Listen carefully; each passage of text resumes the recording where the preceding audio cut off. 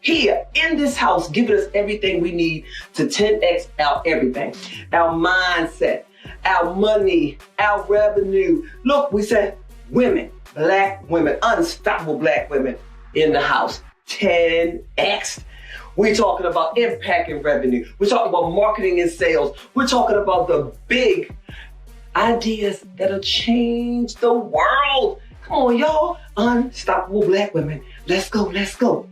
Have you downloaded the guide? If you haven't downloaded the guide, get the guide because you don't want to miss anything. And get those claps and those hearts, drop those emojis. And don't forget about the super baddest coaches, black coaches, certified coaches that are going to be coming to the stage to give you some coaching free 99. You heard it first here. Y'all, I'm exhausted from all the great stuff, but you know what? Here's the deal. I'm not exhausted from stuff I heard about it and some things I'm gonna put on the list of things I learned and not gonna use again. I'm exhausted from, because guess what? Now I got real tools, real strategies to what? To not be addicted to the process. Come on, y'all. Come on. See you in there. Welcome to day 3, 1, 2, 3 of the BlackCEO22 Impact and Revenue Conference. This has been Stephanie Wall, your Tower of Power.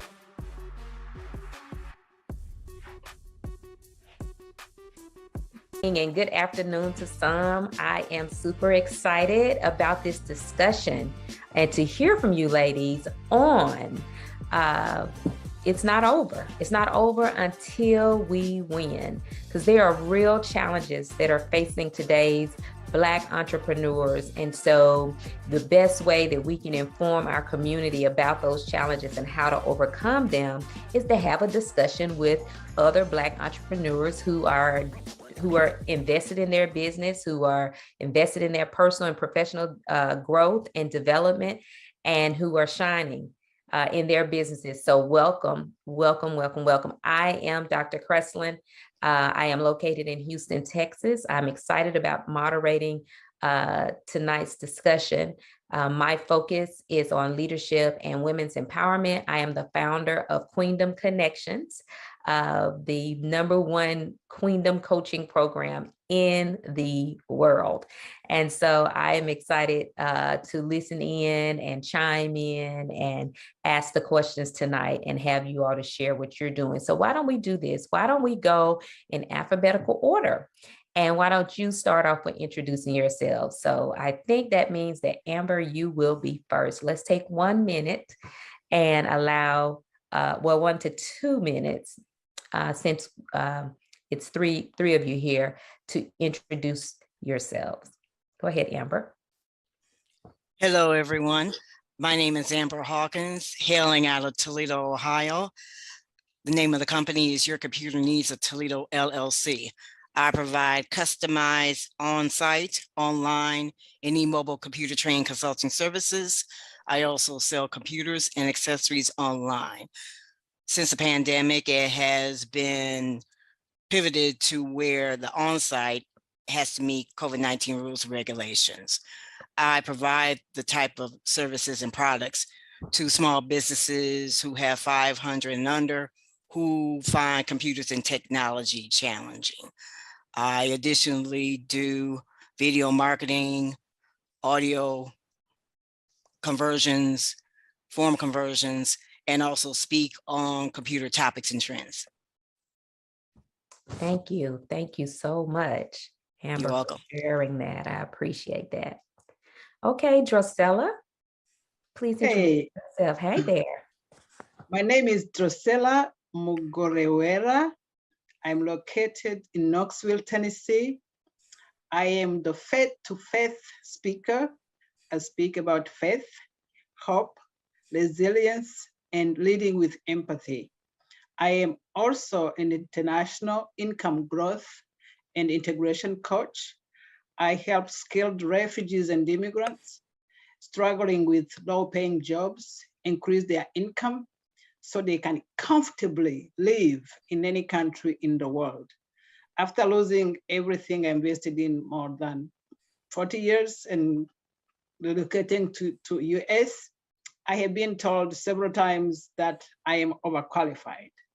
And then my just first job was $6.55 an hour. And I have been sharing my story for free. After learning how I can get paid by sharing my story on the stage, I decided that I can be a professional speaker and I can also help scared refugees to cash in on their stories and on their expertise so they don't delay where I delayed. So it's my second year in business and I am super excited to be part of this panel. Awesome. Thank you for sharing your struggles and then how you've learned from that and being willing to share it with others. Thank you so much for that. All right, Dr. Joe, please introduce yourself. Hello, everyone. My name is Dr. Josephine Harris. You can call me Dr. Joe. I am a military spouse for over 20 plus years. I am a psychotherapist, an international best-selling author, and a 5-time Amazon best-selling author, as well as a global speaker.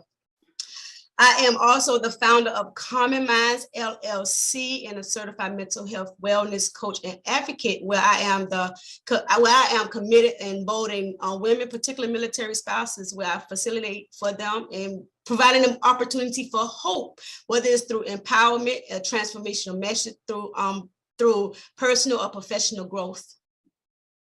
Awesome. We have a very diverse group of women in here in terms of your background and expertise. So this is going to be super excited.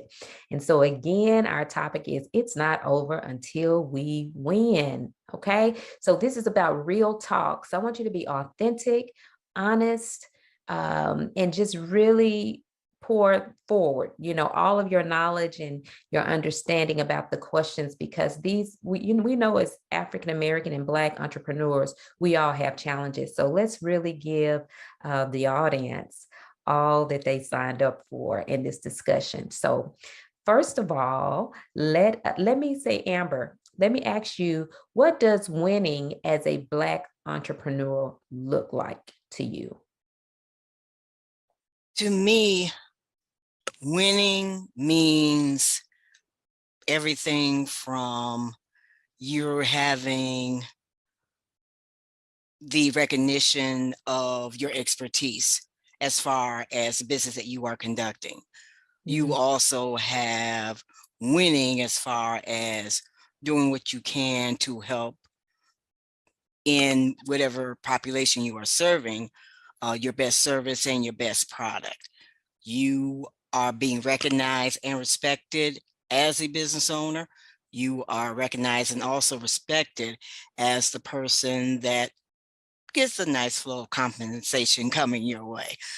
You finally, as far as winning, are keeping yourself balanced. We can get so busy sometimes to where we forget ourselves, but you are doing what you can do necessary to make sure that you do what you need to do to pour into yourself, because if you can't be of best service to anyone. So I heard recognition, first and foremost, that that you've won when you can get that recognition. And I also heard service. What else? What can you share? Drusella, what does winning look like to you? A Black entrepreneur that's winning in business, what does that look like to you? For me, winning is achieving my dreams and making a global impact, because you cannot win just by yourself. You have to make impact and you have to help a lot of people. And winning for me is living a lifestyle you deserve. Winning also is helping the least ones, educating, empowering, and others. So when you see the light, I think you have to show the light to others. And I think shining my light to others is part of winning too, because I just don't like misery. I don't like people living in poverty. If there is any tip of development, of success, I know, I just want to share with many, especially women, because they were being underserved, underestimated, undervalued for decades. So I win with others. I hear your passion. I hear your passion. And what I hear you saying is that when others win, you win. We all win. And so winning is about really empowering others to win as well. Thank you for that. What about you, Dr. Joe? What does winning as a Black entrepreneur look like to you? For me, is creating legacies, generation wealth, having a positive impact in the community that you stay in, especially in the Black communities. Because as a psychotherapist and dealing with mental health is very taboo in the Black community. So it's helping them have that understanding that the stigma in mental health is just a stigma, because as in the Black community, we all have to reach out for help. We all have to have that so that we can have that mental stability. So it's like investing in your own in professional and personal development through the community. It's helping the community realize that the mental health is a stigma in our community. I love it. I love it. It is. And, you know, I can really get on that topic, but, and there are so many stigmas in the Black community, right? Even as it comes to being an entrepreneur. And so we have so many to overcome in our community so that we can continue to leave that legacy that you talked about, you know, make an impact, leaving a legacy. These are the winning keys. This is what winning looks like for our Black entrepreneurs. I love it. Thank you so much. Thank you so much, ladies. Oh, awesome. So in your opinion, Dr. Joe, what is hindering Black entrepreneurs from realizing this vision and why? Please explain your answer. One of the things I come across a lot of within Black entrepreneurs is competition. And when I mean competition, that people within our community, we try and compete against each other instead of collaborating. So one of the most important thing is collaboration trump competition. And one of my mentor always said that. Her name is Dr. Nikki Ziegler. She always say collaboration trump competition. So in the Black community, we always try to compete against each other, not realizing there is enough wealth out there for everyone, and we can collaborate so that each one of us can even bring it into the Black community as a whole. Collaboration trumps competition. That's a mouthful. And I agree that competition, when we're competing with each other, that's behind an idea that there's not enough for all of us to succeed. So I love that. I can definitely see that as a barrier. What about you, Amber? One of the hindrances, I'll do this as a quick two-parter. One of them is, might as well say, address the money, because you need the money to conduct business. You need the money to survive. You need the money to purchase or invest in what you need to conduct your business. And you also need the money as far as compensation to you as a business owner that is fair and that there will not be any arguments about, if that makes sense. And let me do the B part. The B part is whom you're surrounded by. If that could be a whole nother talk, but anyway, it's going to let you know, and also you're going to be experiencing who is for you and who is against you. If your goal is to be an entrepreneur, make sure you're surrounded by entrepreneurs. If your goal is to be in this industry, you have to be surrounded by those who are experienced in whatever industry you would like to enter. If your goal is to achieve anything that you're thinking about, that's who you need to be surrounded by. That sect, that group, that committee, whatsoever. Because if you're not surrounded by entrepreneurs, you're going to be surrounded by people who are not going to understand how you talk, how you think, how you're trying to succeed, because that can really block you by whom you're surrounded by. Mhm. Mhm. Great. And so what comes to my mind, one of the things I share with people is that don't cast your pearls to swine. And so, you know, we go around people and we cast our pearls and the people don't understand. And before you know it, you know, you are discouraged, or people are bringing you down, or people have an opinion and it's sending you in a tailspin of emotions that didn't have to happen because you weren't surrounded by the right people. Definitely. And the money, that's the real talk. The money. Yes. What are the challenges for Black entrepreneurs as it pertains to money? Anybody else want to chime in on that? So, let me talk about money. So recently, I was in a training, and people say, sometimes I want to make more money.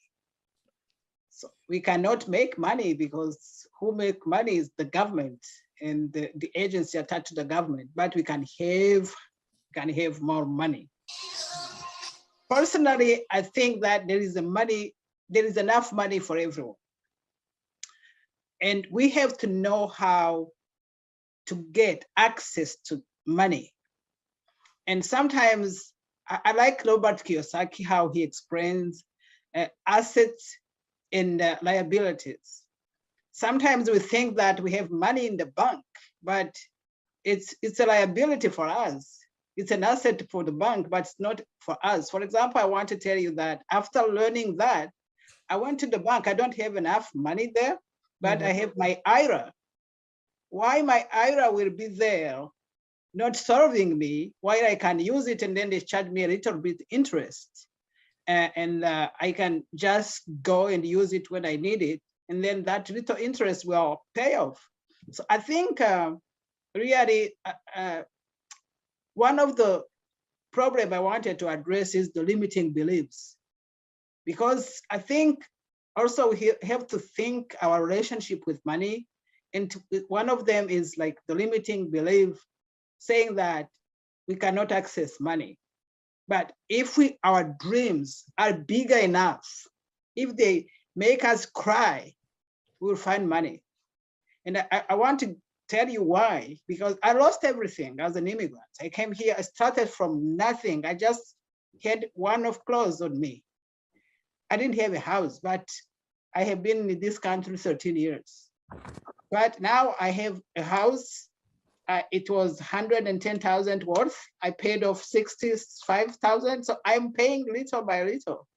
But the reason why I am engaged in business and to be financially in the time free, I happen to define my uniquely qualified talents and gifts I have. And everybody has those ones. So by the time we will think, and then another problem I think Black community has, we have wounds we have to heal. We have to wounds we have to heal, and we have to network better. The predecessors talked about the surrounding. So if we network better, in our culture, I'm from Rwanda, they say that if a bird doesn't fly, they don't know where the nectar is. So I think the more you associate with winners also, you also win. You have that oil coming to you. So I think we have to have a real talk about money. Yes. Personally, I think really there is enough money. It's like when we are immigrants and people say, oh, you are coming to take resources. I say, no, we are not just takers, we are givers too. But there is a lot of resources. There is a lot of enough money for everyone. We just have to have the techniques and the tactics to get to it and to learn how to use money. Yes. Yes, you said a lot. And so the first thing that really stuck out was the struggle. Like, it's okay to struggle and get in that bad place, because sometimes that's where the real purpose and the real strength is birthed, in order to just really motivate you and empower you to go and take what's rightfully yours, right? Because wealth is ours. It's ours to have. But I also heard you talking about the wounds. Like, as a community, we are a very wounded community. We're a very wounded community. And I think the lack of networking goes back to what Dr. Joe was saying, is the competition. The fear of networking, or thinking that I'm not going to go, network with this person because they're doing what I'm doing. There's no competition. There's enough for all of us to go around. And like Amber said, we got to make sure that we're in the right circles. We are in the circles with the collaborators and not the competitors, so that, we can stay motivated. So very good, very good. So let's move on. So Mr. Oliver, are you present? We can't see you.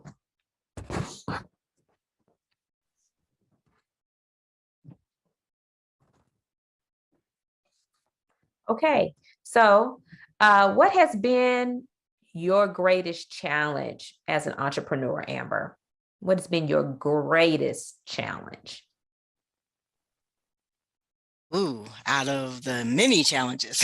Yes, what has been the As greatest? they say, okay, well, let me think of the one. Mhm. I would say the one is having where people pay my worth. Mhm. The scenario I'll put this way. We're glad that you're doing what you're doing, but why does it cost so much? Uh-huh. It's not that we don't need what you're providing, but I can go here, go there, and get it for free. Mm-hmm. Understandable, but you can only get so much for free. Right. You put your bid in, your proposal,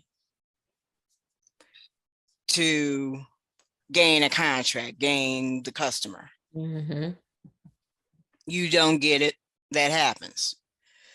You find out that someone else doing what you're doing gets paid more. Was that person. And not only that, and sometimes for any of us who are in fields which is maybe more of a male dominated field, nothing against that, but another proving of the word sometimes is I might not know that much as far as information technology, as much as computers and as much as technology as the next person, but the knowledge that I have is the knowledge that I've gained from what I've studied, what I've had to do in order to acquire the knowledge that I have acquired. I might not know everything, but I can be the person that says, well, this is what they said. And breaking down what the jargon is and everything. So it's the worst part that can be, and it still is, quite challenging. Yes. So because people don't want to pay, do you struggle with pricing and stating what your prices are? At times I do, yes. I feel I've gotten better. That comes with the growth as far as an entrepreneur. It's still a challenge, but I still do what I can to overcome it. Yeah. So what's the greatest challenge out of the two? People's response or your courage to charge what you know you're worth? People's response. Okay. Okay. And how have you dealt with that? They're not the customer, so I have to keep it going on to the next one. Gotcha. So do your customers question your prices? Oh, you're saying they're not the customer that for you at Correct. the time. Got it. So there's potential customers, but because they can't pay it or don't want to pay it, they're not the customer for you.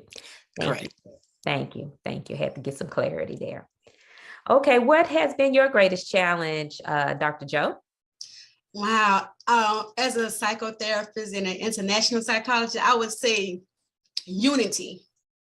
I would say unity, because in the Black community, we really, sometimes our people like us, look like us, really doesn't really want to buy from us. So that can be very challenging, because they go up, even though we have prices that's reasonable, they'll go to a much higher individual, a consumer, instead of their own community, because we as Black entrepreneurs, sometimes it can be difficult for us to even buy from other Black entrepreneurs. So that's one of the very challenges I go through as a psychotherapist, is unity, lack of unity. Lack of unity. Wow. Wow. I can attest to both the pricing and the lack of unity as well. We've got to figure out and how we can overcome those things. And hopefully we'll be able to discuss that more while we're here. Drusella, what has been your greatest challenge, the greatest challenge that you've experienced as a Black entrepreneur? I think as a Black entrepreneur and as an immigrant, I had probably to work twice, to make people, to prove myself, if I can say. So I had to work like long hours. I also lead a nonprofit as an executive director. But sometimes you have to work long hours and forget yourself. So now what I did build a team, but also I learned that the rule of 8 hours to work for somebody, 8 hours of sleep with a psychologist, you can say, and then 8 hours of doing your business or working on the family. So now I know that I can be part-time on the work, on the job, and be part-time on my business. I am progressing very well now, because I'm now dedicated, and I have to find time to work on my dreams. But I think sometimes we want to be the savior of the world. We want to work hard, even if the problems are bigger, but we'll never save the world. So, and we have to think about ourselves and our families before helping others as well. Absolutely. Very powerful. The power of 8. Is that what you said? The rule of 8. The what of 8? Yes, rule. Oh, the rule of 8. The rule of 8. I love it. 8. Yeah. Yes. I love it. I love it. Thank you. Thank you for sharing your wisdom on that. Wow. Wow. So what have you all learned so far just in this discussion from each other?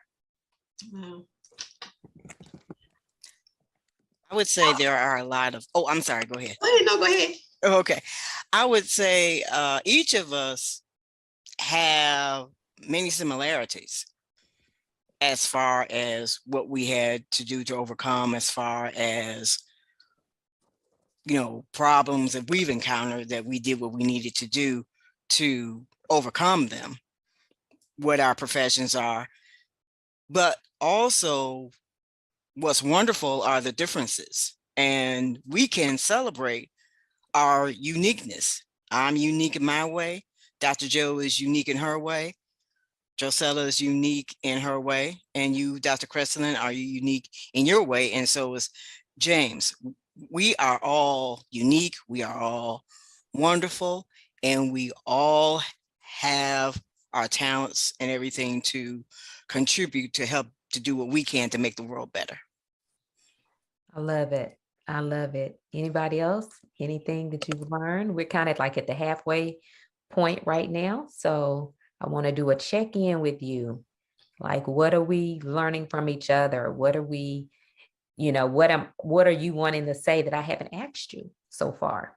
One of the things that I learned is that, not to exclude James, but we all are female entrepreneurs.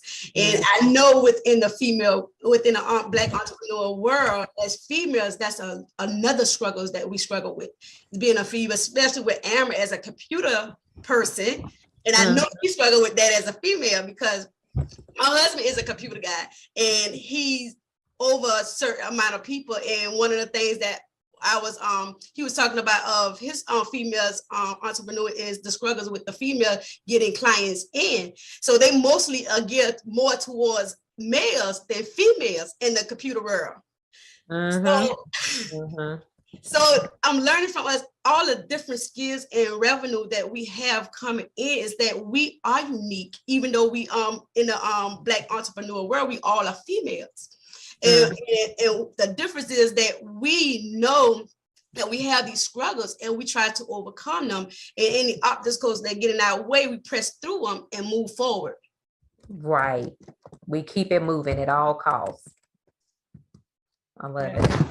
This is what I wanted to get, how no matter the challenges every one of us face, we keep moving and we keep pushing, keep learning. I think Amber's talked about investing ourselves. That is key.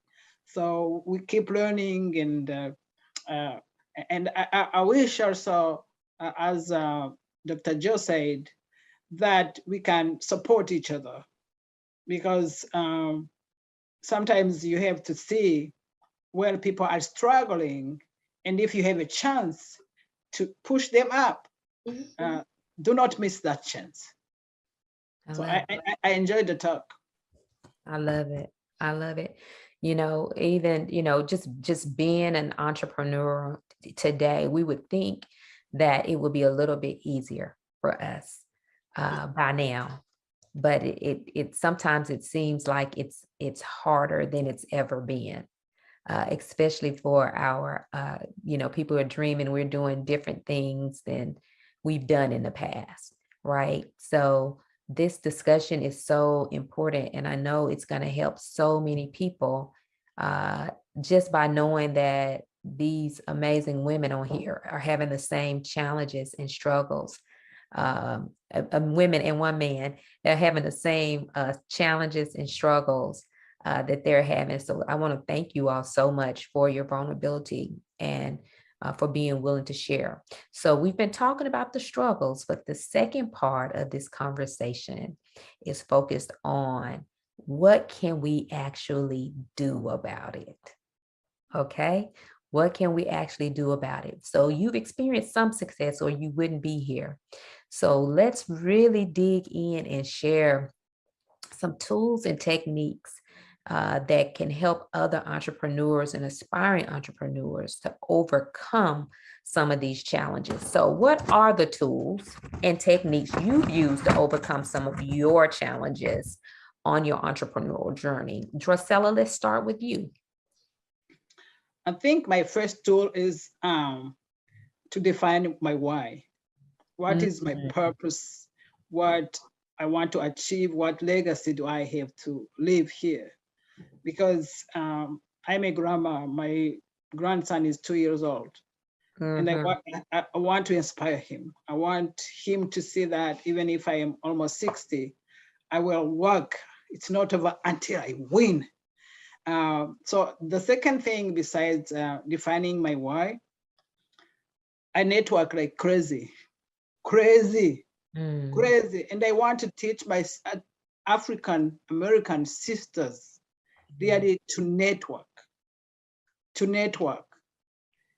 in person, online, their face group. Even if you have fear, we have to overcome that fear. Because if we don't network, they say your network is your net worth. Yep. So many of them are down there because they're isolated. We have to take them from that isolation. So, and we can bring one at a time. Because I think sometimes you have also to encourage people and to listen to them. Because sometimes I say, why, when I go into the room and I see, where are others? And I say, are they informed? Do they have the technology they need? So I try just to understand why we are minority on the scene of business. But I wanted people just to define the why and to believe in themselves Mhm. They are capable. They have talent they are uniquely qualified for. So after defining my why, and then I did plan my work and hire a coach. Nobody will develop without a mentor or a coach. That I did see that. And also when I was seeing the trainings here and there, like being a butterfly and spending 2,000 here, 1,000 here, 1,000, I decided to hire like a company having marketing, having all the things in one, who will teach me the funnels. And then for refugees and immigrants, we can learn also. I want just to give them a message. We do not have to play small. We can play big. So these are the two things I can share, but without a coach, without a mentor, it's hard to succeed. I love it. You said a mouthful. Know your why. Know why you are doing what, and how many times do we get lost in the sauce and we forget why we're doing what we're doing? We have a setback, we have a failure, and we just, lose it because we're not focused on that why. Like, why am I doing that? Because if we keep that why in front of us, we wouldn't let much discourage us. I love that. You talked about networking and hiring for help, which is why the money piece, I think the greatest challenge for our Black entrepreneurs is so important, because we need to be able to put the money in your bit. I think you mentioned that earlier, Amber. It's the money that you want to make, but it's also the money that you need to put in your business. And so hiring the people that can help you, hiring a coach, that's seems like it's sometimes complicated for our Black brothers and sisters to do, is to pay for a quality coach, because there are a lot of people calling themselves coaches these days, and maybe they're being burned in that arena. I don't know, but a coach is so very important. So is a therapist. So is a psychotherapist. They do two different things. Or some people can be a therapist and a coach, and they know the difference between those things. But some people can't get to the coaching until they can heal those wounds that we talked about earlier. Drusella, you have shared such a book of knowledge just in that. And if I can add a small thing on that coaching. You can. There are also free resources. Absolutely. There are people who do challenges. There are masterminds which are free or just $47 or $97. So you can invest little and harvest much. So I think probably I want to keep in touch with you ladies, so the conversation doesn't stop here. So we have to see how we can multiply thousands of us using the resources you and I already know to help others to know that. I love it. Love it. Thank you so much, Drusella. Amber, what are some of your tools and techniques that you've used to overcome the challenges on your entrepreneurial journey? There actually have been many, but I'm going to say this. Earlier, we had talked about, the challenges each of us are facing or have faced. There are, as Drusella says, so many resources out nowadays.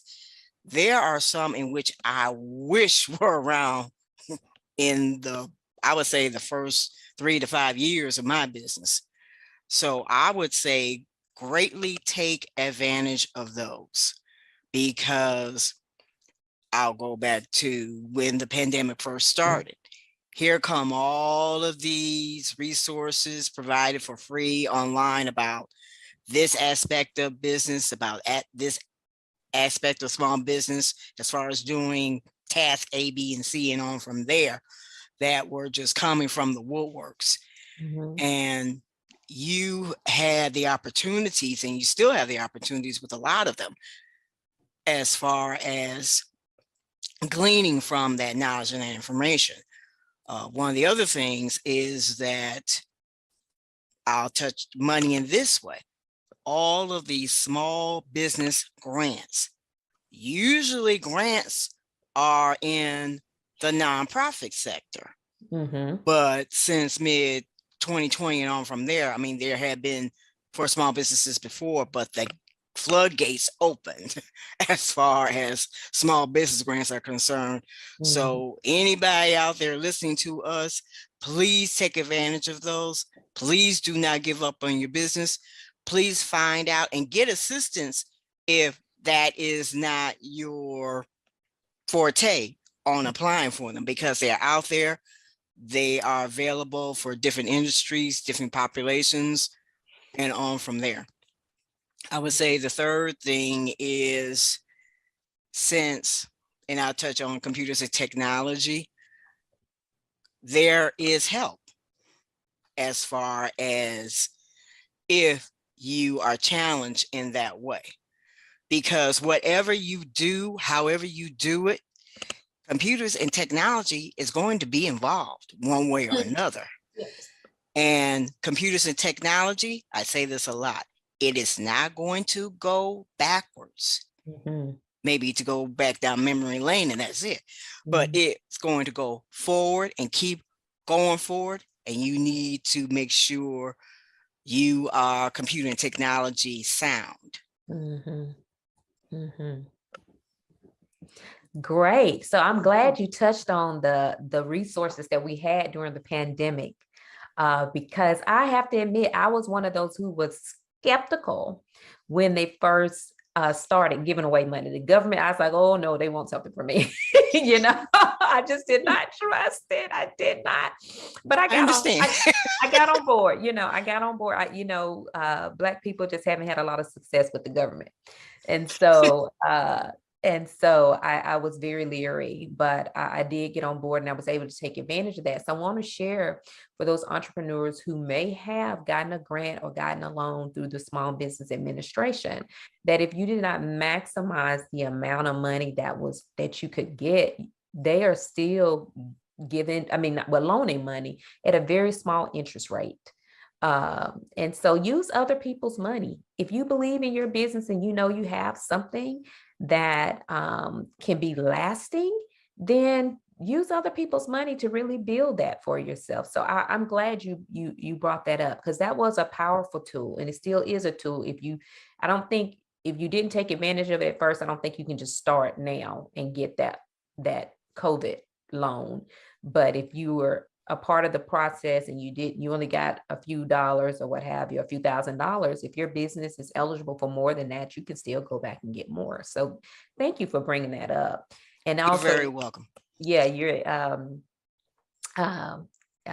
telling us to embrace technology. It is not going anywhere. Whenever you go into a store and buy a computer and get it home, as soon as you take it out of the box, it's obsolete, it's outdated, because technology is moving that fast.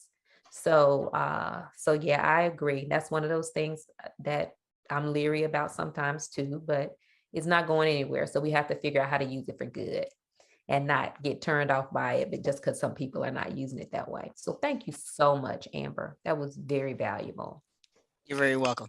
What about you, Dr. Joe? Give us some tools and techniques to help us overcome some of the challenges, which you've used to overcome some of the challenges on your journey, and I know it's going to help us as well. One of the things what the lady said is building that network, getting a mentor, getting a coach, getting a therapist, because as a psychotherapist, I have a therapist and I have a coach. So it's getting that, taking care of your mentally, your physically, your spiritually well-being is even also looking into the eyes look through the world through other people. It's like getting that trend setting requires unconventional thinking. Whether you understand, you got to play the market. You have to really have the opportunities to know your market. Who are you marketing to? What are your consumers? What are your target audience? Absolutely. Absolutely. I love it. The marketing piece, that's what I love about BlackCEO, that I was not marketing savvy, and they are. I mean, they are amazing with marketing, and it is so important. That's how people, stars, NBA players, everybody, it's not just based on skills that they get picked up, it's on marketability. And it's on there. People are looking at your Facebook pages. They are looking at your Twitter. They are looking at your Instagram. They are Googling your name. So it is so important that we make sure that what we put out there aligns with the image that we want people to see about us. So that marketing is also important in building your network. We keep hearing that word come to the surface. Network, network, network. Drusilla said it best. Your network is your net worth. And so you do business with people. You exchange money with people. So the network becomes your net worth. So very, very, very valuable information. Were there any other tools and techniques that you all thought of as you heard other people sharing that you want to share? One of the things I say is get it teamwork. Teamwork. Make sure you're a good team player, because when, as that old saying say, teamwork make the dream work. Absolutely. So you have to have trusted teamwork. And with me, I go by, I have a biblical affirmation for my business. Mm-hmm. So with me, I put God in everything I do. So without God, I can never flourish this, because God bringing the vision to me. So and he implementing the vision through me, and I'm prospering the vision. So it's me putting God in everything I do. Mm-hmm. I love that. I'm with you on that. I am totally with you on that. Give him everything, turn everything up. And that's one of the things that I learned to say this year. Help me. Yeah. Help. Yeah, and another thing I learned is write down your goals. Sometimes you trust our memory, and you forget. But if, for example, recently when I was on a training with my coach, he said, how much do you want to make this year? So how much it will be a month? How much it will be a week? How much it will be a day? Yes. So, and then I can say, hey, how am I progressing? Because if you don't have those goals, how do you measure?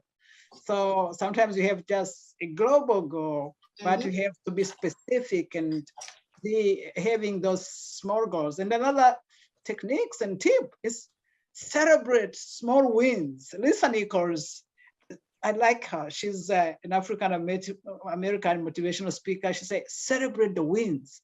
Sometimes we don't see those ones and they keep us moving. You know, no matter how small they are, it's an achievement. Just jump and celebrate. Give yourself something that you accomplished something. Yes. I think that goes back to some of the wounds we have too, is that we just strive, especially as African American women, strive. And we don't give ourselves that compassion. We don't give ourselves that pat on the back. We don't give ourselves that attaboy that we give to everybody else. So celebrating small wins, I agree with you wholeheartedly. And of course, write the vision and make it plain. We got to write those goals down, and even the money goals. Write those goals down and begin with the end in mind. And then, like you said, backtrack. What's your year goal? What's your 6-month goal? What does that look like every month? What does that look like every week? What does that look like every day? Very, very, very powerful. Very powerful. And then, like I said, help me. Because as African American women, we don't ask for help. And so that's this year, that's been one of the things that I have just committed to my memory, that if I'm just sitting here working by myself, ask for help. God help me. I can't make it to the grocery store. Call my husband. Today I called him. He said, what do you want from the store? I said, I don't want you to go to the store. I want you to come home and make sure the grandkids are not slamming the doors, because I have a 90-minute conversation tonight and there could be no background noise. And so I need you to help me. If I can interject this quickly, Dr. Kreslin. Absolutely. The part as far as the help, prayer, of course, because your faith will be tested. Absolutely. Let me assure you, and I'm sure the other ladies agree with me, that your faith will be tested at times. And connecting with, I would say, someone who is more experienced in that I do what I can, and I still do. to connect with seasoned entrepreneurs, those who have had more years than I have, those who have more experience in what I'm not experienced in, those that can lend a listening ear because I may need to vent. Yes. Is because it could be where you run into so many frustrations that you need that listening ear. You need a confidant. You need to have, this is what I have. This is the contract I'm going after, but I just don't understand whatever it is you don't understand. Your thoughts and ideas about this, that, and the other, and on from there, because we don't know everything.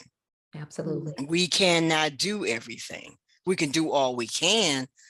And multitasking, I'm sure that's a term that hasn't been heard in a long time. There are times when we can flow extremely well, multitask and do 20 things or 30 things at the same time and get it done. But many times, if we're realistic and when we're honest, we're humans. Absolutely. We're not part of the sea world where octopus live. Right. So, you know, got to think about that. Absolutely. Very, very valuable. Prayer and mentorship. Ask somebody to show you the way.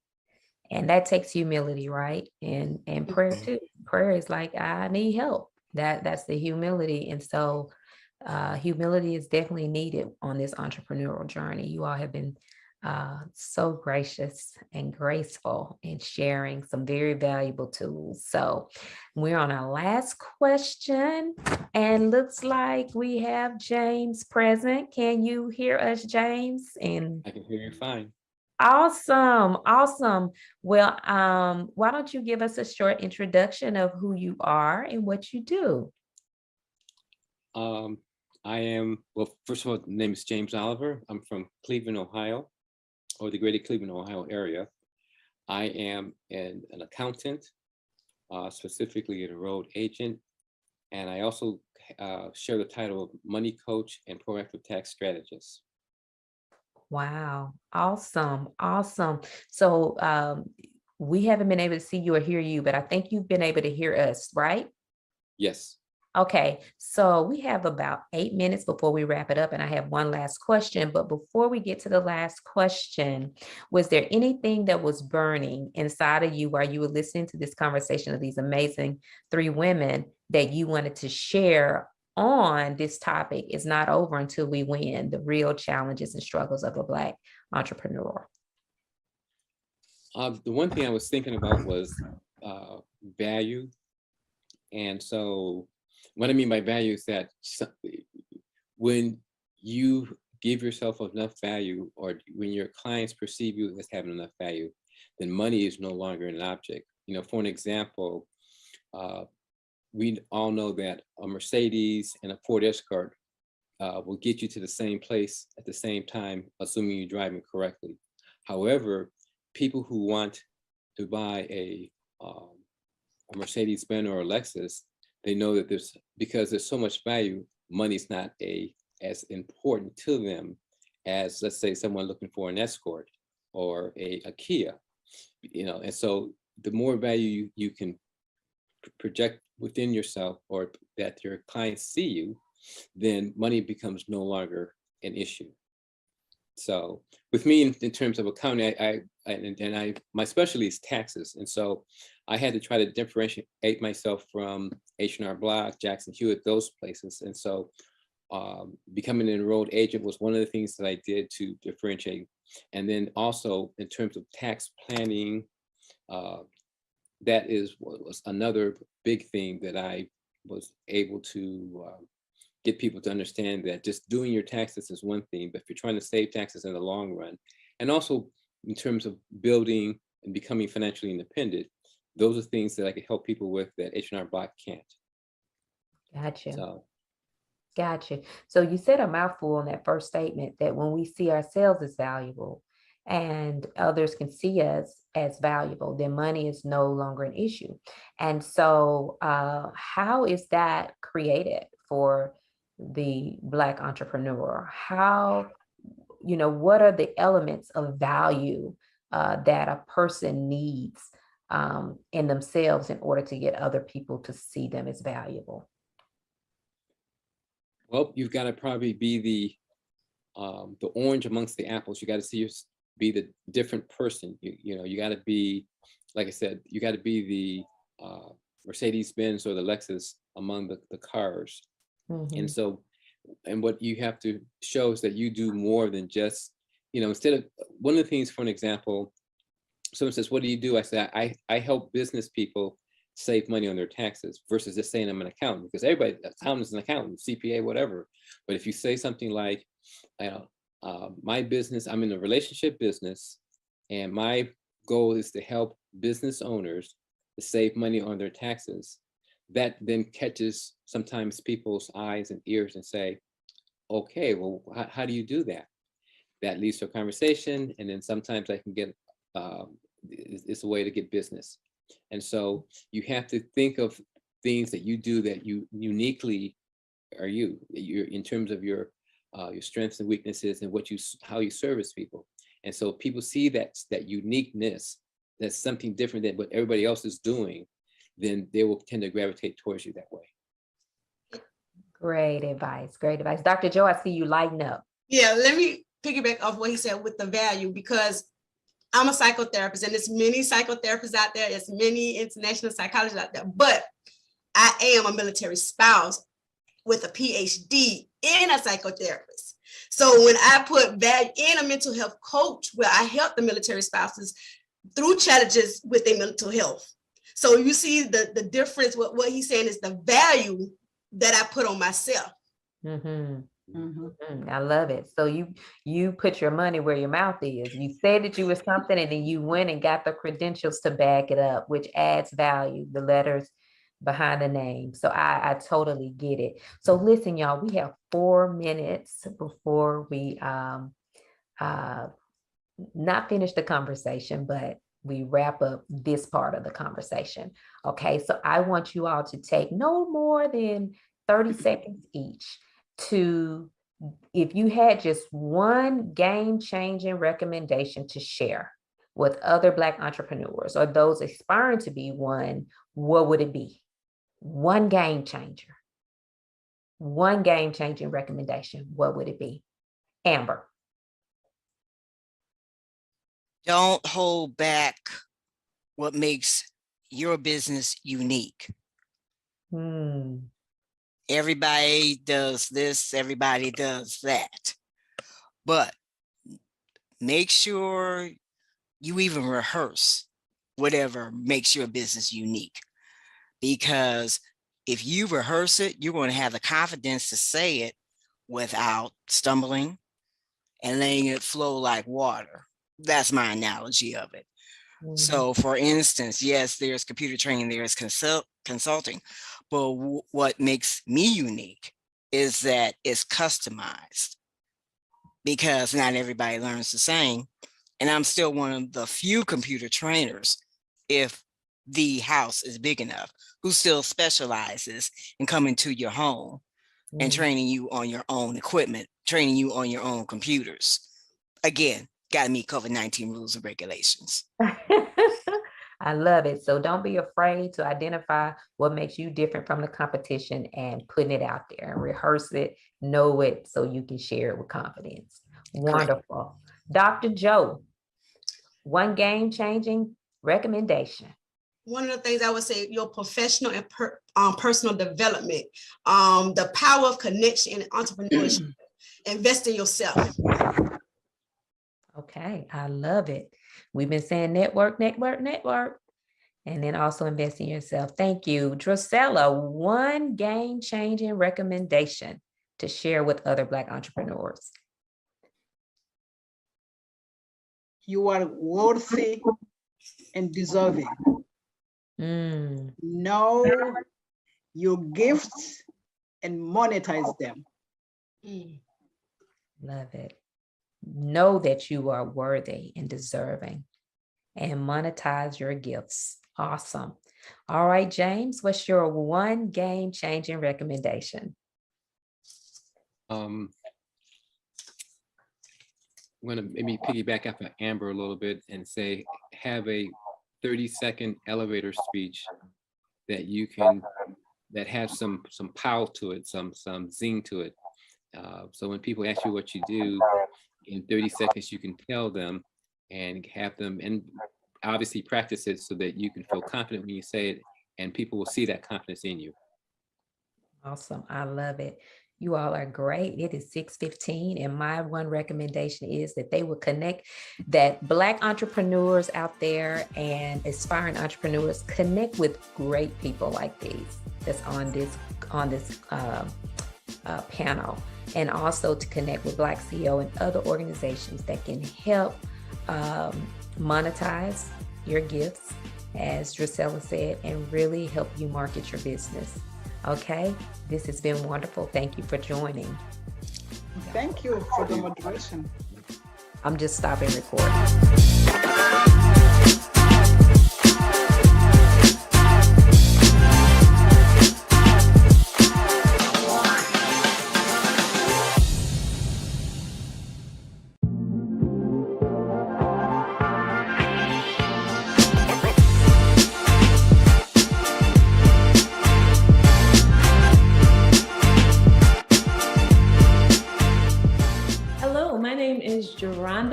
Also known as Coach J, and I am hailing from Forney, Texas, but I am a 504 girl born and raised in New Orleans.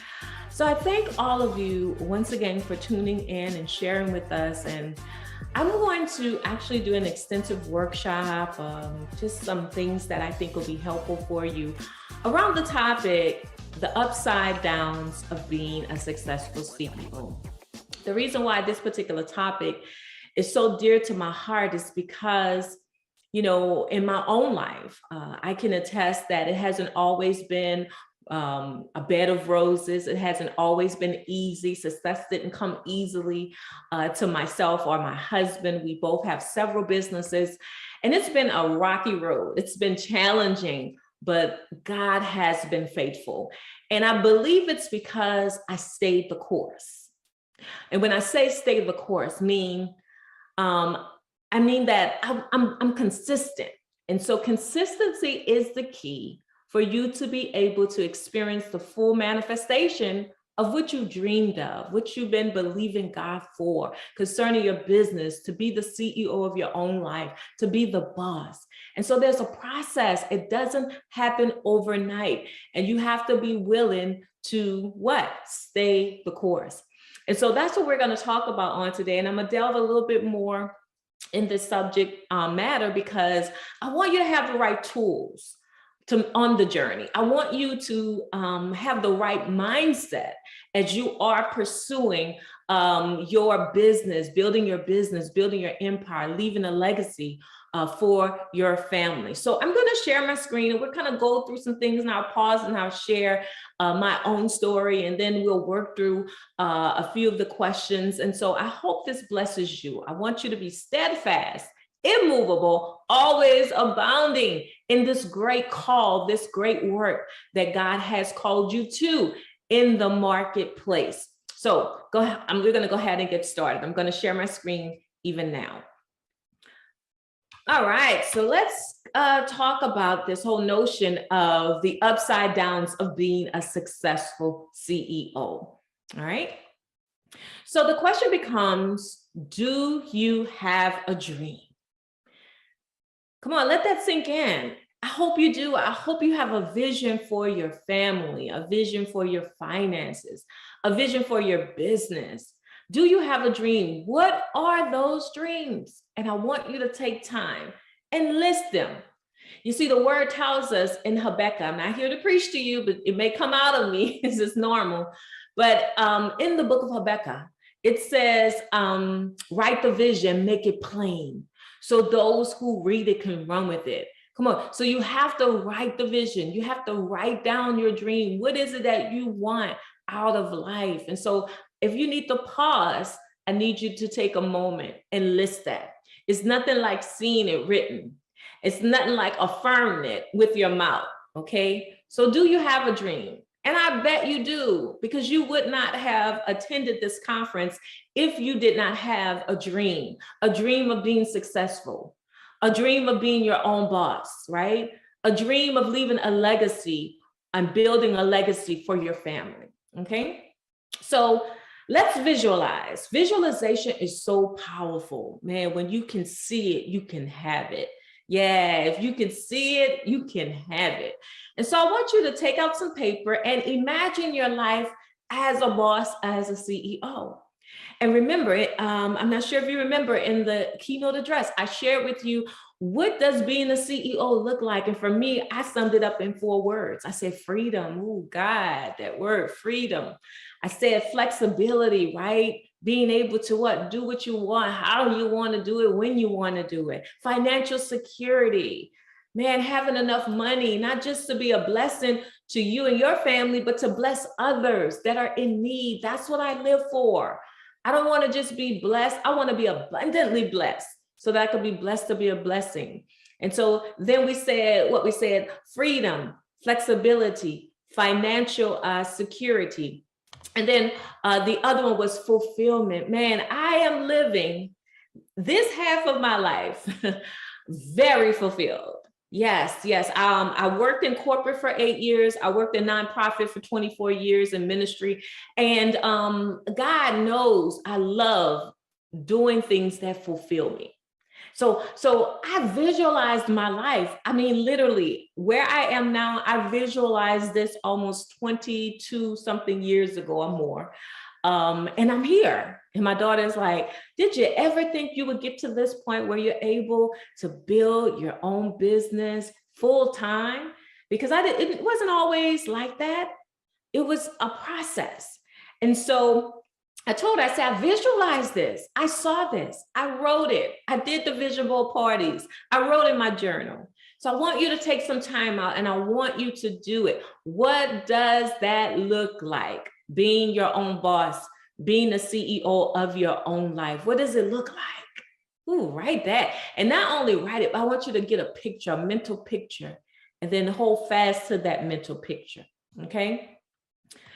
All right, and as I stated, the freedom, the flexibility, the financial security, all of us want that. That's so important as you're on this journey. That's what I'm living for daily. I don't want no chains holding me. I don't want no restrictions. I want to be able to go to my grandbabies' parties, games, fly, you know, if I need to go out of state, out of the country, financial security, have all of that, man, not worrying about finances, money working for me. That's what I'm talking about. Fulfillment, okay? Fulfillment. Yeah, operating in your sweet spot. Operating in your sweet spot, doing what you love and what you've been called and assigned to do. That's what it looks like to me. But you first have to visualize it, and then you're able to walk into it, okay? So take a moment, and I want you to take these words: freedom, flexibility, financial security, fulfillment, and then any other word. And I want you to write down, what does freedom look like for you? You know, freedom for you might just simply be, you know what? Oh, Lord, not wanting to clock in, right? Or have to punch nobody's clock, right? Yeah, flexibility. Come on, what does that look like for you? Being able to care for your loved one.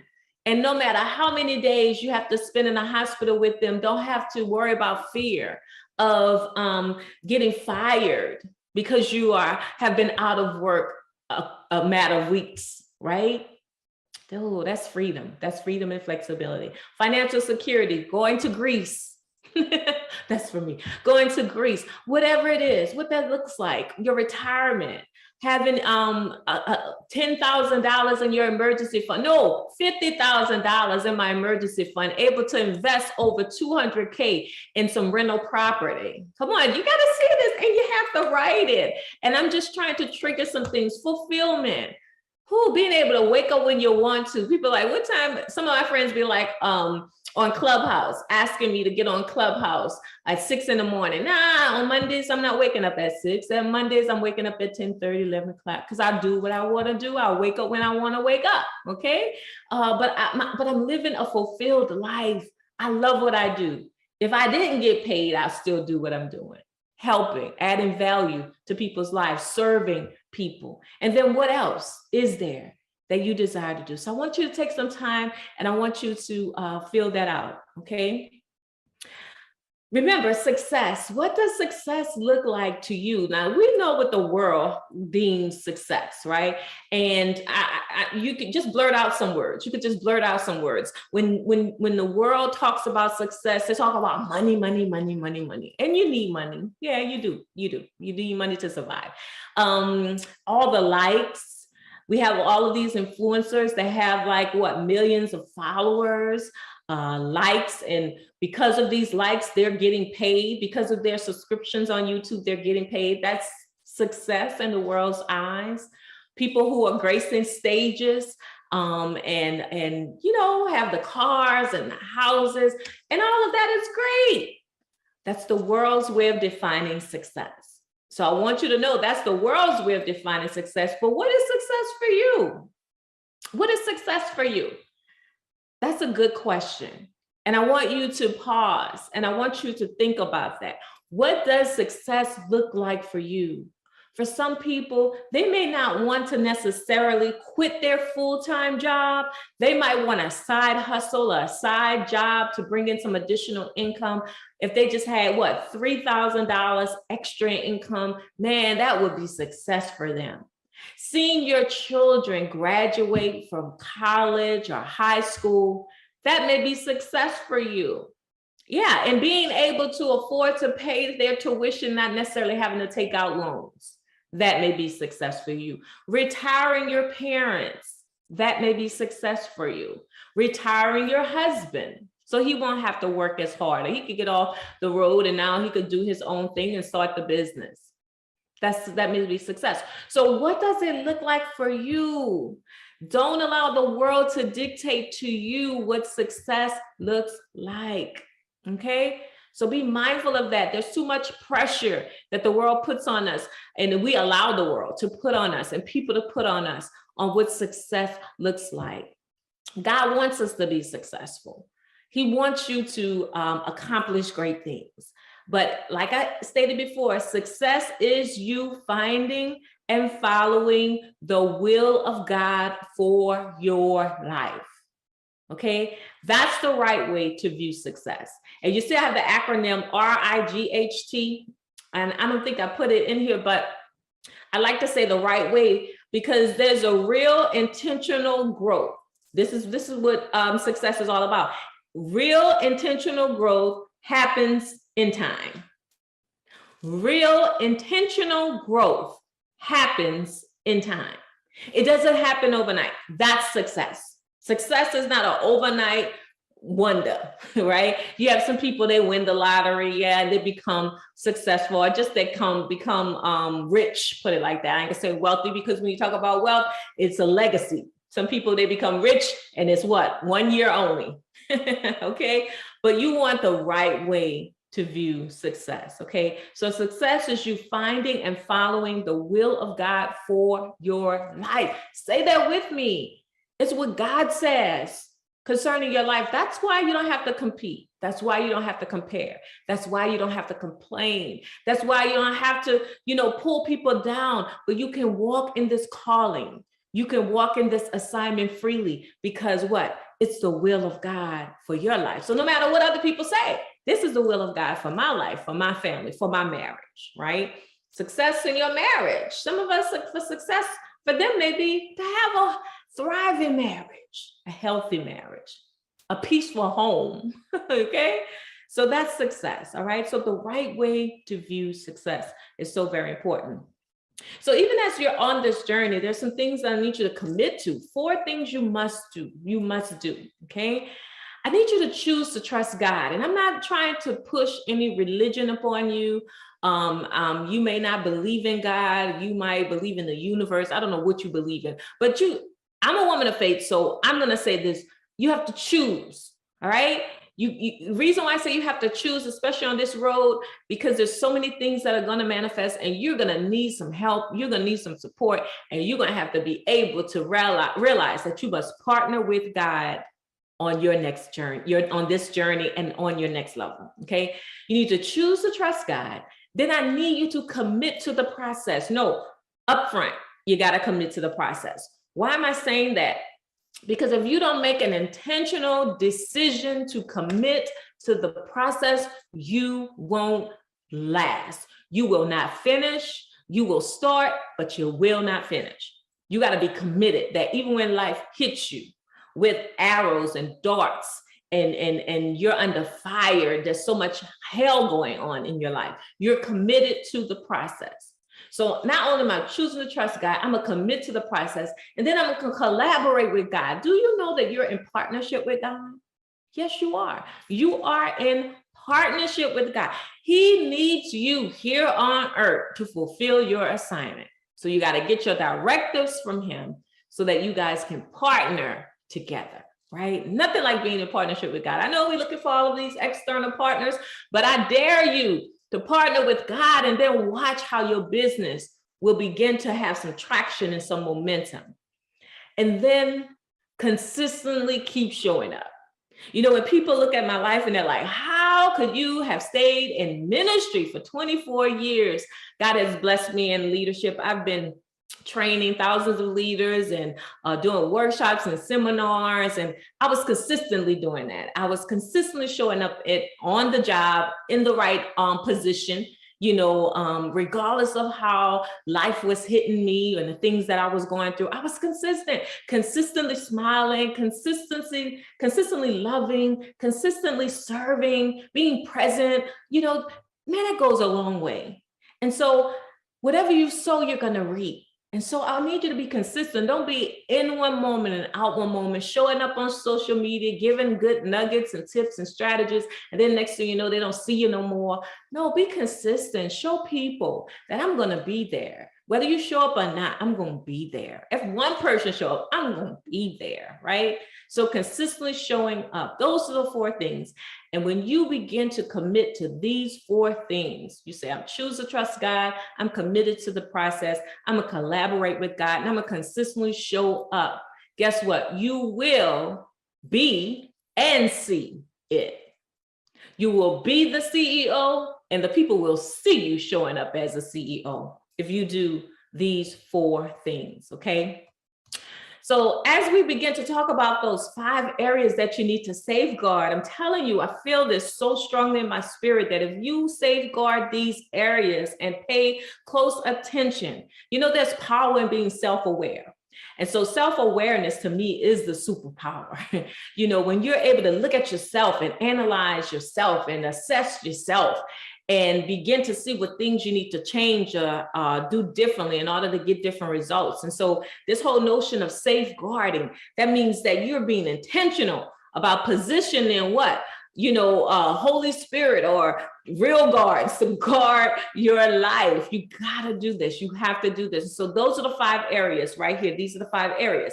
Your personal life, okay? And you remember, I talked about that when I was sharing with you about you know, that your personal life on this journey, it will suffer. Yeah, it will suffer. But if you have the right things and systems in place, it won't have such a major impact on your relationships. All right. So your personal life is something that you have to safeguard. Your rest, okay, meaning your mental and emotional state, you gotta make sure you're safeguarding that. And then your heart and your mind, remember I said I put those together, they go in hand and glove, like they go together like red beans and rice. But yeah, your heart and your mind, that's so important. Your experiences, yeah, what you go through, don't neglect those things. Go back into your faith file, keep a record of those things that have manifested in your life, the successes, because you're gonna have to remind yourself, if God did it before, he'll do it again. Then your reputation, you know, be a person of integrity, have the right work ethics, be a person of excellence, that when they see you and you show up, you showing up and you're giving it your all, right? And so I want to look and delve a little bit deeper into these particular areas, because I need you to work through some things. Because sometimes we hop into entrepreneurship and we haven't even count the cost. Have you count the cost before you leap? Have you count the cost before you launched? Okay, so I need you to count the cost, and I need you to definitely look at these areas and assess them and see where you are. Okay, so questions, asking the right question gives clues to the puzzles, it gives answers to your next level. So you have to ask the questions, ask these areas some questions. Okay, I need you to ask these areas some questions. So what are they? For your personal life, remember, I'm talking about your relationships, your relationship with your spouse, your relationship with your children, your relationship with your friends. Come on, I don't want them to suffer, because they will as you're building your business, all right? So you need to ask yourself the question, what 5 people are in your relationship circle? What 5 people are in your relationship circle? So if you, can you name them? List them. You need to know. And if you don't have 5 people, fine, list the people. It could be your husband, your wife, your children, your nieces, your cousins, your friends, your church buddies. I don't know, your covenant sister, your covenant dude. I don't know. Okay, list those 5 people. How much time are you devoting to them? Because as you're building a business, you're going to become busy, but you still have to make time for them, right? Are they supportive in the things you're doing? Because you don't need people around you that's not supportive. You don't need them that close to you. You know, it's okay to have them on the outskirts, but if you're gonna be in my holy of holies, my inner circle, I need you to support what I'm doing, like the post or something, share the post or something, tell someone about my product or my services or something. Come on, that's key. You gotta ask yourself, and then, you know, have a conversation with them and say, wait, I don't see you supporting anything that I do, but I'm always supporting you, right? Okay, and then how is your communication with them? Remember, I shared with you 3 things. I say you have to clarify the vision in your relationships. You have to communicate your commitments in these relationships. You have to consistently check in with the people. Don't be trying to maneuver and move around in silence. Like I said, it's a burden. It's really a weight when you don't have the support of your spouse, especially if you're in business. And I want to speak to those of you that are really having a hard time getting a husband or a wife on board. I need you to keep praying. God will turn the hearts of all men, you know, and he will help you get through it. But I understand it can be challenging. That's why I say I thank God for my husband. He's a gift to me. He cheers me on. He supports me. There are times when I have to prepare. I remember, you know, as I begin to prepare for messages to preach or speak, that would take a whole day and I'll be in isolation. And, you know, he respects that. My time of consecration. I say isolation, consecration. And so, but I value that. And so if you have a spouse that supports you, you need to love on them. Your children supporting your business, knowing that you have had to sacrifice so much, right? But they still love you. That's priceless, right? So what ways can you improve your relationships now that you are in business? Okay. Let's talk about your rest. So make sure you go through those questions, because questions leave clues, right? They can give you answers. They're going to help you keep momentum. Let's talk about your rest. Remember, when I talk about rest, I'm not talking about sleep. Sleep is one of the aspects of rest, but we're talking about the mental and the emotional rest that you need. Here's some questions you need to ask yourself. How many hours of sleep am I getting? How many hours of sleep am I getting? What are some things you do for rest? Ask yourself the question. What are some things you do for rest? What are some things that break your rest or your peace? You have to look at those things, because that's going to determine how creative you're able to be. And your creativity is birthed out of rest, the recreation, you being able to rest your mind, not always be anxious or stressful or moving and all this commotion, right? So that's so important, okay? So make sure you ask yourself those questions. What are some things that break my rest, that really have me not at peace, okay? So that's what we're talking about with your rest. Now let's look at your heart and your mind, which is so crucial. The word tells us that above all else, guard your heart, because out of it flows the issues of life.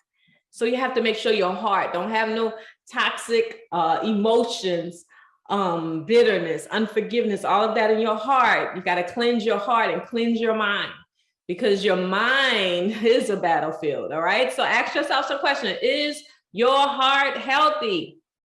I'm not talking about your physical heart.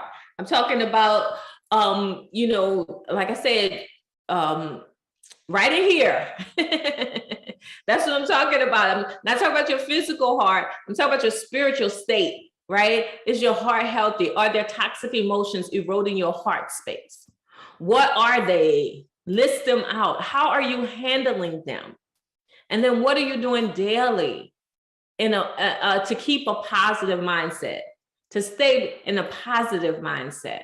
And then what are some ways you can guard your heart and your mind? All right.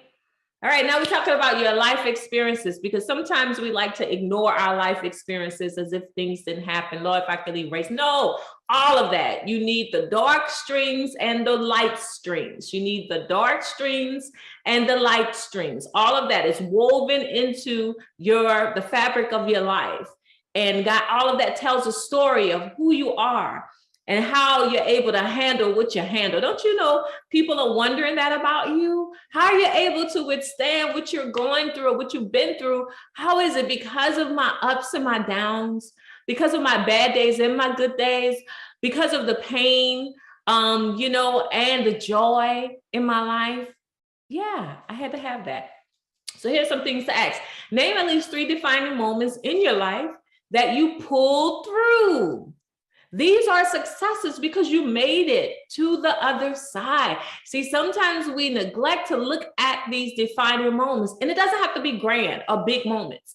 You know, find the little wins, those things that you know, if it had not been for God, He helped you to get to the other side. Now you see why you had to go through it. So take that time. Another question, how did you get to the other side of your valley? That's your story. That's your steps. That's the service that you can offer to someone else, the how to get to the other side. That's why we see a lot of coaching happening, because people are just simply sharing their story and how they made it through divorce, how they made it as a single parent, how they made it through the layoff or the firing, right? How did they get to be the leaders that there was a journey, there was a process, but it's so beautiful and wonderful when you can document those things. Another question you need to ask yourself is, how often do you take time to reflect on your past victories? Okay. Don't allow life to become so busy that you can't take time to reflect on your wins and on your victories. Okay, let's move on. Your reputation. Now, mind you, you cannot stop every rumor. You cannot block every label or remove every label. People are going to talk. People are never going to, you know, you won't have anyone's 100% approval, right? So don't even worry about that. Just mind your own business. And that's what I say. Everyone will not like you. Everyone will not support you.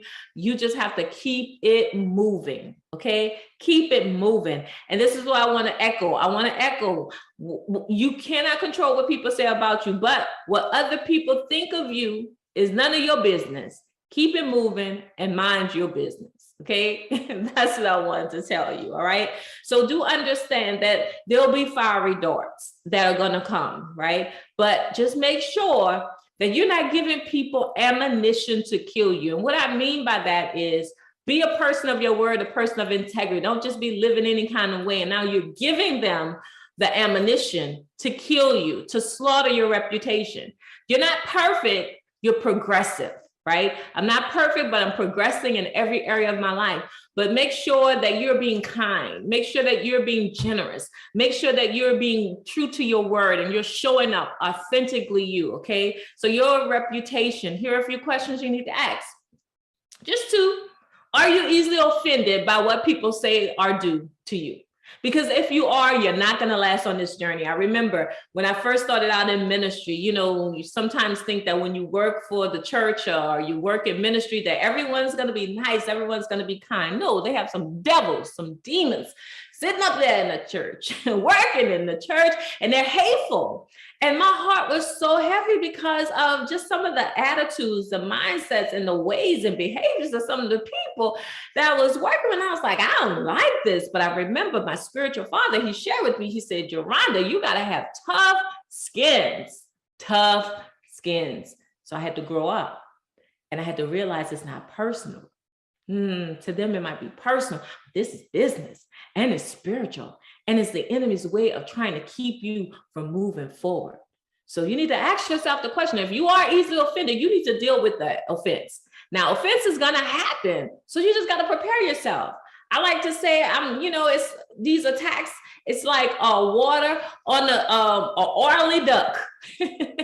Y'all know if you put water on oil, an oily skin, it's just going to roll right off. And I'm so anointed, so oily, Lord, I stay under your covering and under your anointing.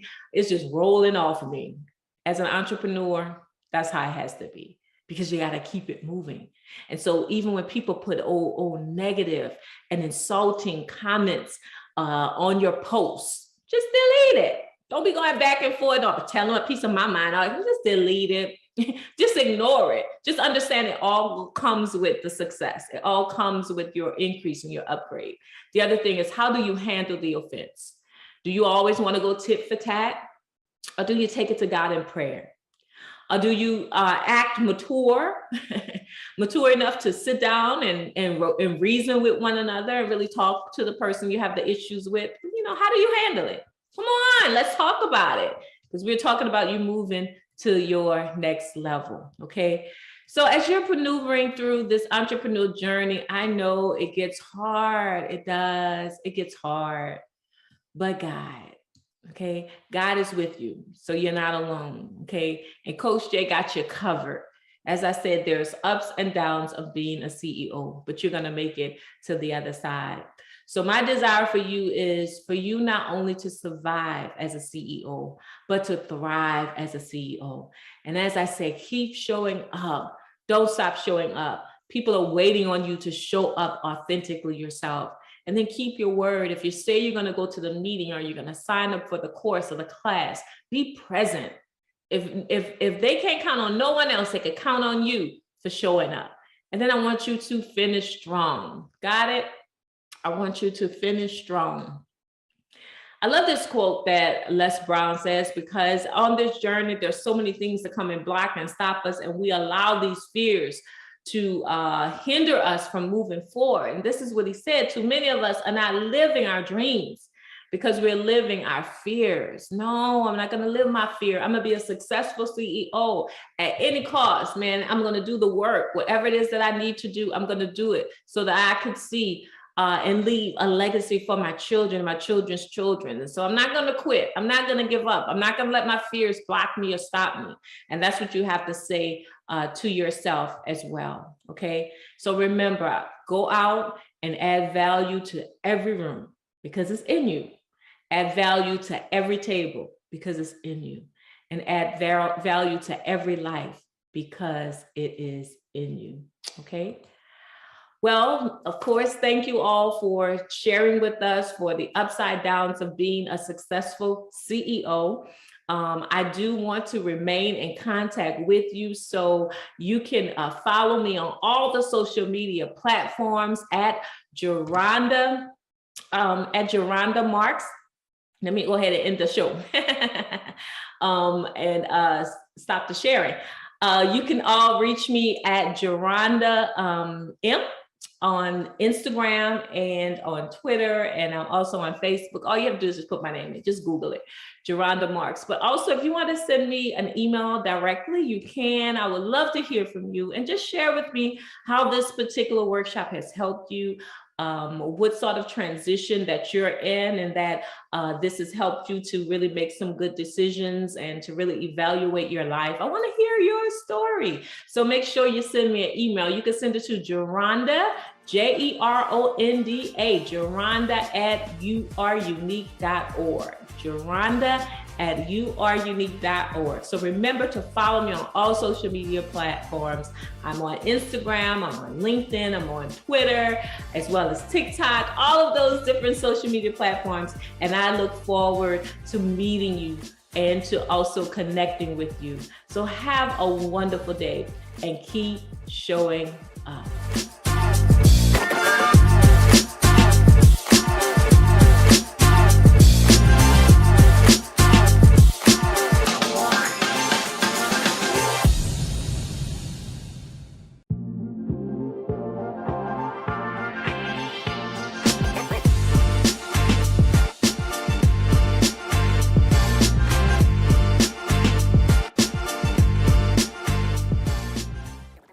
It's Saturday night and you're about to start another week. Sunday is tomorrow, and typically on Sunday, you may be thinking, I need to work on my social media post, like many entrepreneurs. And then Sunday afternoon comes, Sunday night comes, and you look up, it's Monday morning, and all of those posts that you had up here in your head never made it on paper, never made it on Canva, never made it on a scheduler, never made it to social media. You may be, like many entrepreneurs, guilty of social media neglect. Let's talk about that and see where we go. So you see, the number one problem facing today's entrepreneurs when it comes to growing their business online is social media neglect. All of those great ideas, all of those great marketing ideas that never make it to the platform, never make it in front of their target audience, never make it in front of their leads, their prospects, and their potential clients, and even the clients they have that they should continue to work on retaining, never see that content. And it becomes like a slow death. And the thing is, there's a reason. There's a mindset thing that says social media takes too much of my time. It's using up my time. I have to be working on my business. I don't have time for social media. Let me challenge you on that point. So let's move aside the whole online space. And let's talk about if you decided to open up a brick and mortar. You had a shop. I'll say it's a bakery. I love sweet stuff, so I'll use a bakery. You open up a bakery. Well, you have to have a location. So you set a location and you expect people to show up and purchase your products. And without you doing anything. You wouldn't think that. You know that you would have to advertise in some way to let people know at least you were having a grand opening. Something to let them know that you existed, that you had the bakery. Something to let you know that you had that sweet, irresistible, mouth-watering confection that everyone wants. So you at least had to do some advertising, and then it grew from there by word of mouth. And before you know it, people were coming in. But you know that over time, you would still have to do some advertising. So maybe you post things in a local paper. Maybe you post things on a bulletin board in some community areas. Maybe you hand out flyers. Maybe you ask your customers to share about the bakery. All of that is leveraging social interaction to produce results in your business. Social media is the same way. You've got to make some investment of time to make yourself known, to make your products and services known, to make people know about you and how great your stuff is, your services, your products, so that they will, one, purchase from you, and two, tell other people about you. So just like you would need to invest time and resources if you had a brick and mortar, you have to be willing to invest time and resources if you're growing a business online. And social media is the way to do that. So it's not a waste of time. It's an investment of time.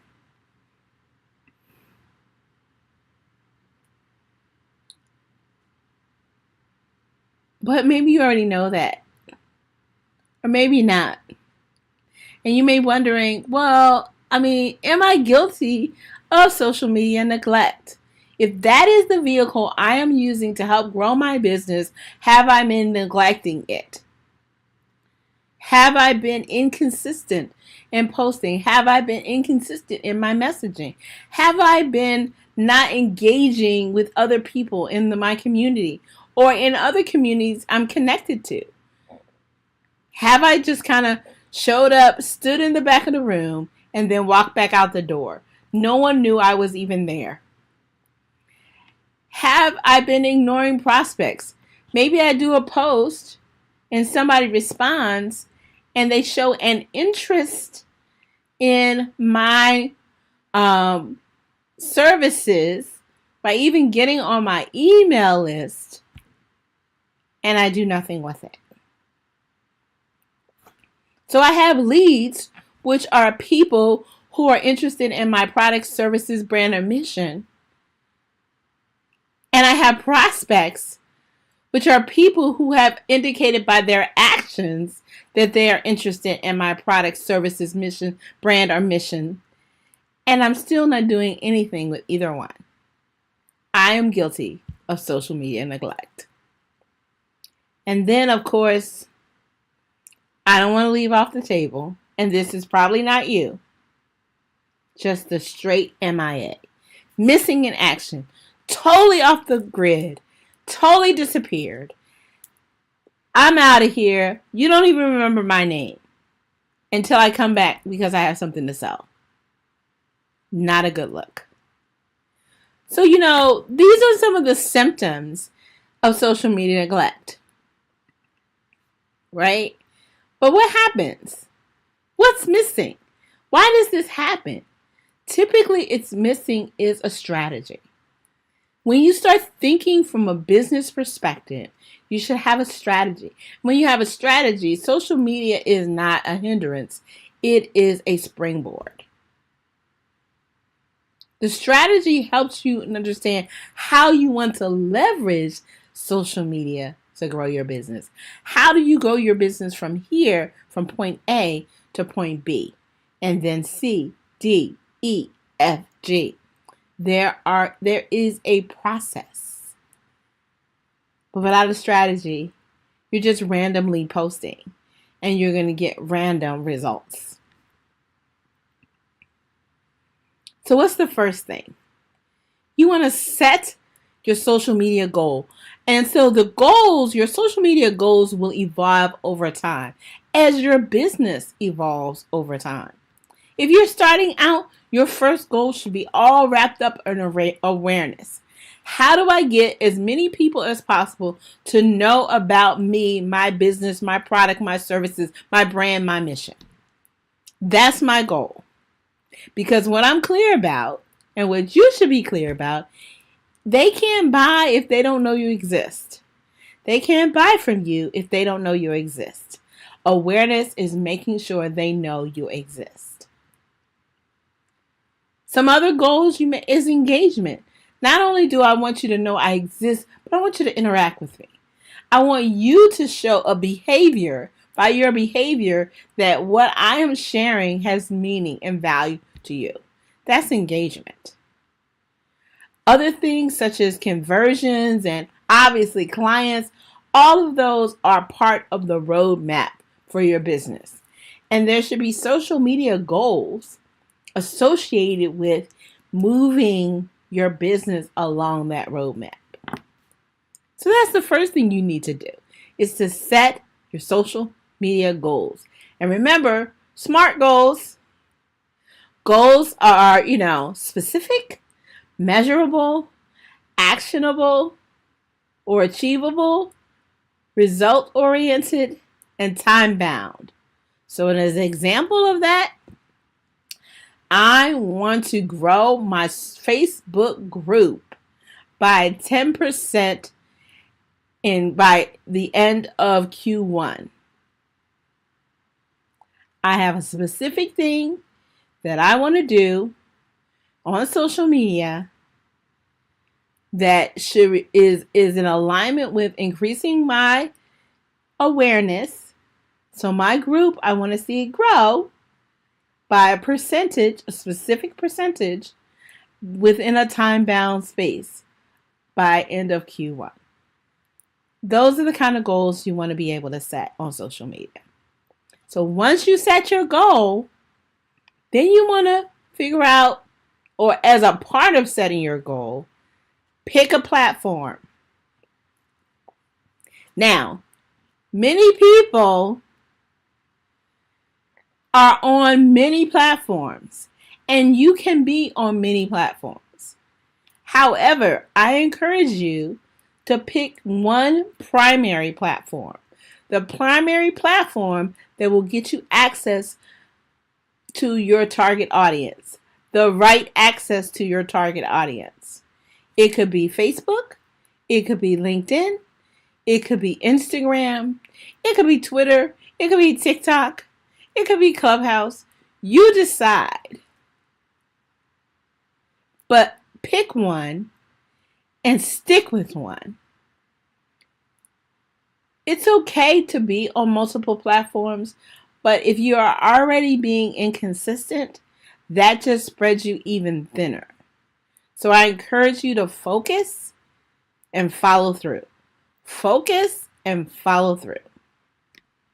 Pick a platform. Next piece. Content. Did I say content? So it's great if I post every week, but if I'm posting random things not out of line, that are not in alignment to what I'm trying to achieve, my goals, my focus for my brand, then I'm not going to see the results. So when I decide on the content, I need to have a content plan. And a content plan should speak to what I consider your pillar contents. What is your brand about? What problem do you solve? Who is your target audience? What product or services do you have? All of those should be reflective of your pillar content. And the content that you craft to post on social media should be engaging and also converting. Engaging says, come, let us talk. Let us work together. Let me share some tips and let me know how that works out for you. If you give me your email address, I will give you more tips or maybe an ebook. If you found this ebook valuable, how about setting up a strategy call with me? Converting. So that's engaging and converting. So your content should speak to both of those things. So here on this chart, you'll see 6 categories of content. 6 categories of content. And if you're interested in these, then you can find them in my community. I have a Facebook group called the Social Media Success Hotspot, where I drop all this kind of tips and techniques and information. So if you go there and join, you get this information. But the categories of content, because you're wondering, okay, how do I not sound like a broken record? I'm always posting the same thing. Diversify your content portfolio. I encourage you to diversify your content portfolio. Mix it up. Have some entertainment. Have some fun. Be willing to post things that aren't about your brand, but are about who you are, who your audience is. So for instance, the age-old Android versus iPhone. Android versus iPhone. Now, that is always a hot topic. Everyone wants to weigh in on that. So that is entertaining. It's fun to see how people, some people are diehard, iPhone users, some people are Androids to the ground. All of that. Those kind of posts always get a lot of engagement. I happen to be an Android user, but I love my MacBook Pro. So I'm an anomaly. There is a group of us like that. But I'm sharing that to say that's one type of content, right? It doesn't have to be about your brand, but it's something to engage with your audience. Other types, inspiration. We're all familiar with the quotes. But also, aside from the quotes, you can do things like trivia, share a story. All of those things can be inspirational. Education oriented. Share tips, techniques, resources. Things like, other links to websites that could be useful tools. Another is conversation oriented posts. Things that are asking questions, conversation starters, querying people, polls. But also you want to add posts that connect with your people, right? And encourage them to connect with each other. And last but not least, promote your products and services. So out of the 6, you'll see just the last one is promotion. So a lot of the content you should be doing, if you think of the week, you have 7 days in a week, 1 day to rest. So now you're down to 6. You got 6 categories. Out of the 6, you have content that you could post each day out of these content categories. That right there could be your content plan.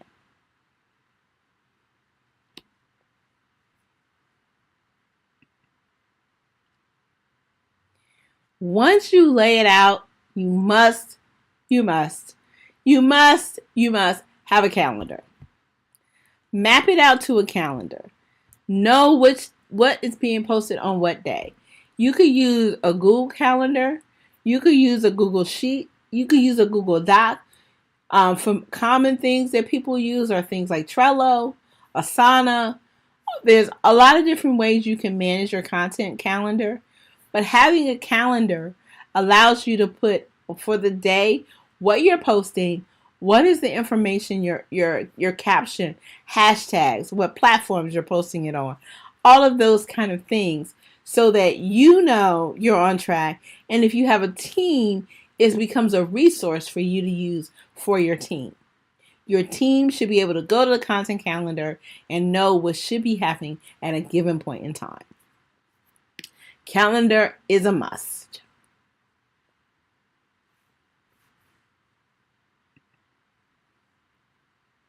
Now you've laid out your content, you created your content plan and mapped it to a calendar.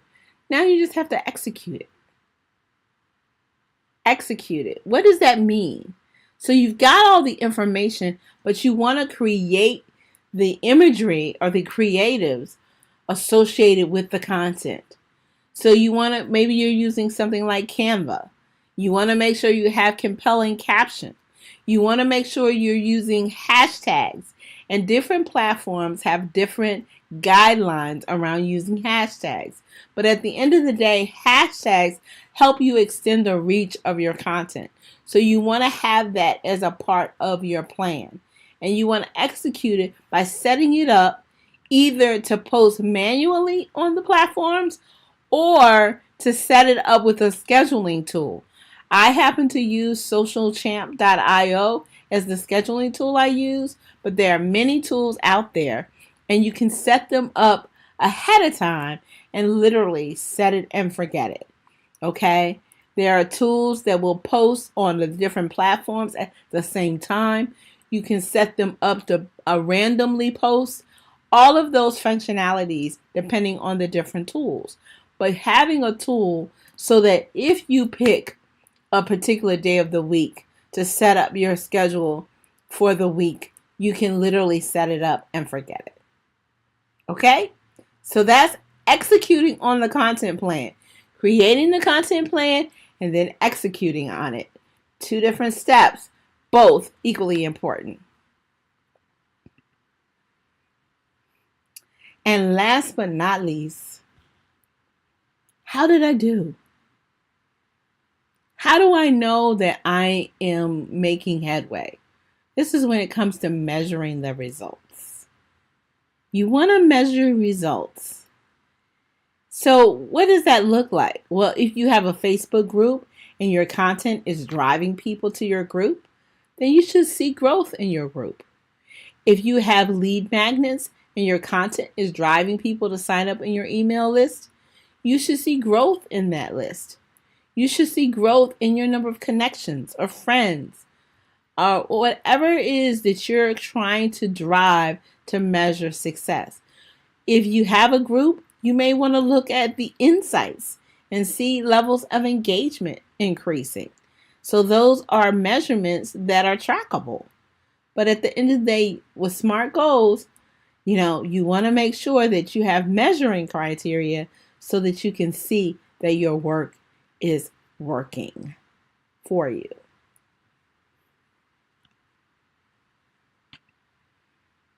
Okay, so what's next? You created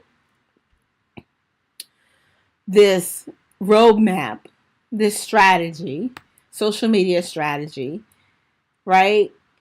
And you want to know what do I do next? Well, you use it, right?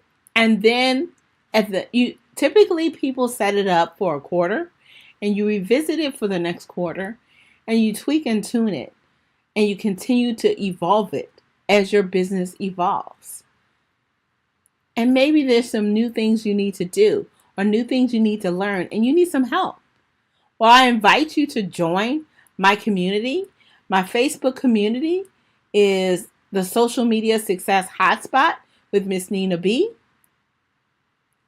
And, I invite you to be a part of that community so that you can grow your social media to help grow your business, and no more social media neglect.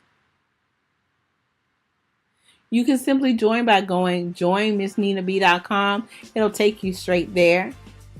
You can also, join by reaching out to me directly. Connect with me either on LinkedIn, Facebook, Instagram. I love to have you connected to me. But more than anything, let's not neglect social media. Let's leverage it as the tool that it is to grow your business. Thank you.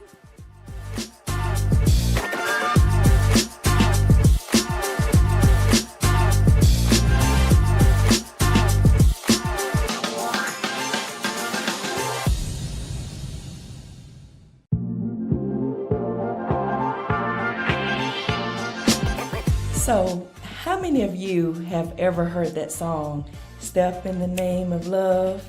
Step in the Name of Love. Now, we don't need to be quoting the aura anymore, but what about two-step, two-step, two-step, or maybe some of the saints that are out there that know a little bit about stepping. When you stepping down that choir stand, well, I'm here today to talk to you about a different kind of step.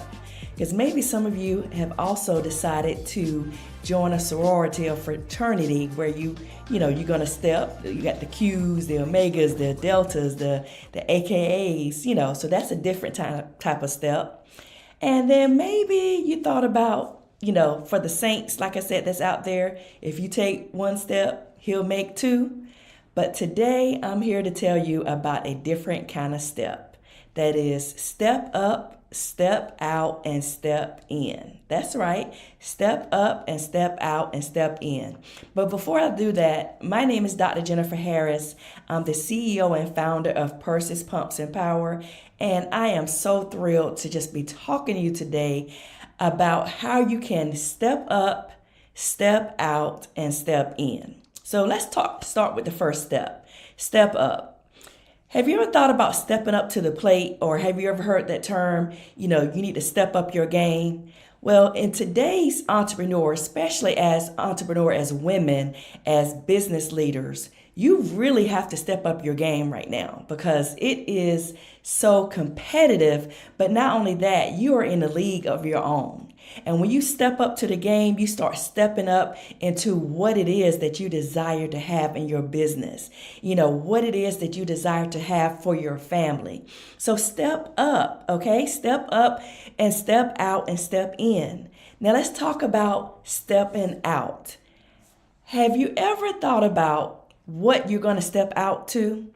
Or maybe you put on this nice outfit back in the day. I'm an oldies person, 90s, 80s, 90s type of baby. But have you thought about when you started to step out of the house, you had on the nice outfit, you just about to step out. But let's talk about today about stepping out into your destiny. Let's talk about stepping out into what it is that you desire to have for your family. So today's entrepreneurs, you really have to not only step up your game, but you have to step out into your mission. What is that mission that you know that you're going to have and want to do and be in your life? What are you going to step out of? Maybe some of you are stepping out of fear, or maybe you're stepping out of, toxic relationships, and also maybe stepping out of some bad decisions that you have made in the past. And either way, it's okay, because once you step up and you step out, then you can step into your destiny. You can start to step into what it is that your heart's desire. What type of business you're going to step in? What are you going to step into your purpose?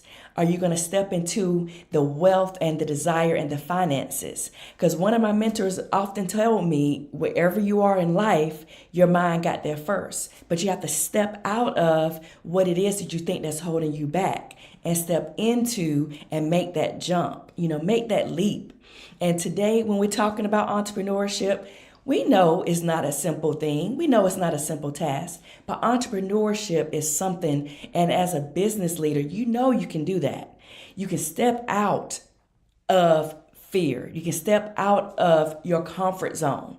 And many of you have been sitting a little bit comfy, just sitting back, waiting for things to happen. That's not how we're going to rock this time. This time, when you step out, you're going to be stepping into your purpose. And you're also going to be stepping into the joy and that you deserve and the happiness that you deserve to have in your life. So when I say, two-step, think about what you're stepping into. Think about oftentimes taking that leap and taking that jump.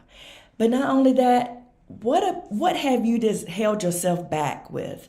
What if you, decided that, I tried that business thing. I tried that network marketing. I tried real estate. I tried, being an engineer. I tried whatever it is that you decided to try.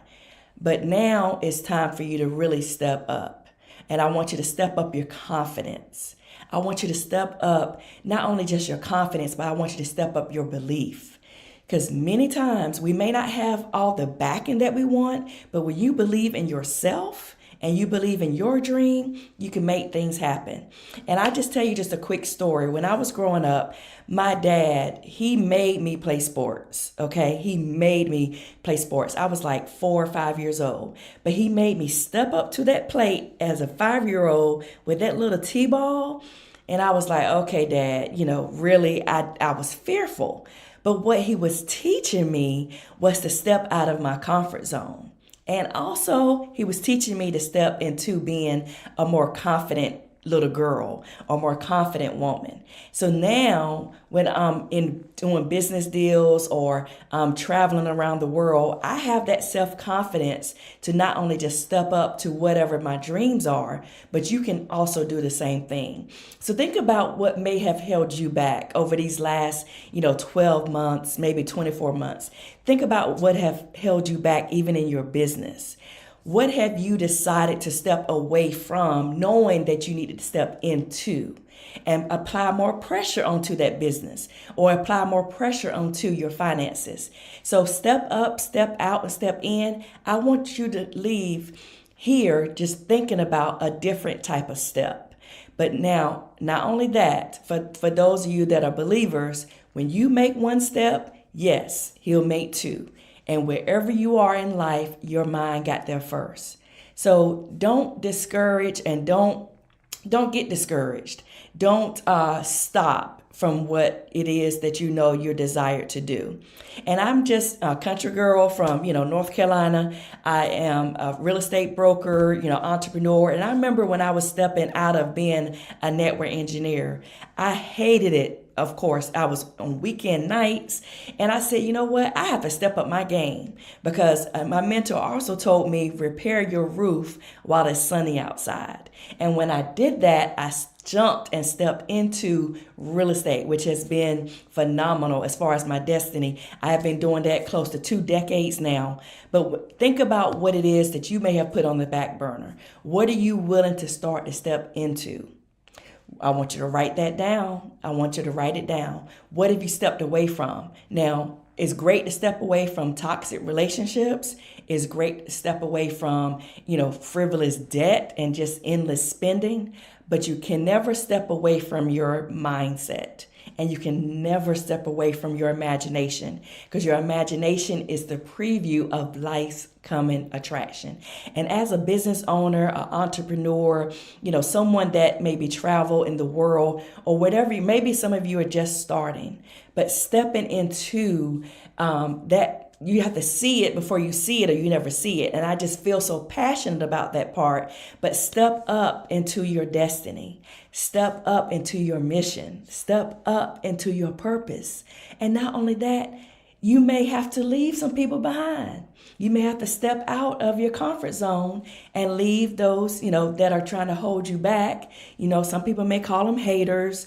You can call them, whatever you want to call it. But think about what it is that you know that you need to step up and step out into. So step up, step out, and step in. Because it's time to not only declare what you have and want to be and do in your life and in your business, but it's time to step into your purpose.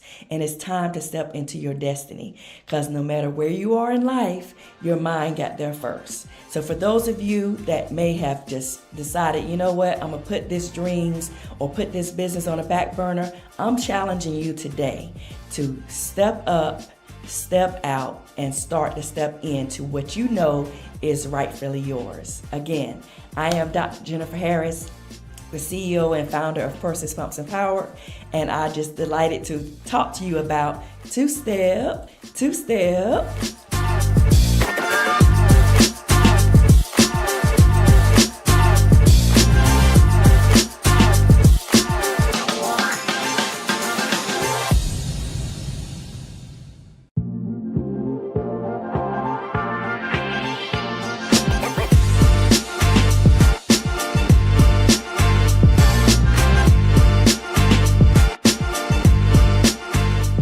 I'm Cookie Cake with the Impactpreneur Coaching Network.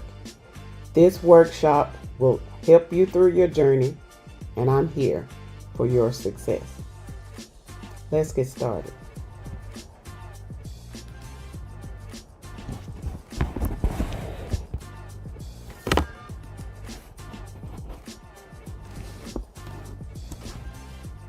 At the Impactpreneur Coaching Network, we inspire business owners at every stage of development to grow and prosper.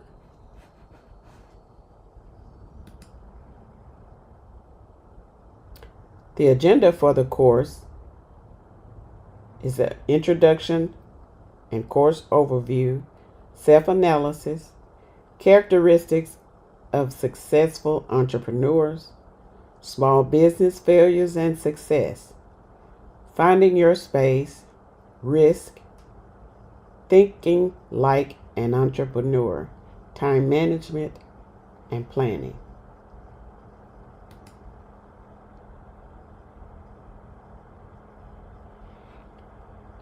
Getting to know you. Who are you exactly? What makes you so amazing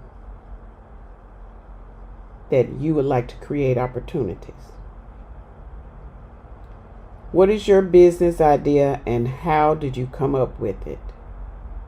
Was it something that you're passionate about? Is it something that someone led you to think that you wanted to do? You have to figure these things out. What's your motivation and your why? Is this a passion that you're motivated to do, or is it something you're just wanting to make money doing? Why is this important to you? Why did you start your business, or why do you want to own a business or wish to start a business? These are things that you need to figure out. You need to figure all of this out prior to starting that business. If you're already in business, you need to have all of these questions asked. What do you hope to learn from this course? These are things, whenever you take a course or a workshop, attend a conference, you always need to know what you plan to gain from that. Any knowledge that you gain should help you succeed. What is one goal for your business?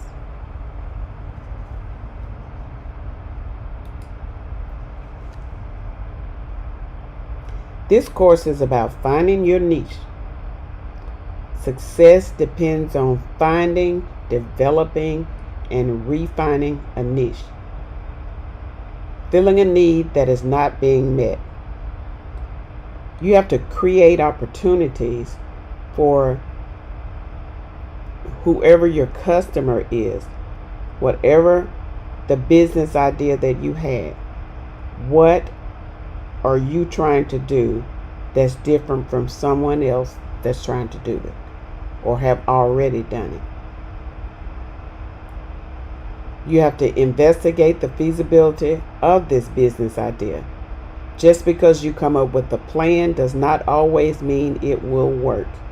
A lot of people come up with ideas that they think will work. They're good ideas, but they don't know how to follow through and make them successful.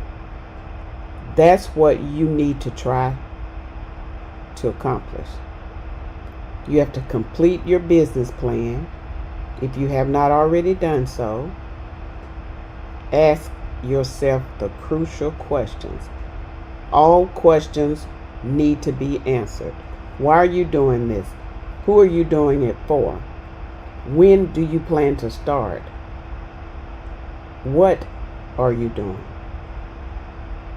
You need to know all of those prior to, or if you've already began, you need to figure that out now. Find your unique factor. Every business is unique. When I started my business, I didn't think there was a need for it, but it really is. A lot of entrepreneurs have no idea what they're doing. They just know they want to make money. Making money is fine, but if you're in it for the wrong reason, which is just to make money, more than likely you will not be successful. You have to always think positive, look at the big picture, and look outside the box in order to succeed. Planning helps you define what differentiates your business from others. If you plan ahead, go ahead, have your business plan, answer those crucial questions. You'll be ready for any obstacle that comes before you.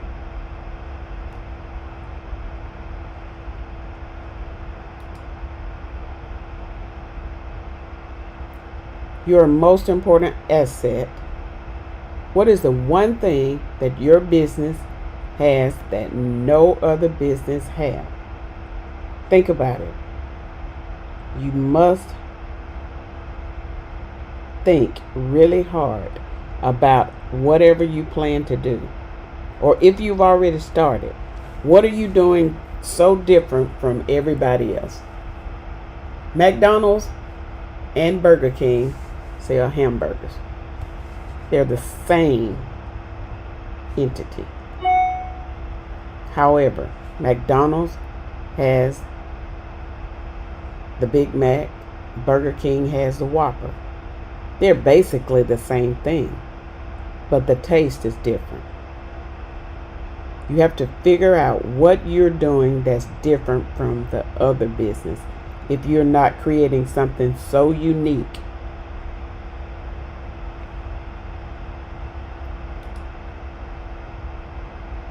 Self-analysis. Are you sure you want to do this? Are you a self-starter? You cannot be mediocre and expect results. You gotta be motivated enough to want to do everything. You can't wait on anybody else. You gotta be a self-starter. Do you get along with different personalities? Everyone don't. Everybody's not designed to be an entrepreneur. You have to know how to treat people, how to communicate with people, how to accept criticism. All criticism is not bad. You learn from the negative and you turn it into a positive. Do you have physical and emotional stamina? You've got to be ready for the journey, whatever it takes. If you plan to do this and be an entrepreneur, you've got to be ready for it. Whatever you do today determines your tomorrow. Are you good at making decisions? Some people are not. Some people like for others to help them decide. You've got to move quick and think quick when you're an entrepreneur. A lot of times you don't have time to think or assess anything. You've got to be ready for action at the spur of the moment. How well do you plan and organize? You've got to get yourself organized. I was one of those people that was very unorganized. I wanted to do this, do that. Sometimes I think I'm ADD. I was doing so much. I would not plan, or I'd put something on the calendar, then I'd forget about that because I didn't check my calendar. Now I do everything with my calendar. If it's not on my calendar and I don't get a reminder, it does not get done. I have to make sure that I stick by my calendar. If I plan something that's outside of work, I make sure that I allot enough time for that. You have to allot enough time for meetings, whatever is included in your business. You have to plan and be organized. That's very important. Is your drive strong enough to maintain your motivation? You gotta stay motivated.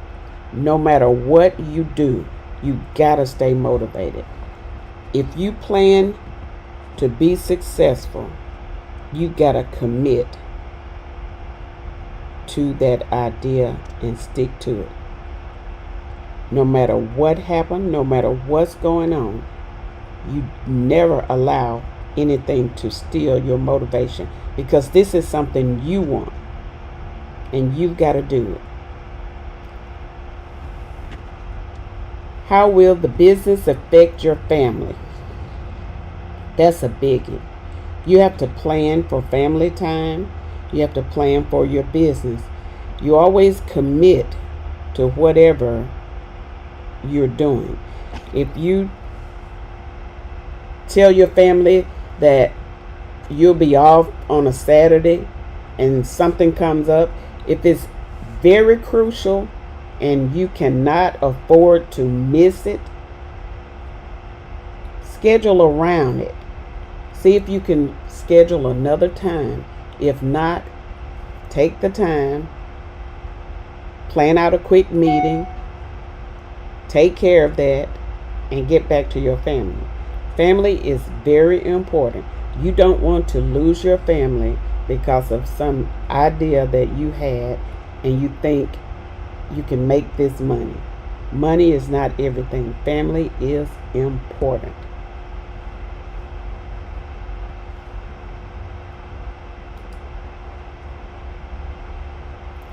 The characteristics of a successful entrepreneur.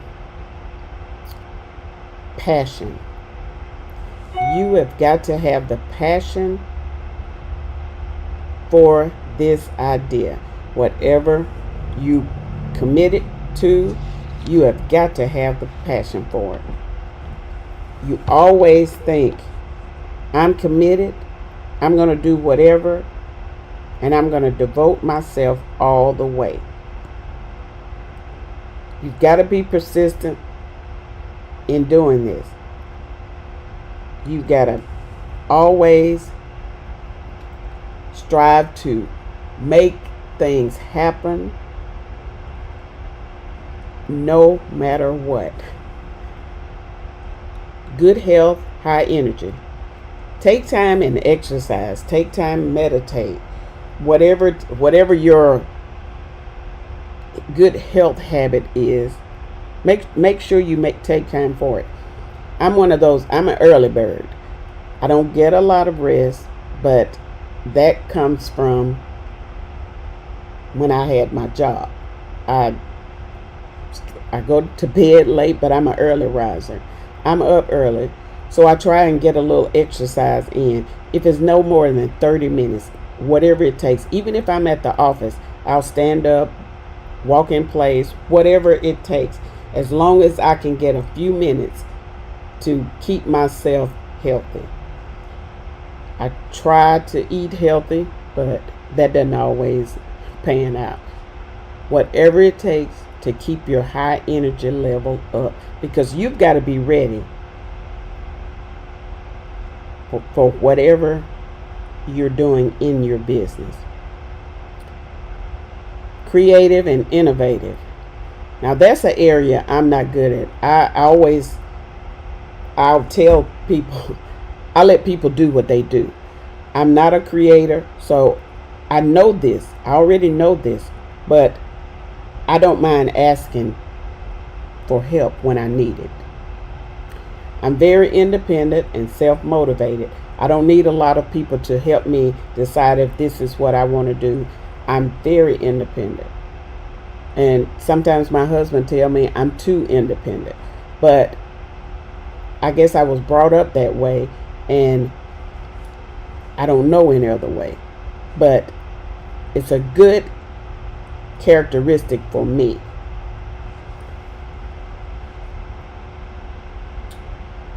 Intuitive. You have got to know what you're doing. Be aware of whatever it is,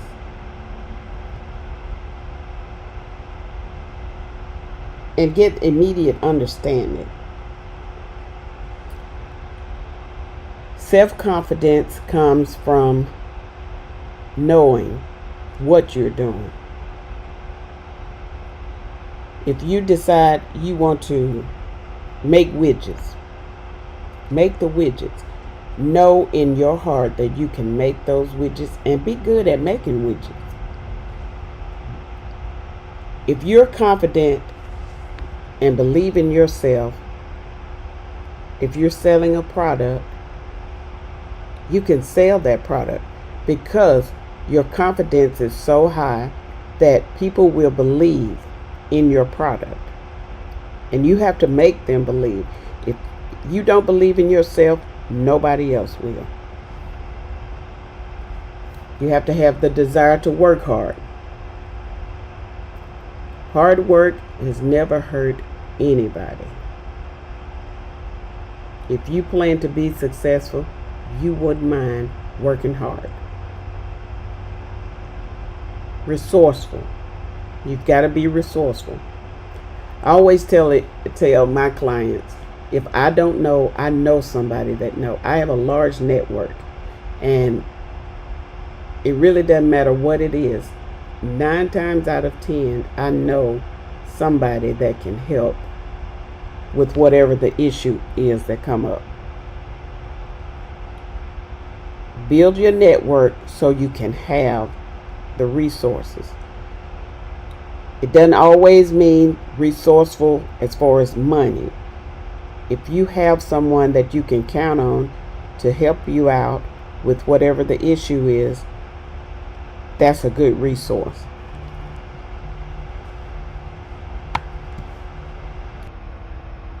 Personal initiative. You have got to take whatever action is necessary to overcome the barriers, any setbacks, or whatever it is to reach your goal. You don't want anything to hinder you from reaching your goal. There's 6 steps that you can take to develop your own initiative. Develop a career plan.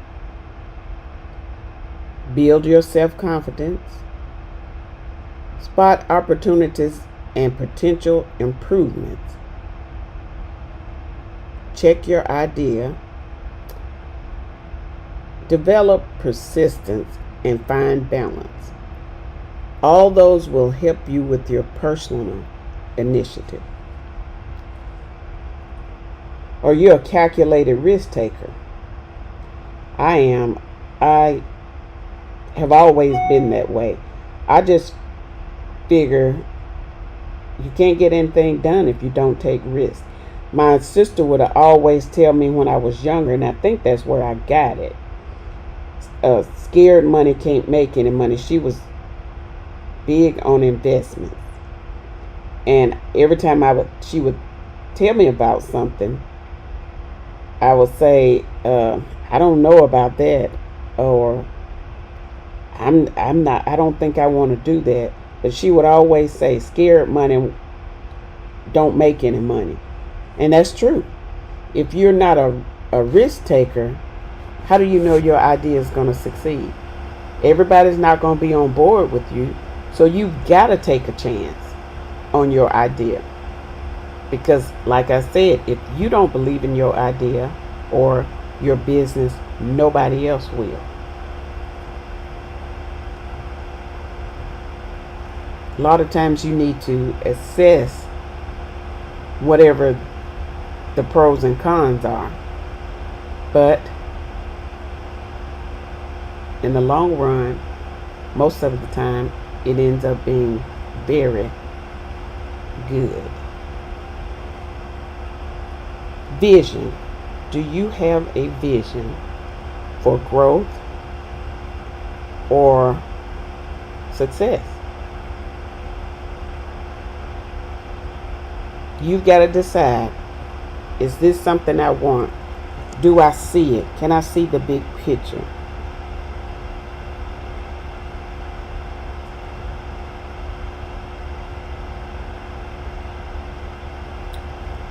Inquisitive. You have got to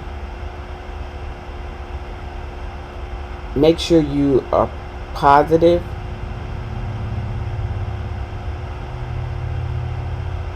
Not always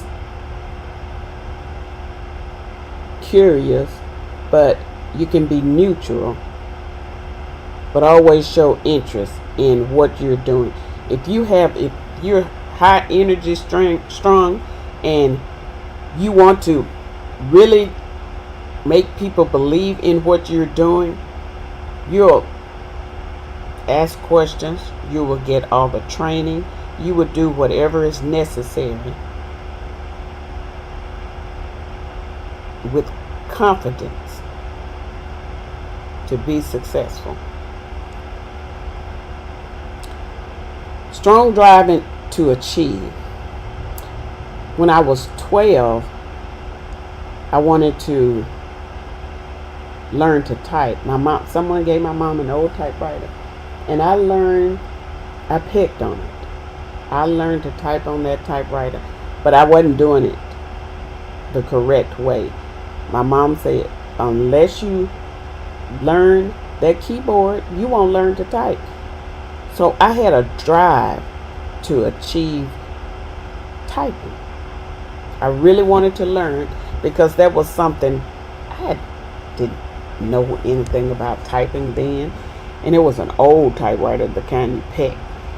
I finally learned, but I had a drive. I typed every day. That gave me the determination to want to do more. That drive is something that everybody don't possess because they're not in it for the right reason. You've got to possess that drive to want to succeed. Are you highly reliable?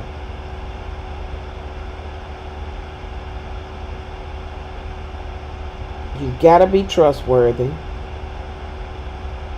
because in all of my years of doing business, I'm a strong believer. If you tell someone that you'll do something or you'll provide something for them, you've got to do what you say. And all you have to give a person and keep yourself is your word. If you can't keep that, you don't have anything to give anybody. And you've got to be realistic. I know I can't be a rocket scientist. Number one, I don't like science. I'm afraid of heights. So I cannot say I'm going to produce this rocket because I know nothing about rockets. I know a little about science, but not enough to make a rocket. Being realistic is very important whenever you're doing your business. Commitment is a big one. I'm big on commitment. Commitment is the most important part, I think, of any business. If you're not committed, you won't succeed.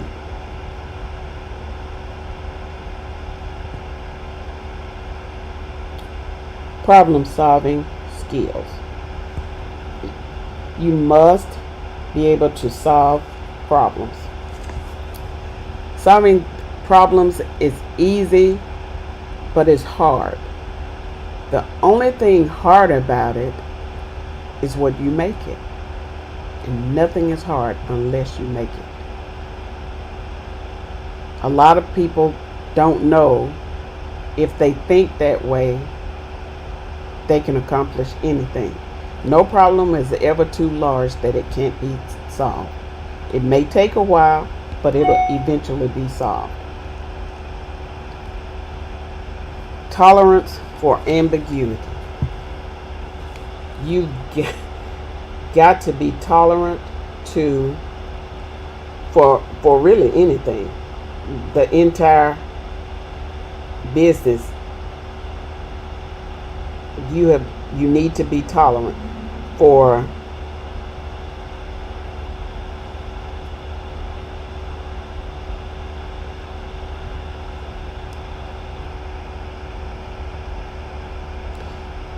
you've got to be open to any other suggestions.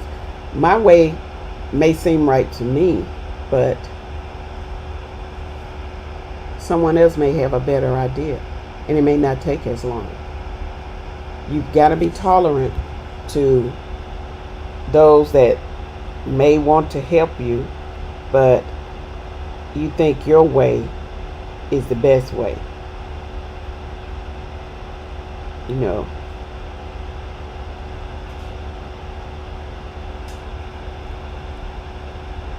Strong integrity. You gotta have good integrity. Oh, very strong. If your integrity is not strong, you may miss out on a lot of business. Having good quality, good strong qualities, and moral principles are very important when it comes to business. People need to know that you have good integrity.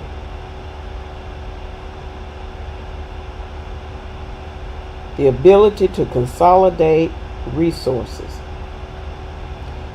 You need the ability to consolidate resources. That goes a long way.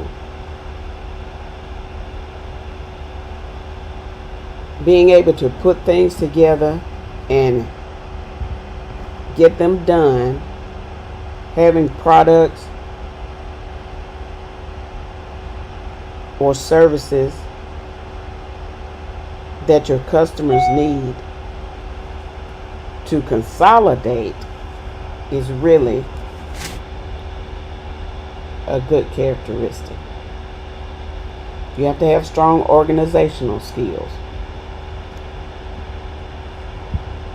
Some entrepreneurs refuse to learn. They don't want to team up and get things organized, lead.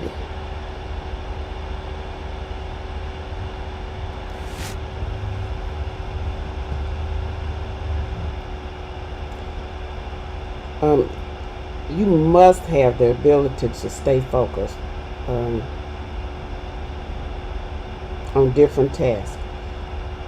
Like I said earlier, sometimes I think I'm ADD because I'll start doing one thing and then I'll get a call and I'll leave that, start doing something else. But then I have to think, in order for me to be efficient, I've got to do everything in order.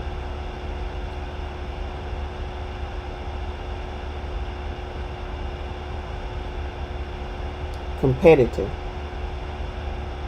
You've got to be very competitive.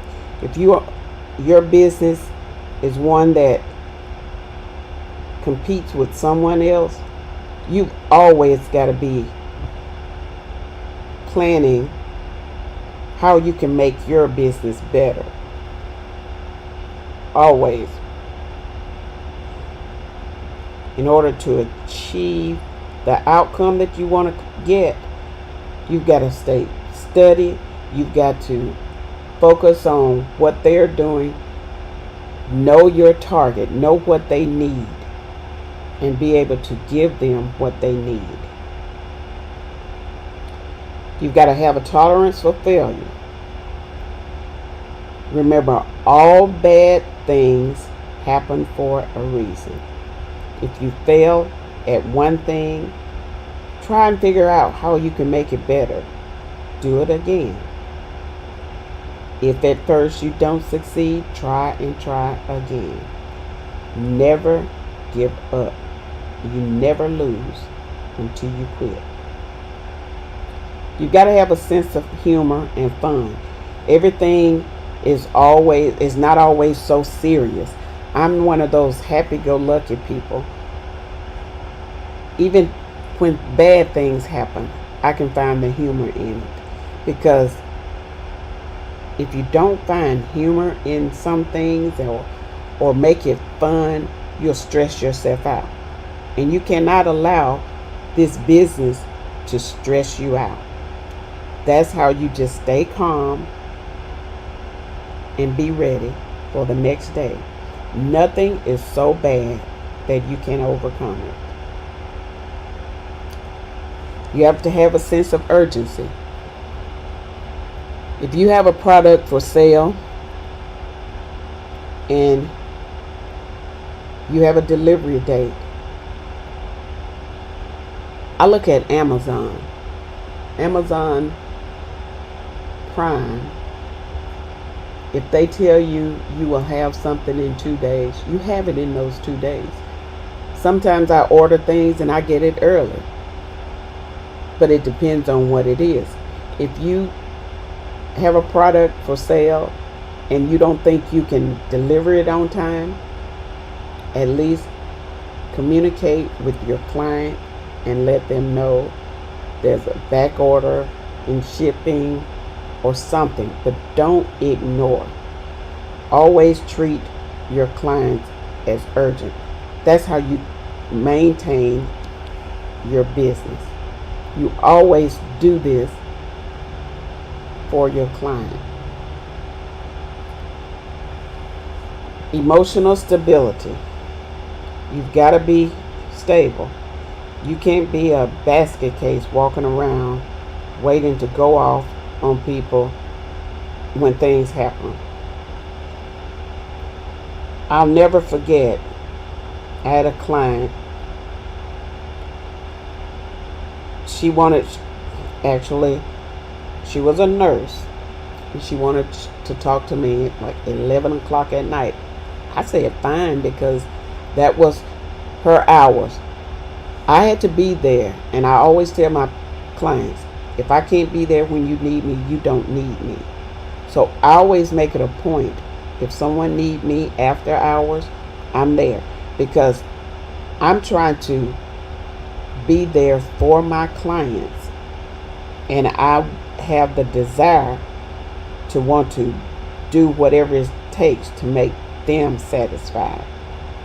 You have to be ready to handle difficult situations, handle adversity, and remain productive, all while you maintaining your emotional stability.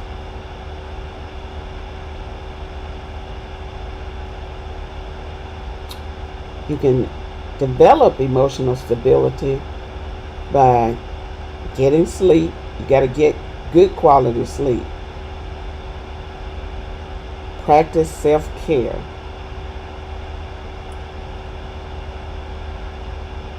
You can ground yourself by meditating, or just create structure. Those are things you can do for emotional stability. Goal-oriented behavior.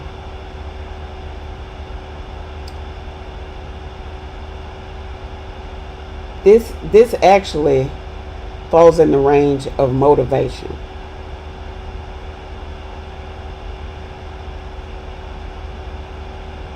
You just have to make sure that you stay focused on your goal in order to accomplish.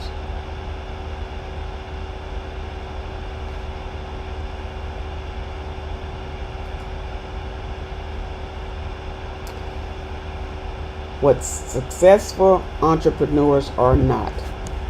They're not people that take risks without calculating the consequences. Not at all. People that do not look for resources or help. People who are not realistic. People that only desire to be rich.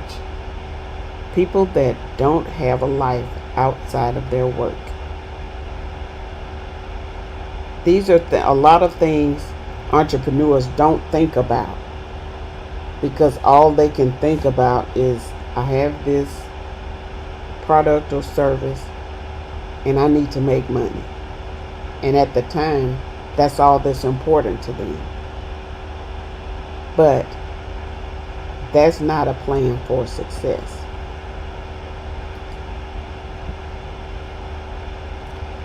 Small businesses fail because of lack of experience. A lot of business owners don't have experience. Sometimes they have the knowledge, but not the experience.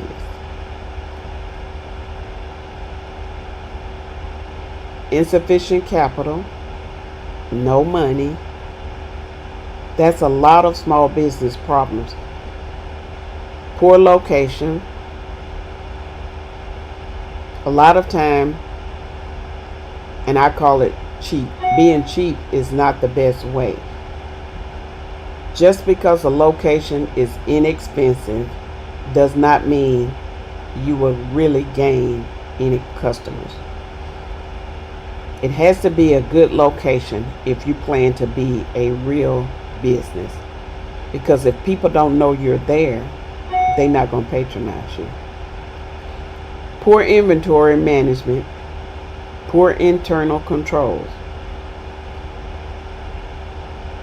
If you have a product and you cannot supply your customers, you're not going to be successful.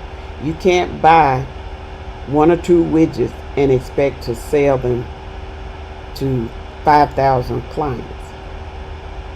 Eventually, people will say they can never get me what I need, and they'll go somewhere else. Overinvestment in fixed assets.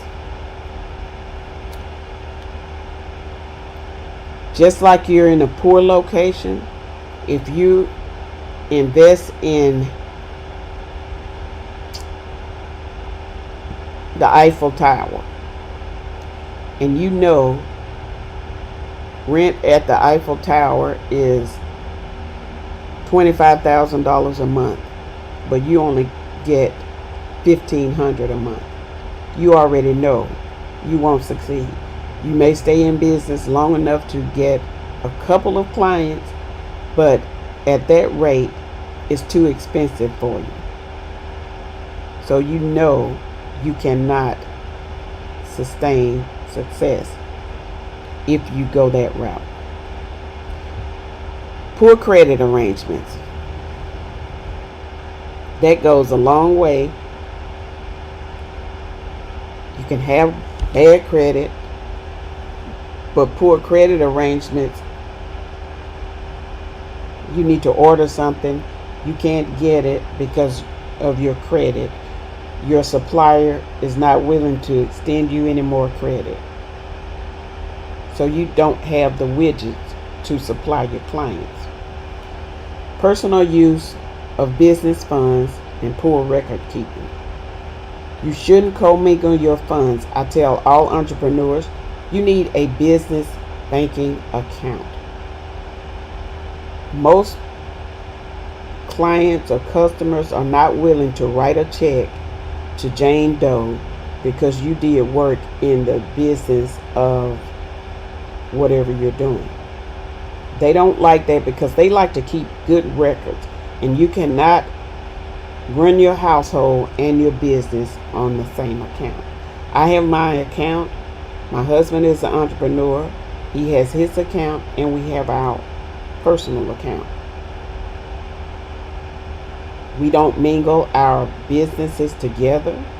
He has his business account, I have mine, and we keep it that way. You have to keep good records. I use QuickBooks. I like QuickBooks because it does what I need. I'm not advocating for QuickBooks, but I like what it does for me. You have to be prepared for unexpected growth. If you're a small business, you got to think. I always think 5 years ahead. Every year I think I add another year because you have to have a vision to see where you want to be 5, 10, 2 years, 20 years. Where do you want to be? So you always have to be ready for that unexpected growth. Not enough attention paid to the competition or market conditions. Whatever you're doing, you need to always know what your competitor is, what the market condition is. McDonald's always know what Burger King is doing. Burger King always know what McDonald's and Wendy's are doing. They always keep an eye on Chick-fil-A. Even though they all sell something different, they're all restaurants and they all want to stay in business. So you always have to pay attention to your competitor or whatever the market is doing. If you have low sales, You have to be creative, come up with a plan, do some marketing. But that's not going to help if you're not doing anything for your business. Poor pricing. A lot of small businesses price themselves right out of business. They want the money now. We've got to have it now. I sell pencils. My pencils are $5. I can go to Dollar General and get 5 pencils for $1. You can't overprice yourself out of business. Not enough attention paid to the target market. Who is your target? Know what your target is. Know who they are and what they need. That's how you stay in business. Lack of planning. Small businesses fail because they fail to plan. You gotta plan. Lack of sticking to plans and budgets. Again, if I plan to sell jackrabbits, I've got to stick to selling jackrabbits. If my budget is $25, I can't say, oh, the market is hot now, I'm going to do this, I'm going to do this. You've got to be willing to say, okay, it's better to sell 5 jackrabbits than try to sell one at $70 instead of $25. Whatever it is, you've got to stick to your plan and budget. You cannot go over. I have a budget sheet that I use for my business. It does not matter if I'm doing something for my house and I don't have the money. I don't go in my business and get it out. I just don't do it. It doesn't matter what it is, doesn't matter how bad I want to do it. I don't do it if I don't have the money, because it's not so important to me that I've got to have it. That means my business will go lacking because I took from my business for something personal that I wanted, and I don't do that. And most business owners don't, but a lot of small businesses will. Entrepreneur weaknesses: personal problems, financial situations, too much control, workaholic, not enough experience, communication skills, time management. What weaknesses do you have? We've got to think about that. Whatever weaknesses we have, those tend to control our business, and we can't give that weakness that much power. Why small businesses succeed: they have a clear sense of what they offer. They base their goals on realistic expectations, understand their strengths and weaknesses in comparison to the competition. Focus on correct group of clients, target market, specialize in resolving customer problems, are organized for maximum flexibility. Create loyalty among clients and assure that they return. Construct relationships based on quality. Honest attention to clients. They keep good records and they maintain diligence in costs, prices, and profits. This is why businesses succeed. Not only small businesses, medium and seasoned business.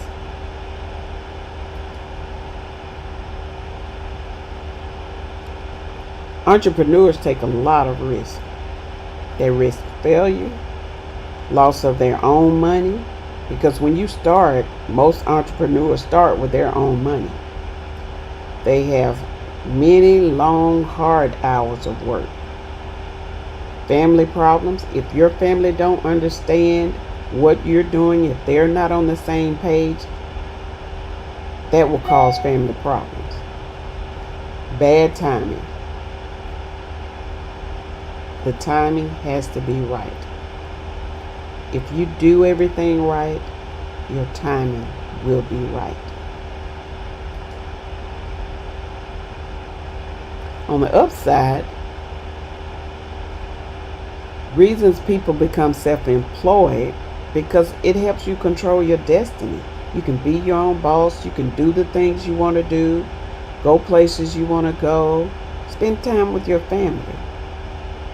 The financial reward, it may not be lucrative at first. Some people luck out and really make it big of one sale. Everybody's not going to do that. But hard work and long hours directly benefit you. The growth potential is not limited. If you're on a 9 to 5, you're only making X amount of dollars. But the growth potential is unlimited when you're self-employed. You have variety, challenges, and opportunities to learn. There's no limit on the knowledge you can gain from being self-employed. You have a creative urge and you do what you love to do. I really enjoy what I'm doing. And if you don't enjoy it, if it's not a passion for you, maybe you shouldn't do it. But most self-employed individuals, some people are just pushed into it, and it turns out that that is their gift. But if you love what you do it.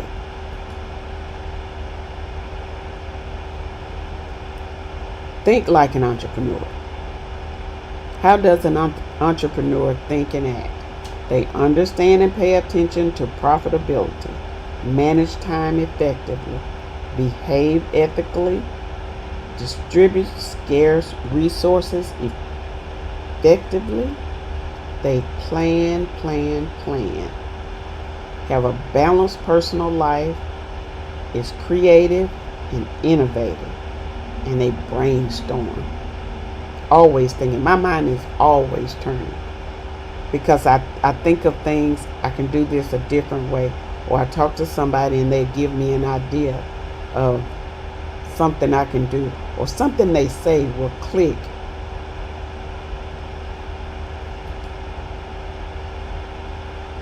The importance of profit. Profit is the positive difference between what you earn from selling your goods and services and what you pay to produce them. If you're paying too much to produce them, your profit is not going to be great. Use your profit as the only measure of success can be dangerous. It's very dangerous. Cash is king. You need to have sufficient cash flow in order to run your operation. Like I say, I don't touch my business account for anything unless it's business related.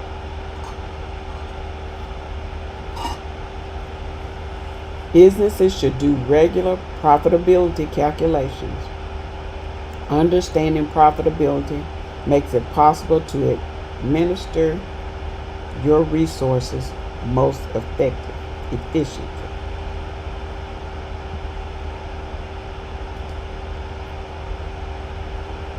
Bootstrapping.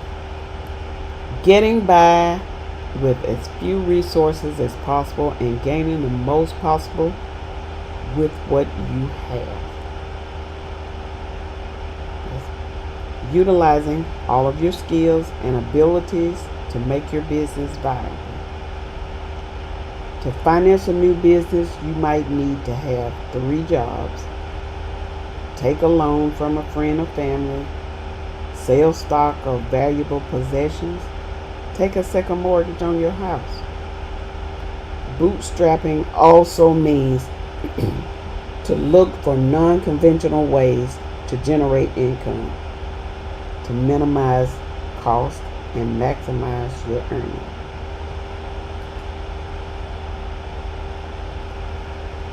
Effective time management. Time management is extremely important. Good time management requires discipline and organization, but it'll help you become more efficient and it'll improve the quality of your work. It always will. If you start before you get up in the morning, think about what you're doing, plan your day, you'll always have good time management. Before I get out of the bed, I grab my phone, I look at my calendar, I look at what I have going on for the day, and I plan around that, and I make everything happen. Sometimes I'm able to squeeze something extra in. Sometimes I may not, but I always make sure I get everything done that I'm supposed to do for that day. The importance of personal planning, that's where the boundaries should be established between your work and family and your free time. I work my time around my husband. On the weekends, I have my grandkids. I try and manage everything around whatever they want to do, because when they're there, that's their time. And I make sure they have me when they need me.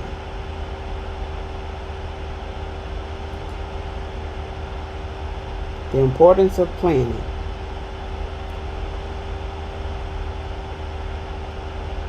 Look at your business as a whole. You use it as a guide in making daily decisions, useful communication tools, and increase your chances for success. Planning helps you see the future business opportunities. Planning can also make improvements based on your re-evaluation and past plans. Planning takes action, not reaction. Planning also gives you the opportunity to ask yourself questions, key questions. Planning is a vital part of being an entrepreneur. Why do you plan? When do you plan? You are always planning. Consistently planning. Before I go to bed, I have my little notebook and I'll write down something that I always have a notebook. I always write down things as they come into my mind. And eventually you'll see where you can use that idea or that thought. The planning process is dynamic.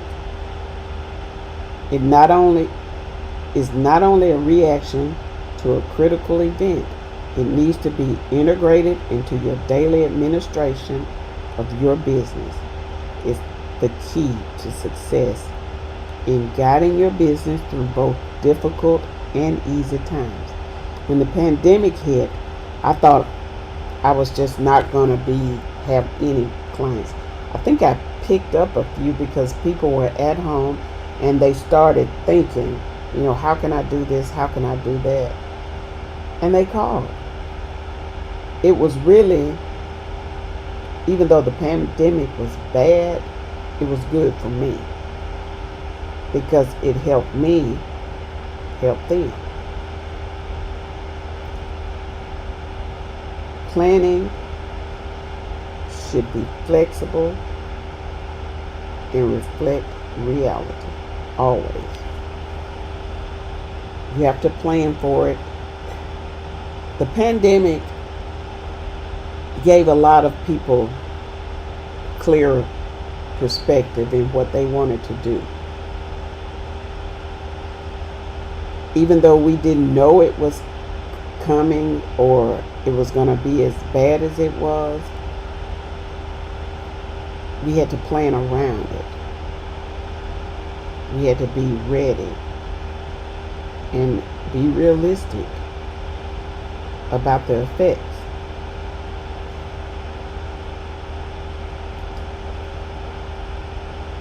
Now let's talk about you. These questions are the questions that you saw in the beginning. Who are you?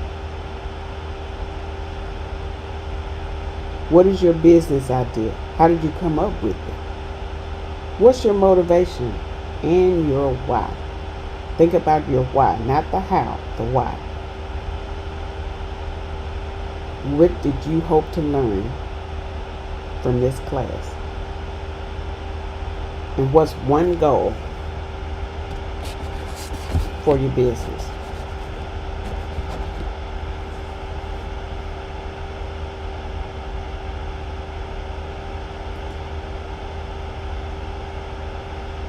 If you have questions,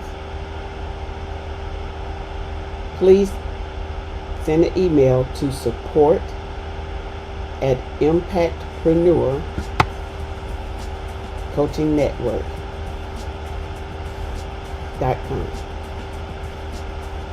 That's support@impactpreneurcoachingnetwork.com.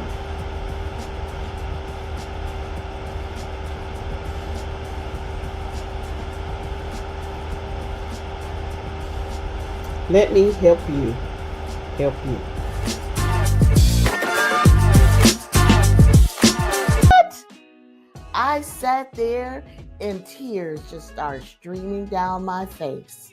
I choose to work with families and entrepreneurs to fulfill my life's purpose. I help them start their own businesses because it is the only way to gain a competitive edge in life using the tools of entrepreneurship. I am on a mission to impact 500,000 individuals in my lifetime to monetize their own unique gifts, start a business, and change the trajectory of their lives forever. Hello, my name is Loretta Wetzel, also known as Mama Soul Wisdom, where I share old school wisdom for a new generation. I am the founder and CEO of Heart to Wealth LLC, and I hail all the way from Chi-Town, better known as Chicago, Illinois, or the Windy City. And yes, we definitely have the best deep dish pizza. With my help, my clients will crush it by starting their own small business, break negative patterns, and live a life of freedom and choice for themselves and their families while generating multiple streams of income. It's not just what you leave financially for your children, it's also what you leave in your children. Values, financial discipline, wealth, and knowledge to succeed in life.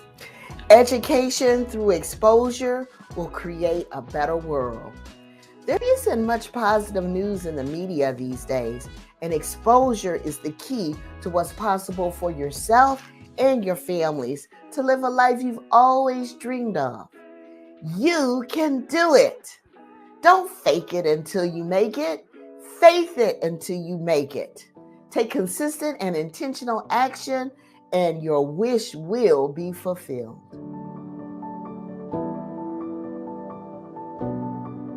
Well, Lord, Loretta Dooley Wetzel said, stop messing around. Do you really want success? Stop messing around. Do you really want success? Now, I'm not going to have her talking to me like that, but she's speaking truth to power. Is she speaking to your inner self? Let's dig in. Because I had to ask myself that, am I messing around? Are you messing around? Let's find out. Go ahead, hit the emojis, bring on Loretta, because we need to find out what Loretta knows so we can get moving. See y'all in a few minutes.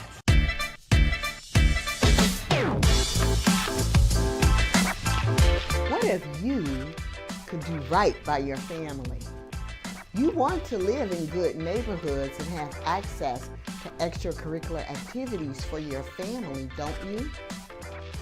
It's better to send your kids to the best schools for quality education, isn't it? Why, that's not possible, you might say. I don't have enough money, I don't have enough time, and my circumstances are really tough. While some of those statements may be true, it's really your belief system that has you stuck. But if you are ready to hear the truth, say yes. If you are ready to stop messing around and break the cycle of negativity, say yes.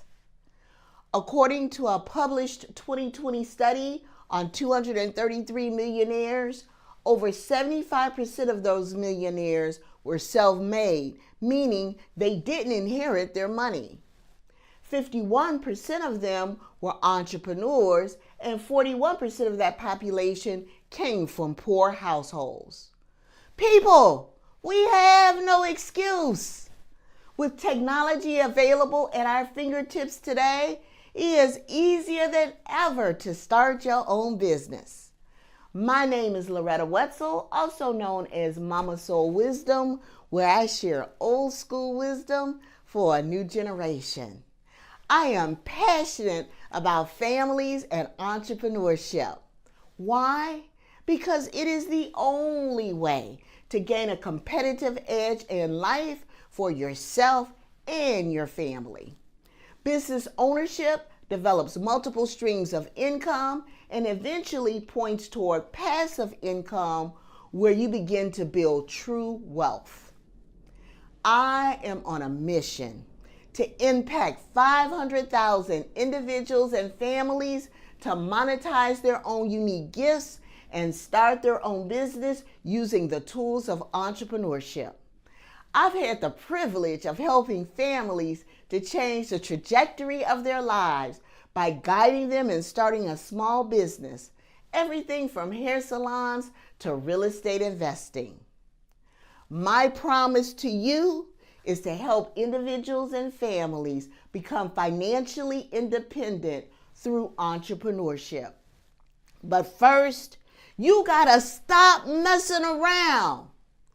Are you just gonna keep watching reruns of Empire or Build One?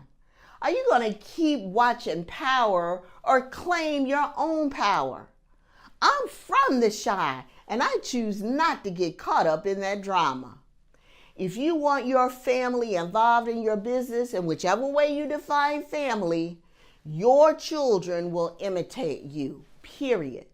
It doesn't matter if it's past their bedtime.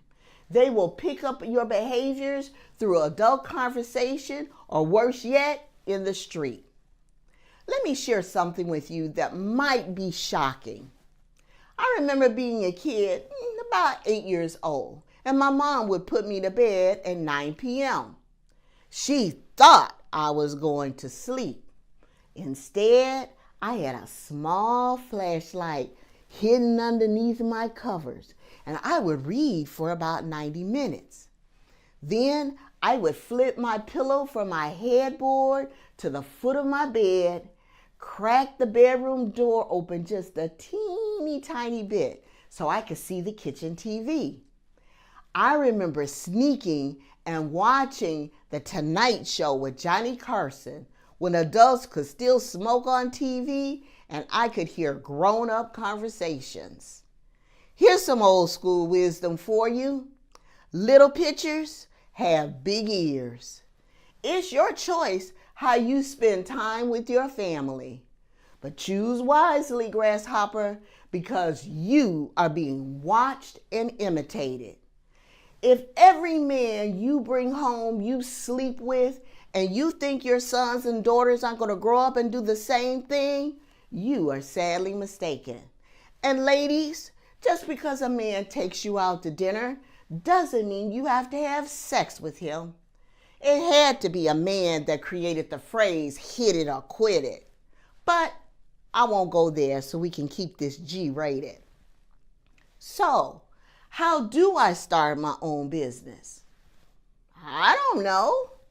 Well, that's okay because, honey, I didn't know how to do half the things I'm doing today 10 years ago. You see, part of my professional career included being an HR executive at a major airline. I worked in corporate America for 15 years, coming to work early, staying late, and sacrificing precious time away from my family. My boss called me into his office one day. He said, "Loretta, the company is undergoing a corporate merger, and we have to let one of our top managers go. And it's going to be you." Me? What? I sat there and tears just started streaming down my face.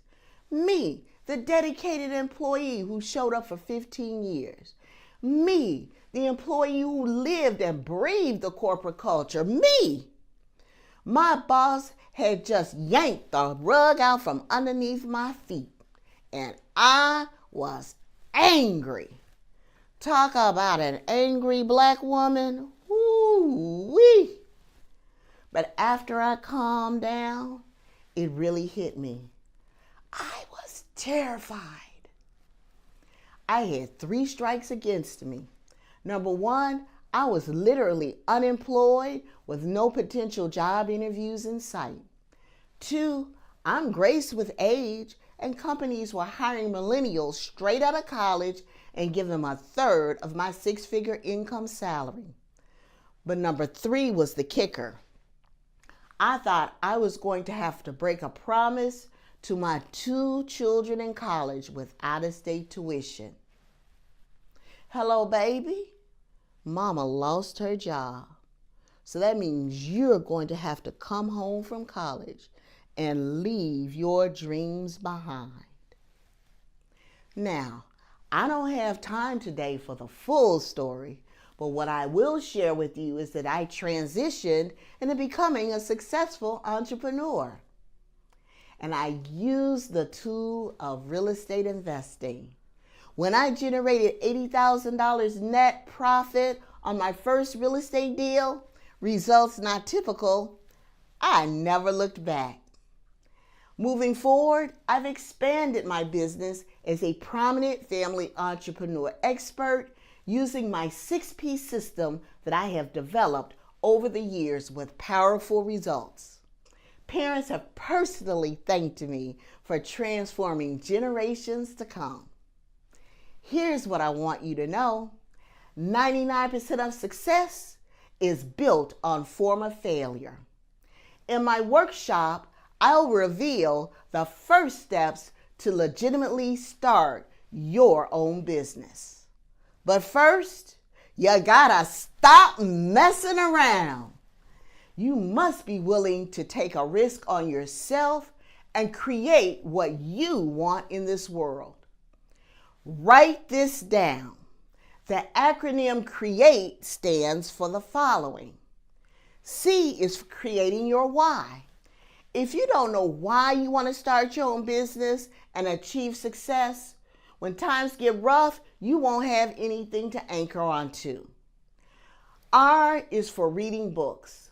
Most CEOs read a minimum of 100 books per year. If you choose to be a CEO of your own business, then you gotta act like one. E is for excel, and let me be clear, that does not mean perfectionism. It does mean doing the best you have with what you've got. A stands for affirmations. How does our mind know what to believe? By verbally speaking affirmations. This helps strengthen our new beliefs and restructure our thought patterns so we can take action and manifest our dreams. T is for training. You can learn all day long, but if you don't apply what you have learned, it will never come to pass. And E is for experiencing life. Don't squash your dreams. Life is meant to be abundant, experiencing all that the world has to offer. But in order to create, You gotta stop messing around. You gotta what? That's right. Stop messing around. Here are 3 success factors for families and business owners to help you achieve success. Number 1, gratitude. Everything begins with gratitude.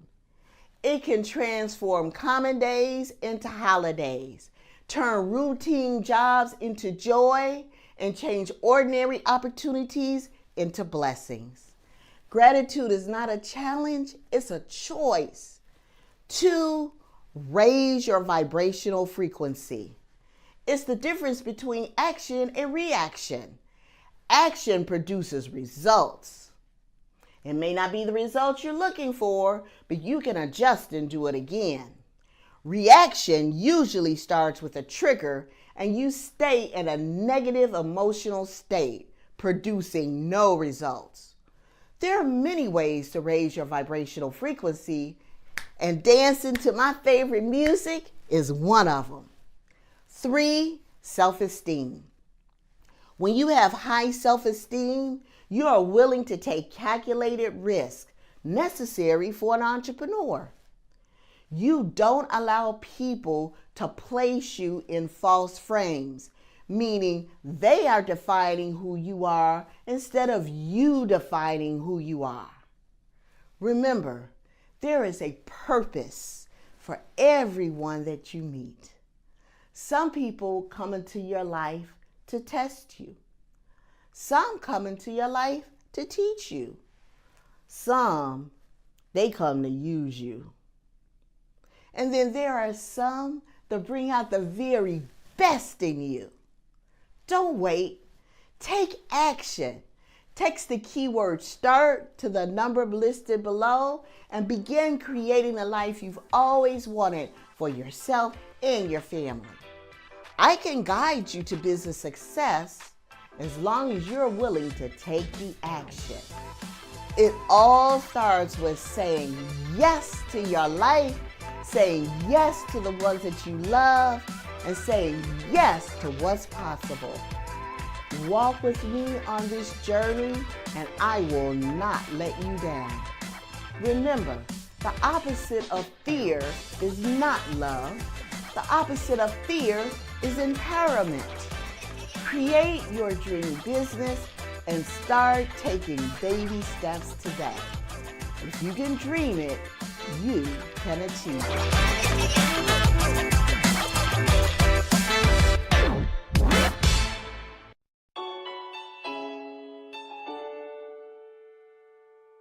One week before my birthday, I lost my job due to COVID, and I was completely devastated.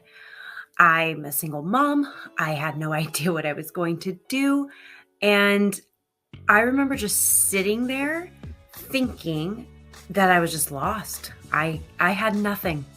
I chose marketing because I love being a creative. I love being future thinking, and I absolutely live for strategizing. And marketing is a culmination of all of those things. And so it puts my greatest strengths at the forefront of what I do. I built this business for my son. So I have a legacy that outlasts myself and is something that I can give back to him. And I also do this for all multiracial children around the world so that we don't have to feel like we have to check more than one box or have to be something that fits into the mold that everybody else wants. We are individuals, we are phenomenal, and we deserve the chance to not have to meet what everybody else wants us to be. We just want to be ourselves. Hi, I'm Raylyn Logan, and I'm the founder and owner of Gray Digital Marketing here in Portland, Oregon. For those who decide to work with me, I want them to be able to amplify their business's efforts and grow their business seamlessly through organic strategies utilizing social media. My business gives me the freedom to be able to help children It is one of my greatest passions in life. And so I take that extra time that I have, that extra money, and I put it forward into the community, whether that's at my son's school with my high school cheerleading team or with the Juvenile Diabetes Research Foundation. Everything I do that I give back to is anchored and centered around giving children a better place to live.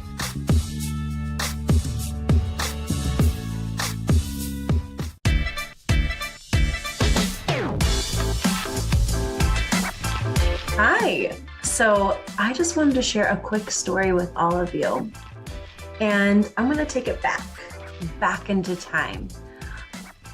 Precisely April 3rd, 2020. On April 3rd, 2020, I was working hard at a not so high paying job and crossing my fingers I wasn't going to get laid off due to COVID because I'm a single mom and there weren't a lot of jobs to go around. However, I worked in staffing and womp womp, no jobs to go around means nobody is looking for new candidates. So on April 3rd, 1 week before my 30th birthday, I was let go and I was devastated. I remember I sat on my bedroom floor and I stared at the wall for a good 4 hours before my other half came up and was like, "What's wrong?" Fast forward to a couple weeks later, I'm sitting on the couch watching my little one play, just trying to figure out what I was going to do next. And I decided to open up Gray Digital, a social media and diverse and inclusive marketing consulting agency named after my son, Grayson. So my name is Ray Litt. I am the founder of Gray Digital Marketing, and I help entrepreneurs and businesses take the time suck out of social media and turn it into a scroll-stopping moneymaker. And I am so excited to share with you some of my key tips that I use to ensure that businesses are successful and they are moving the needle towards growing their business, both in revenue and brand awareness. So to really kick things off, to help you be able to make that switch today in your business, you're going to do the following. We are going to learn how to get our followers off of social. Counterintuitive, I know, but that's step one. We're going to get our followers off of social. We are going to learn how to write copy to our key audience.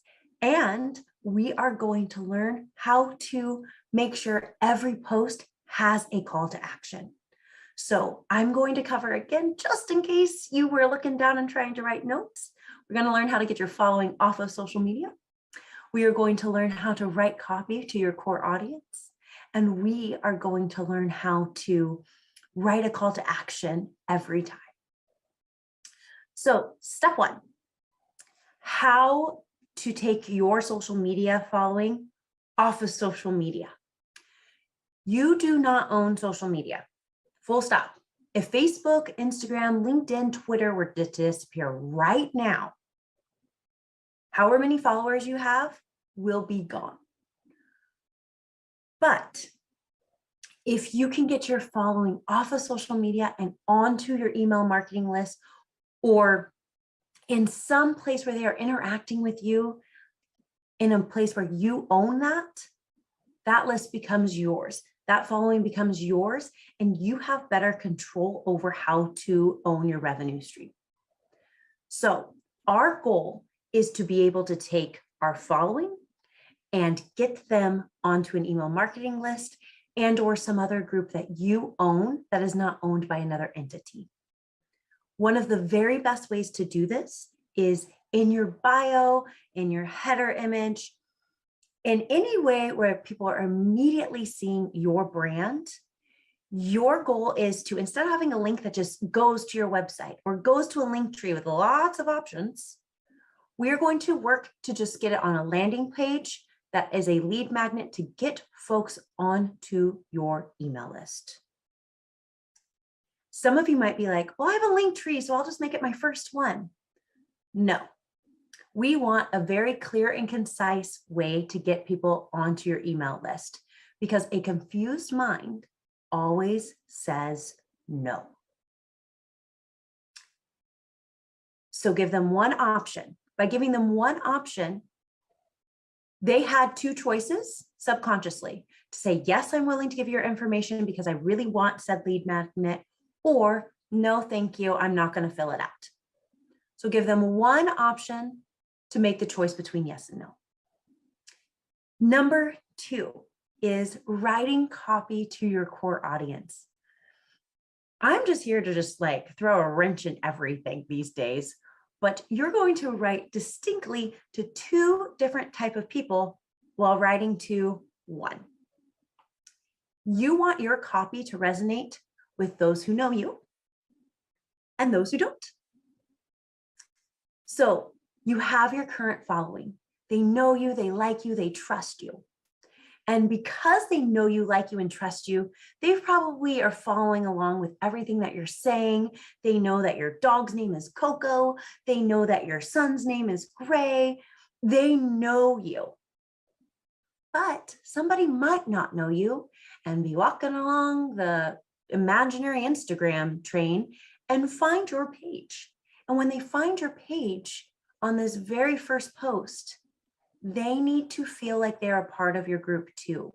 So when you're writing that copy, we want to be able to give context for those who don't know you and be warm and welcoming to those who do. And so you're going to marry that in your copy. So if I were to talk about my trip to Maui and about the time that I almost puked on a whale, I would start that off with, let me tell you about the time that I almost puked on a whale. This might sound crazy because you know I don't live in Maui, and you're giving context to the other group that they don't know where you live. So saying I don't live in Maui when I have a tropical brand is really telling and giving context. And my regular audience is like, oh, here she goes again with a wild story. So we're going to just continuously keep marrying the fact that the people who don't know you need context, and the people who know you need a story to continue to know, like, and trust you. And then when you're writing that post, and the thing that I see so much lacking from other groups is that there's not a call to action on every single post and a clear call to action. So when I was chatting with you about getting your following off of social media, I made the comment that you want to send them to a landing page where they only have one choice and a subconscious second choice. If you were to scroll through your social right now and read a post that you made, you either did or did not put a call to action. And when I say call to action, I'm not saying come buy this. I'm saying you're asking the audience to take some form of action. So that could be put a heart emoji in the comments if you agree.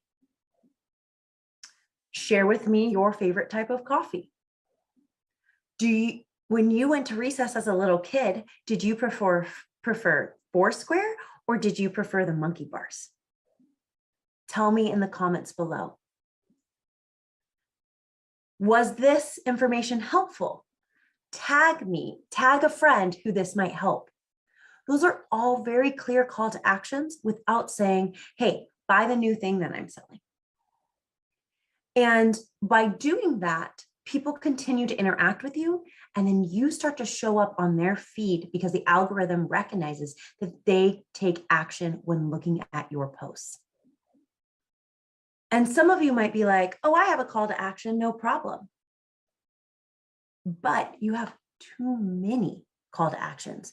Hey, do this, and then do this, then go here and do that. Like I said earlier, a confused mind always says no. We have to guide our audience, and we have to just give them one step at a time, just one, no more, no less. So when we are doing this, we've got to make sure that we're just asking them to make a decision. Do you prefer Foursquare? Or do you prefer the monkey bars? Let me know in the chat. Not, do you prefer Foursquare? the monkey bars? Let me know in the chat, and also make sure you tag a friend. And hey, go to my website, link is in my bio. No. You want them to take one action. And then that one action can lead to something else once they've taken that action. But don't ask them to do more than one thing, because a confused mind always says no.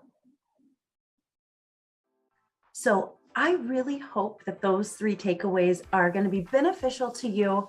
If you are looking to learn more, meet me in my workshop. I'm really going to break down how to build out your content to turn it into a scroll stopping moneymaker with my own personal make for method, which is going to teach you how to make your posts money making, build awareness, get you killer leads, and use one of the 4 E's: engagement, educational, evergreen, and entertaining. So looking forward to seeing you there, and can't wait to get to know more of you and teach you about how to take the time suck out of social and turn it into a scroll stopping moneymaker. Talk to you soon. This is Raymond.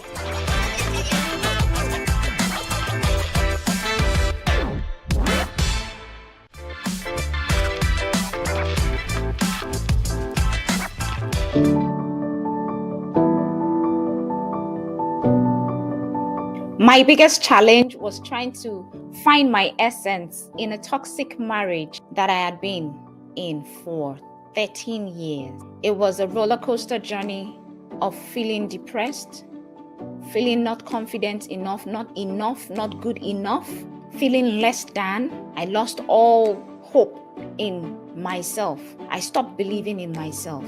I chose my business because I want to awaken young ladies and women to their true essence.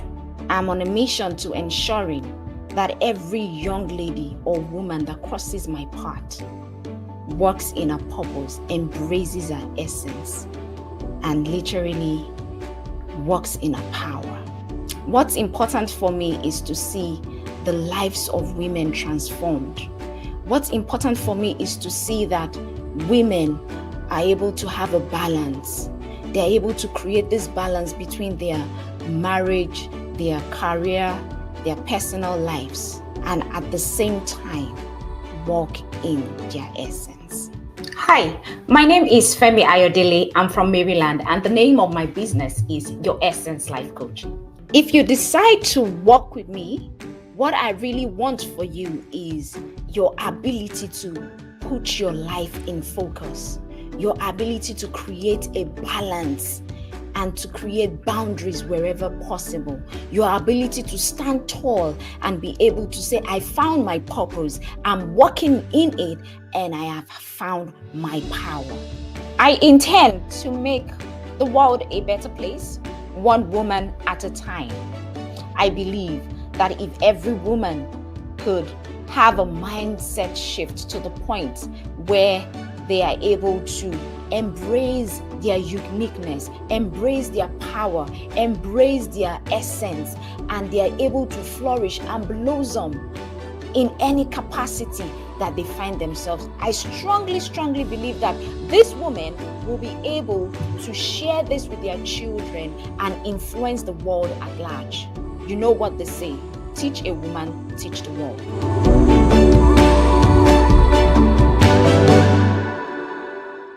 Femi Ayodele says that our essence is our power. And sometimes there's a trap that keeps us from tapping into it. So let's go. Without further ado, let's hear from Femi Ayodele so we can find out what's those traps. We must avoid the traps. I can't wait to hear it. Come on, hit the emojis. Come on, hit the emojis. Call into the sex stage. Femi Ayodele. Let's go.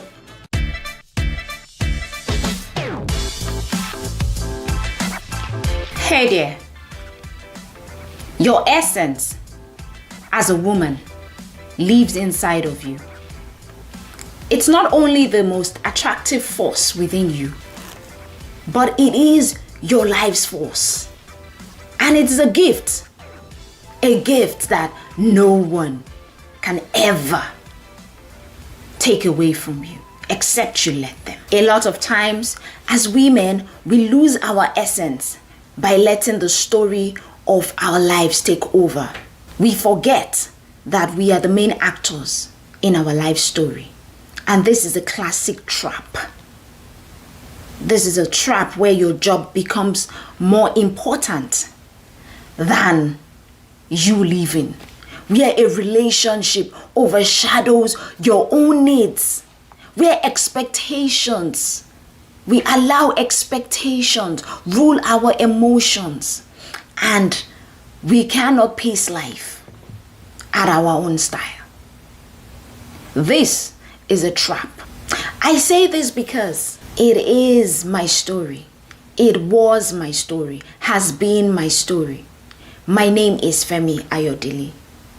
I'm a life coach who is focused on awakening women to their true essence. I want to ensure that every woman that crosses my path embraces her essence, understands who she is, and walks in her power.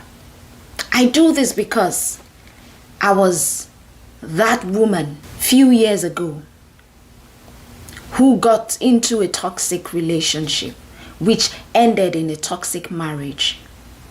And I ended up losing myself. There were things that I couldn't do or say, places that I couldn't go. I put every other person's needs before mine. I am that woman that would seek solace, refuge in her job, even though it wasn't fulfilling. In addition to all of this, I was walking around in a mask. Wanted people to believe that I had a perfect life when I really didn't. I was dying slowly. I was so unhappy, depressed, so empty and unfulfilled. I was a shadow of myself. And at that point, I knew that I needed a change.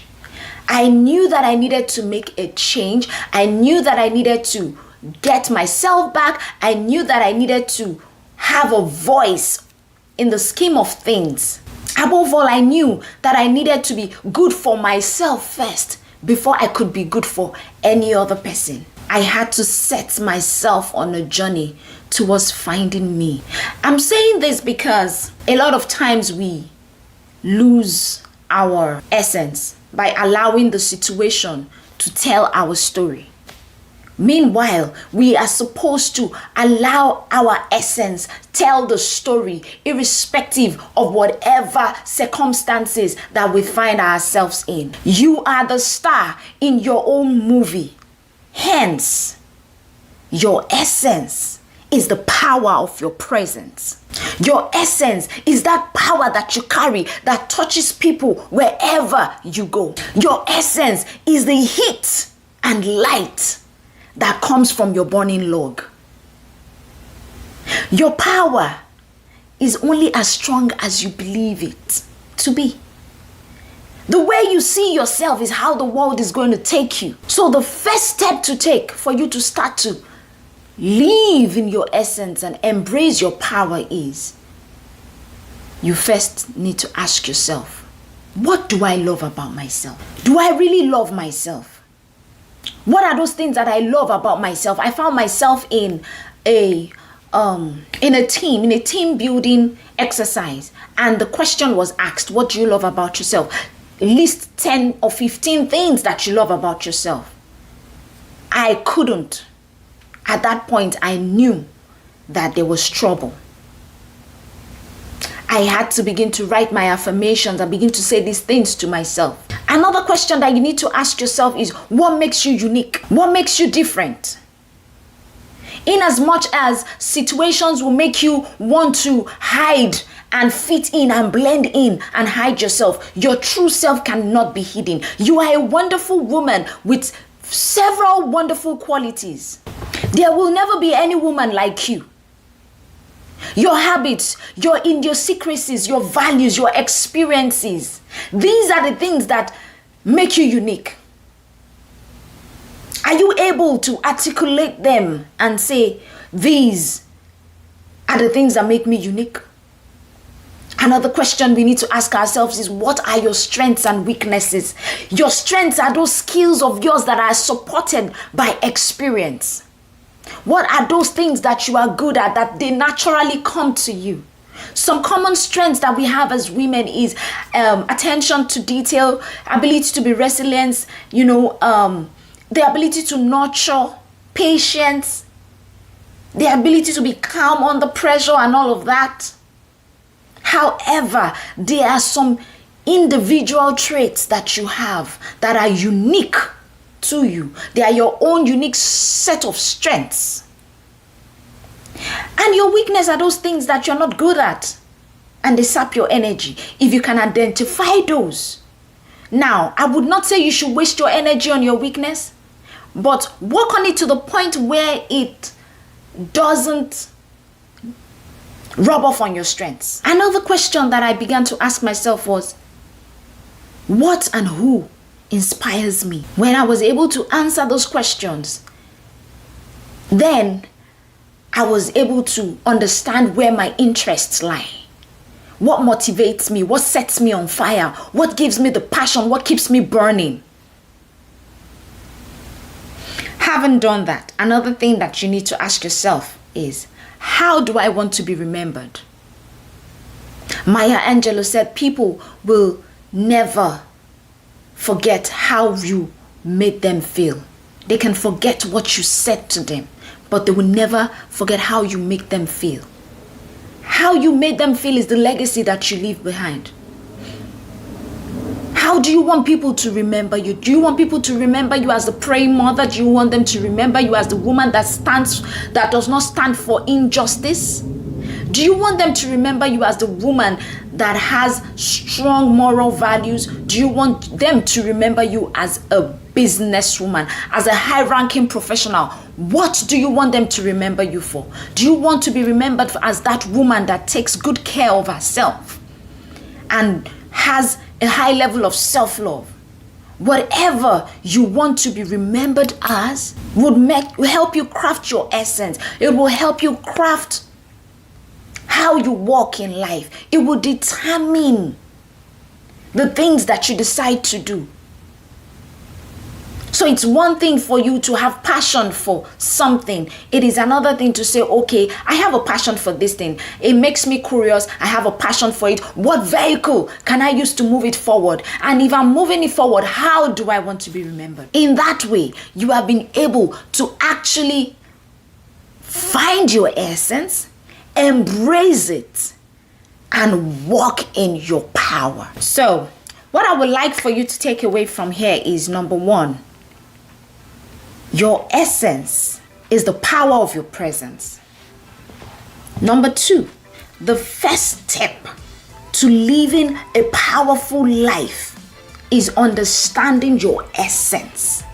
Without that, you might live life, but you might not live it with your life's force, with your power in it. And number three is embrace your essence and walk in your power. So with that, I say thank you for listening. Woman, put your life in focus. Have a good day. Bye.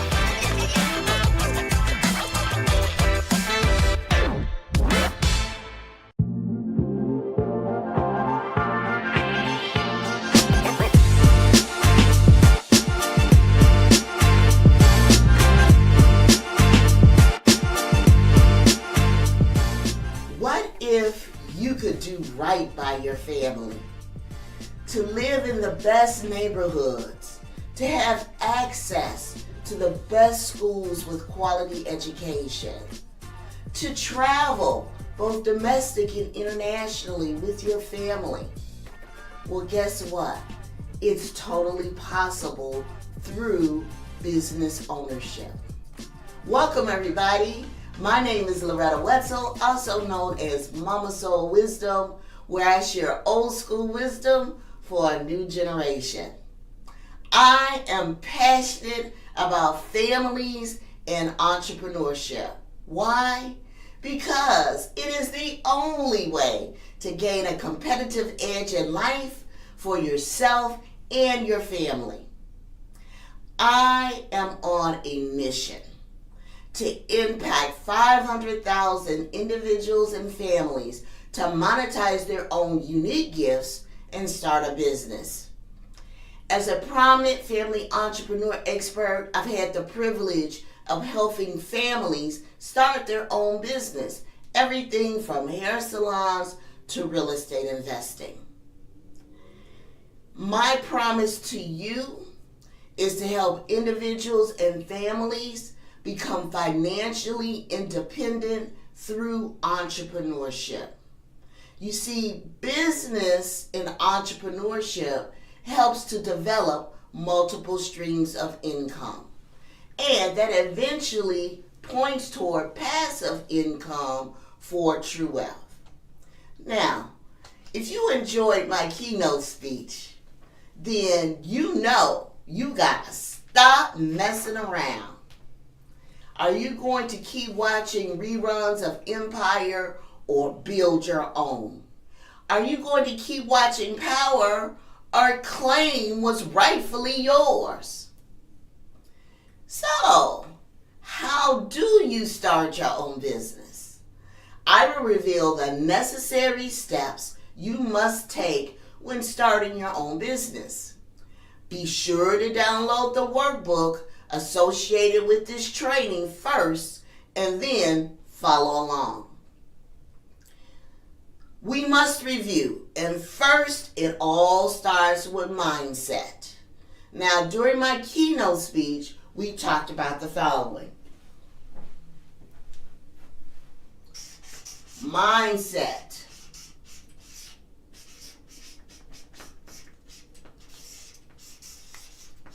And the ability to create.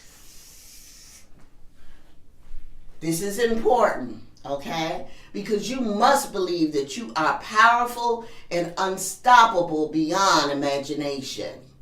Now, how do you do that? You must be willing to take a risk on yourself and create what you want in this world. So I want you to write this down in your workbook. C stands for creating your why.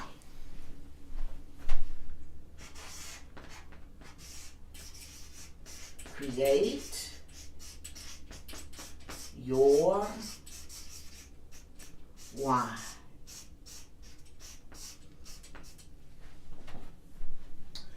Why are you doing this? Why do you want to start your own business? It's an important and critical question. What would it take to build a living legacy for yourself and your family? Why do you want to start your own business? To become financially independent?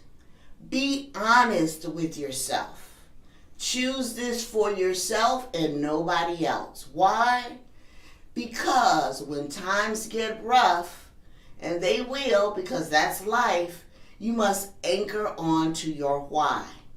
Oftentimes, you focus on the how or the doing, the running the business. That's great, but if you're busy doing, and you don't really understand why you're doing it, you're going to improve your chances to fail. So there's some action steps associated with this letter C. In your workbook, I want you to write 3 reasons, 3, why you want to start and expand your business.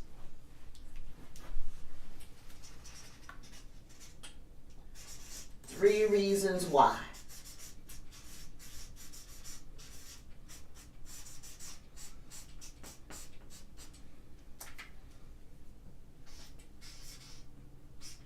The next is R. R for read books.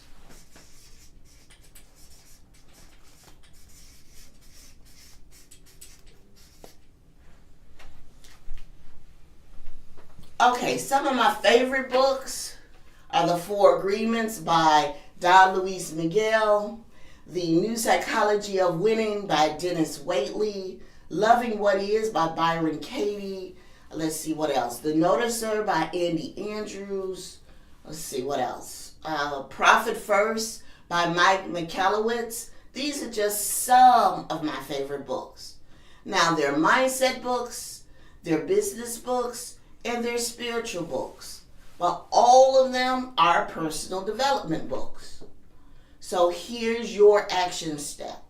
I want you to pick the 2 type of books that you want to start reading. Why? Because CEOs of businesses, they read at least a minimum of 100 books per year. So if you want to run your own business and be the CEO, then you got to act like one. So I want you to pick 2 types of books. It could be spiritual and business. It could be mindset and spiritual, or mindset and business. But I want you to post some of your favorite books in my Mama Soul Wisdom Facebook group, and I'll also share some of my favorite books, and then you can let me know how you enjoyed reading them. Great. So, action step, 2 types of books to read.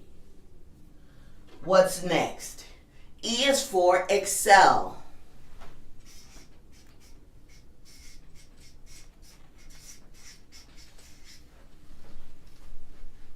Excel in being the best, not perfectionism. Doing the best with what you have and getting what you need to get done. Here's a dirty little secret. Perfectionism kills. You are secretly telling yourself that you're not good enough, so you always are striving to make it perfect. It's not necessary. Stop messing around. So here's your action step. I want you to write down 3 things that you are good at. And it doesn't matter what it is. It could be cooking. You might start a catering business. It could be cleaning. It could be voice talent for voiceovers. It could be social media. It could be makeup, arts and crafts, writing, organization, whatever it is you're good at doing. I want you to write 3 things down that you are good at.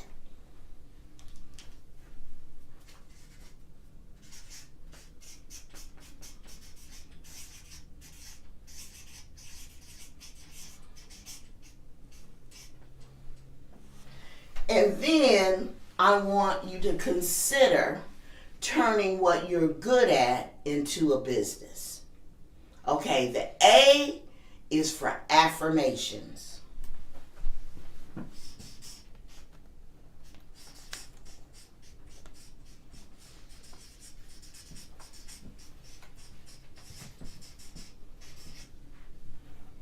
This is critical. You know why? Here's a question for you. How does our mind know what to believe? Great question, isn't it? Well, here's a secret. By verbally speaking affirmations. This helps to strengthen our beliefs and structure our thoughts so we can take action and manifest our dreams. Affirmations are critically important. So here's what I want you to do. I want you to write 3 affirmations in your workbook beginning with the words I am or I. You can do it. So, for example, I am powerful. I am smart. I am beautiful. I am unstoppable. I love my life. These are just some examples of affirmations. Write them down.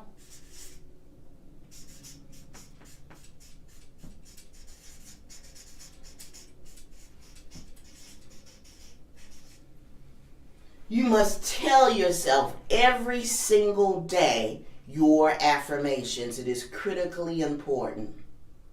Now, if you want to see some of my favorite affirmations, you can go to my website.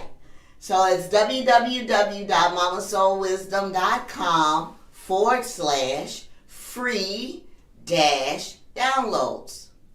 If you click on the 2-word secret, you will see my list of daily affirmations that I use, and it just lights me up. Your affirmations should also lighten you up. All right, let's go with the T next.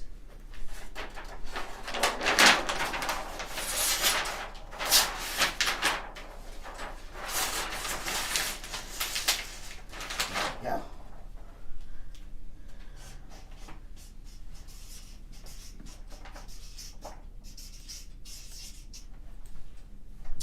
T is for training. Has anybody ever seen the movie The Karate Kid? Mr. Miyagi agrees to teach Daniel's son karate. Their agreement was, I teach, you do.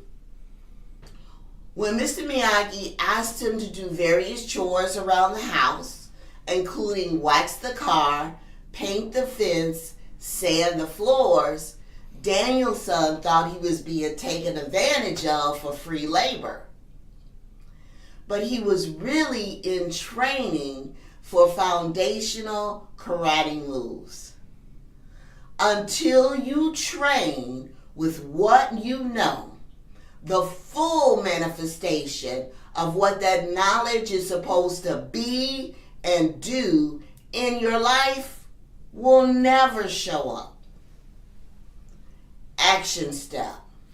List one activity to train your mind, to train your body, and one to train your spirit or your soul. So, action, one activity, train your mind. One activity, train your body.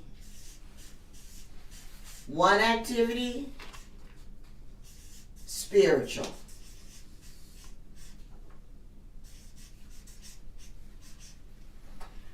Training your mind could look like meditation. Body could look like physical exercise, walking around the block or going to the gym. Spiritual could be prayer. You choose the 3 activities, but it is critical because your mind, body, and spirit must be in alignment. Alignment.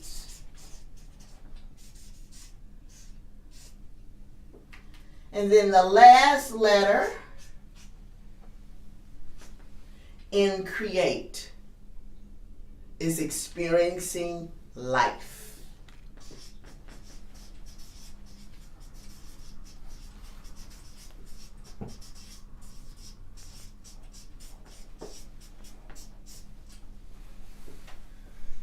You gotta experience life, people.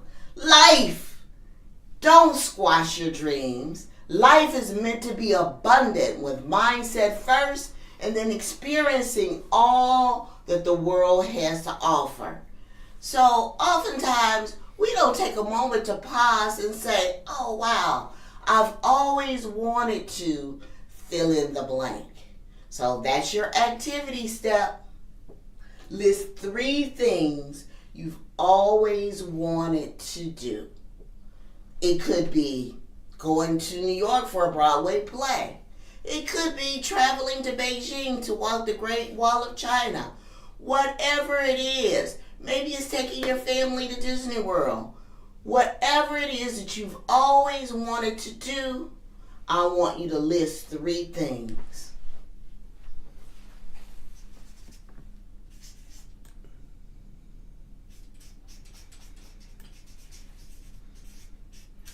I've always wanted to do.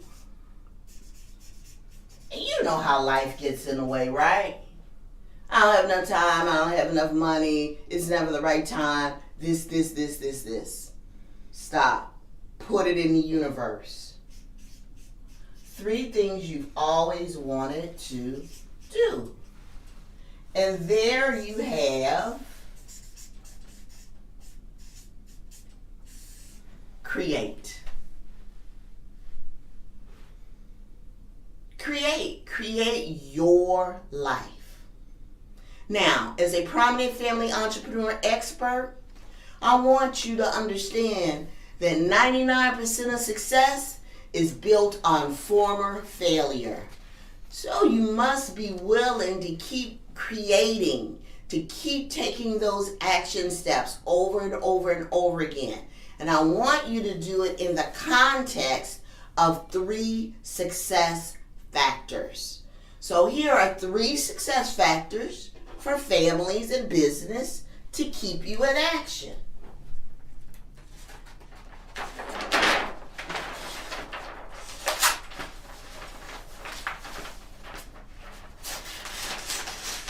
There we go.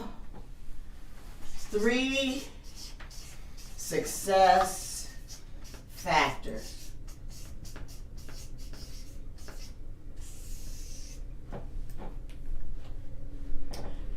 Number 1 in success factor that is so critically important. You want to know what it is? Gratitude. Everything starts with gratitude. It can transform common days into holidays. It can take routine jobs and turn it into joy. It can take ordinary opportunities and change into extraordinary blessings. Gratitude is not a challenge. It's a choice. So here's your action step. Start a gratitude journal.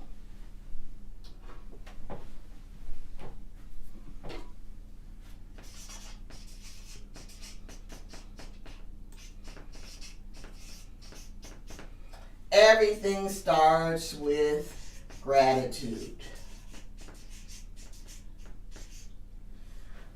I want you to start a 30-day gratitude journal. So here's the specifics on that. List 10 things daily that you are grateful for 30 days straight. No skipping. Now, you are not allowed to list what you've listed before previously in the past days. At the end of this experiment, I want you to post what your experience was like in my Mama Soul Wisdom Facebook group. Post your comments. The first week or so, pretty easy. 10 things daily. But you begin to run out like, oh, I said that before. I can't write it down. I got to pick something new. It will take your gratitude, appreciation, and thankfulness to a new level. Now, step number 2, raise your vibrational frequency. Got to do it. All right. So this is 1. Here's 2. Raise your frequency. It's your energy. Raise your frequency. You cannot create your business from a low vibrational frequency. If you want your business to grow and thrive, you attract the people and the resources that you need to do business, you got to keep your energy up. Now, you're not required to bounce off the walls, but you do need to vibrate at a high level because it is the difference between action and reaction. Action produces results. It may not be the results that you're looking for, but you can adjust and tweak and do it again. Reaction usually involves a trigger. That means you're stuck in a negative emotional state, producing no results. Now, what are ways in which you can raise your vibrational frequency? Deep breathing.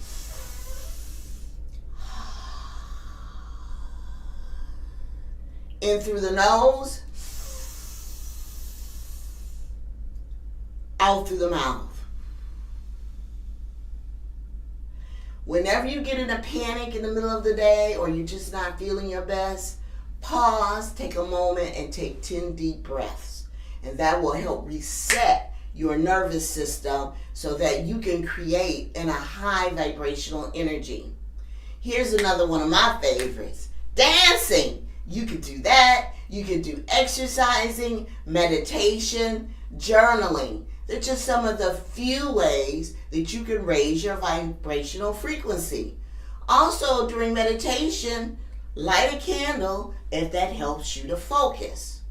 So what are your action steps? List 3 ways you can raise your vibrational frequency on a daily basis. And I want you to start this in the mornings.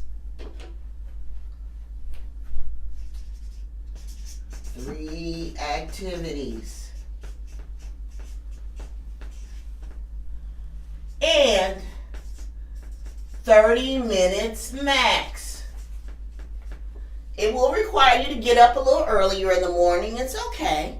Now, if you can't start off with 30 minutes, start off with 10 and work your way up to 30. But the key is you must build this muscle of raising your vibrational frequency in the morning, so when you run out of energy sometimes mid-afternoon, you know what to do to snap back.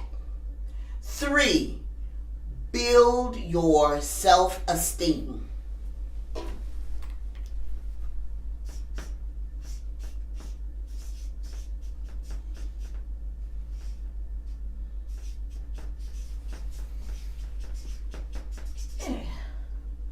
Okay? Self-esteem is having respect and a favorable opinion of yourself and also your abilities. Now, don't allow other people to place you in false frames. What do I mean by that?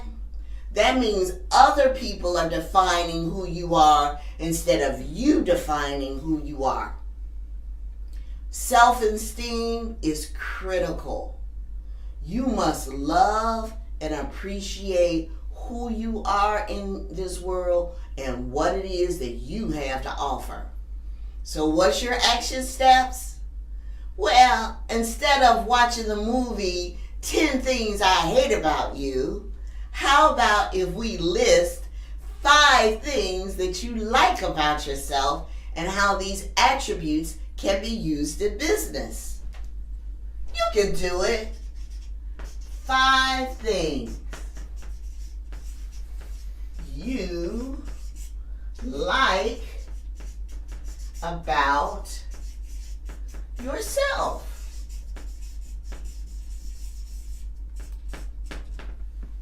Now that the recap is done with the create, now that the recap is done with those 3 success factors, let's get down to business and reveal some of the necessary steps when you want to start your own business. You ready? Okay. Let's get this going here.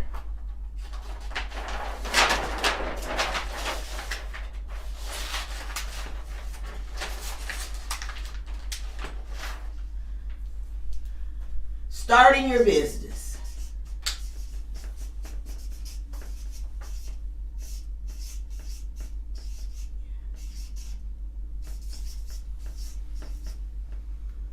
Step 1.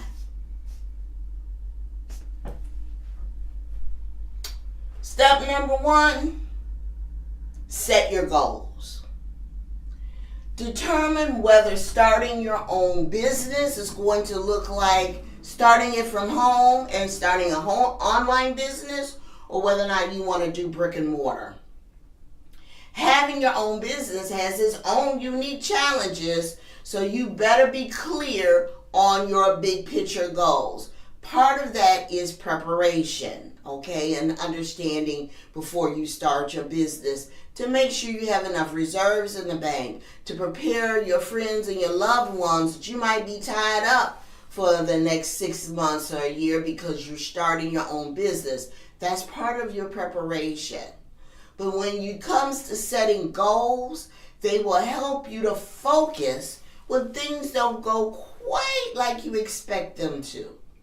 So what are some big picture goals? You want to work on your own terms. Maybe you need flexibility to be with your family. Whatever your big picture goals are, here's your action steps.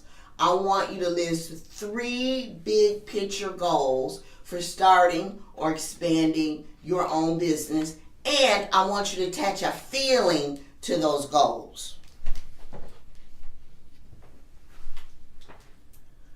Goals. 3 big picture goals plus feeling. Why do I want you to attach a feeling to it? Because feelings anchor in beliefs. So just don't write down any old thing. Write down a big picture goal that has meaning to it, has emotion and feelings attached to it so that you can anchor it in. Step number 2, you gotta look like a business.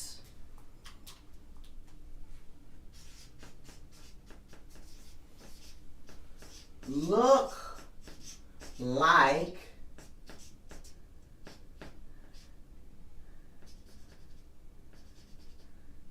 a business.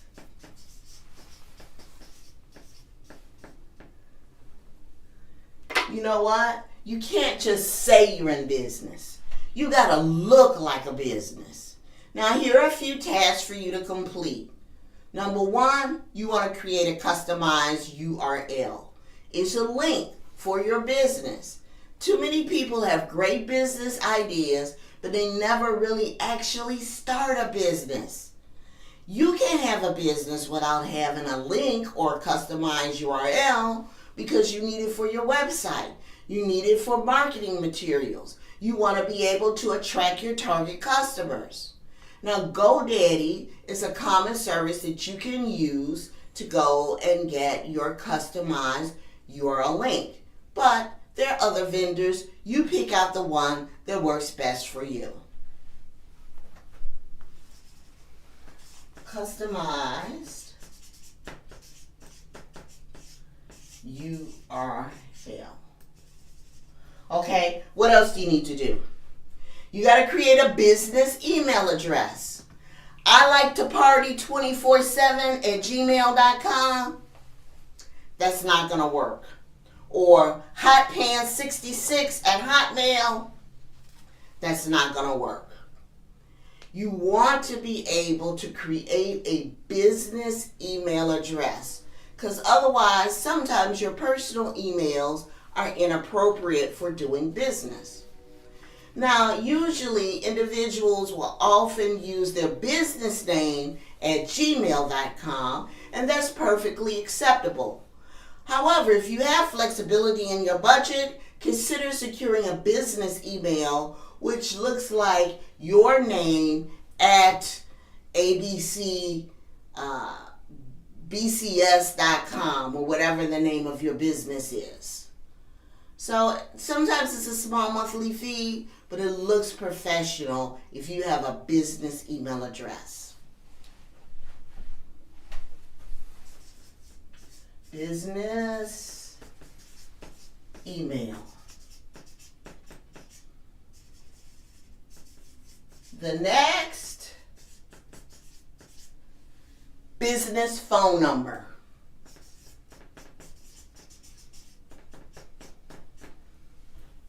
Need a business phone number. There is nothing worse or unprofessional than answering a phone and you're yelling at your kids in the background or whatever is going on. But if you only have one phone, Then how do you know when it's an incoming business call? Well, there are various apps that you can choose from to secure an additional phone number that can be used for business only at minimum cost. You can use Google Voice, no cost, Ring Central, Magic Jack. Those are just some of the few of the apps. But if you choose to use Google Voice, make sure you remove the announcement message. We will now contact the Google subscriber. You know what? That screams amateur rather than professional.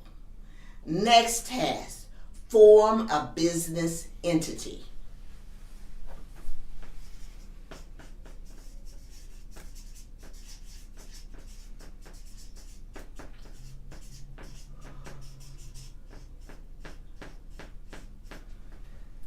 You got to form a business entity, and this is a big one that most people miss. Now, can you start your own business without incorporating? Yes, you can. It's called being a sole proprietor. Do I recommend that you start your own business without forming a formal entity? I don't recommend it. Creating an entity such as a sub-S corporation or an LLC for your business is critical for additional benefits. And here's the misperception. Most people think that you must form those corporations in Nevada or Delaware. Not true, people. That's for major C corporations. You must form your business entity in the state in which you're doing business in. Now, this will provide your business for many, many benefits. For sub-S corporation, first of all, you're going to pay significantly less in taxes by eliminating the self-employment tax. You can also start your business seasoning, and when you are applying for business credit in the future, they're going to want to know how long you've been in business. So you might as well start your formal entity now. It can also reduce the possibility of you receiving an audit notice from the IRS. That's just some of the few of the benefits by incorporating as a sub-S. Now, let me provide the disclaimer.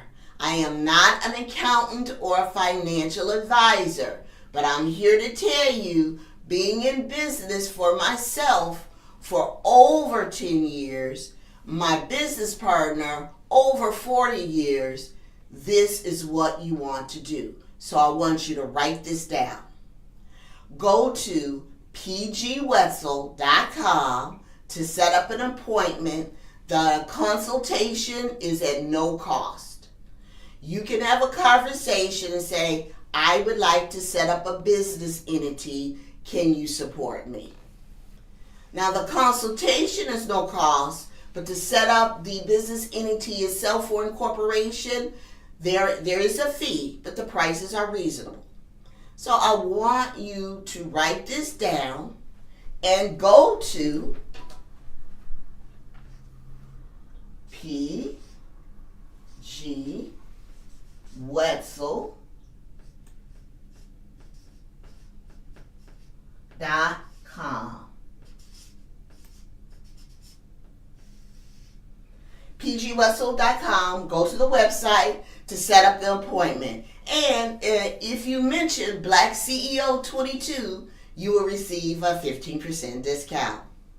Next task, open a business banking account.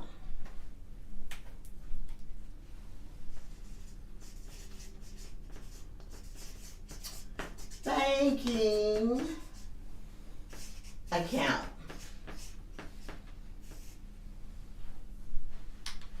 Now that you have a formal business entity, you have the necessary paperwork to take that to the bank and open up a business account so you can keep your personal income and expenses separate from your business income and expenses.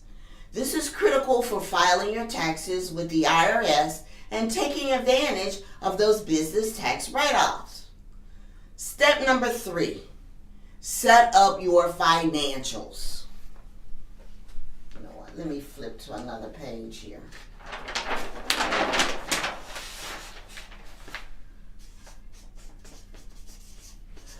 Set up financials.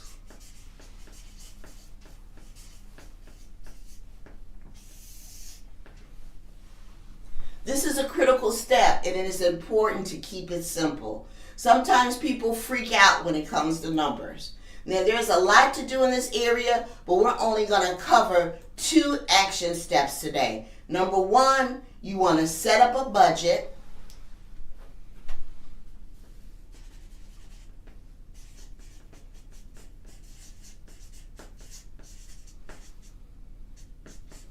And here's the key word. Simple. Keep it simple. What does that mean? Income and expenses. That's it. That's all I want you to identify. Now, there are several software programs that can help you with budget tracking. You can consider free or low-cost options. You can have Mint. You can have QuickBooks Desktop Pro. But whatever it is, make sure you take advantage of any free trials before you invest. You want to be able to keep it simple. Now, you must also track your expenses. Track.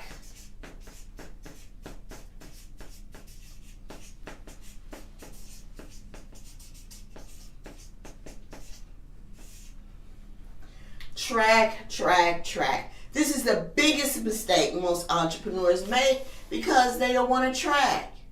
You must track and then prioritize your expenses. I don't care if you take a 59-cent spiral notebook to track your expenses. It's better to use Excel, but whatever works best for you. But you must be able to track your expenses so when your money comes in, and you know where it is going out so you can adjust. Really, basically, when starting out in business, you don't need a whole lot of fancy tools. You basically, for an online business, need 3 things. You need a laptop with strong internet. You need a mobile phone with good mobile phone service and access to transportation for networking and meeting clients when necessary. That's it for an online business. Now, there are many more steps when you first start a business, and I really don't have time today to share all of them, but if you choose to work with me, I will support you to the finish line, baby. Remember, there's a purpose for everyone that you meet. Some people come into your life to test you. Some people come into your life to teach you. Some come to use you. And then there are some who bring out the very best in you. I want you to take action. Thank you, Siri. I want you to take action. Don't wait. I can guide you to business success as long as you take the action and say yes right now. Sign up for my 5-day challenge, Prep Your Life, Prep Your Business. And each day, I will provide you with simple tasks you can accomplish to begin building your business, achieve your dreams, and come out a winner. Go to my webpage with BlackCEO22 and sign up for this no-cost challenge. It's a fun way to see whether or not you have the chops to start your own business and succeed. Now, the 5-day challenge will start soon after the conference. So pay attention, sign up, and I will see you on the other side. Remember, the opposite of fear is not love. The opposite of fear is empowerment. Create your dream business and start taking those baby steps today. If you can dream it, you can achieve it. My name is Loretta Wetzel, also known as Mama Soul Wisdom, sharing old school wisdom for a new generation. I'll see you soon.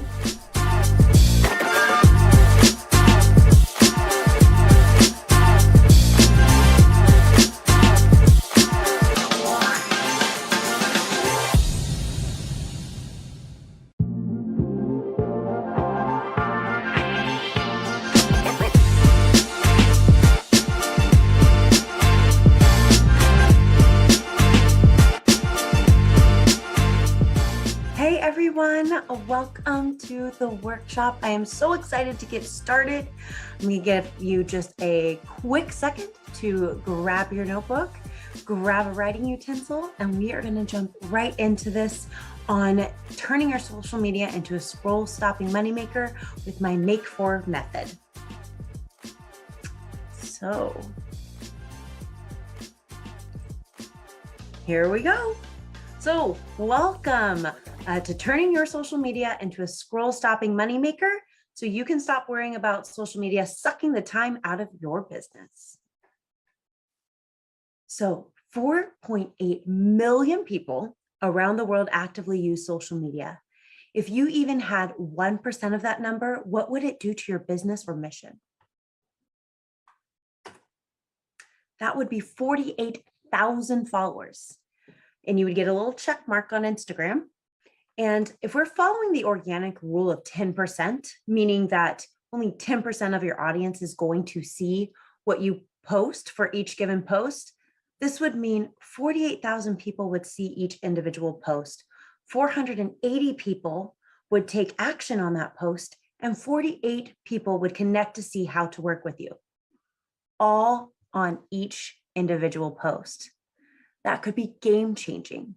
Because if we do some math, and let's say you post 5 times a week, if 5 times a week times 48, you would have 240 customers reaching out asking how to work with you.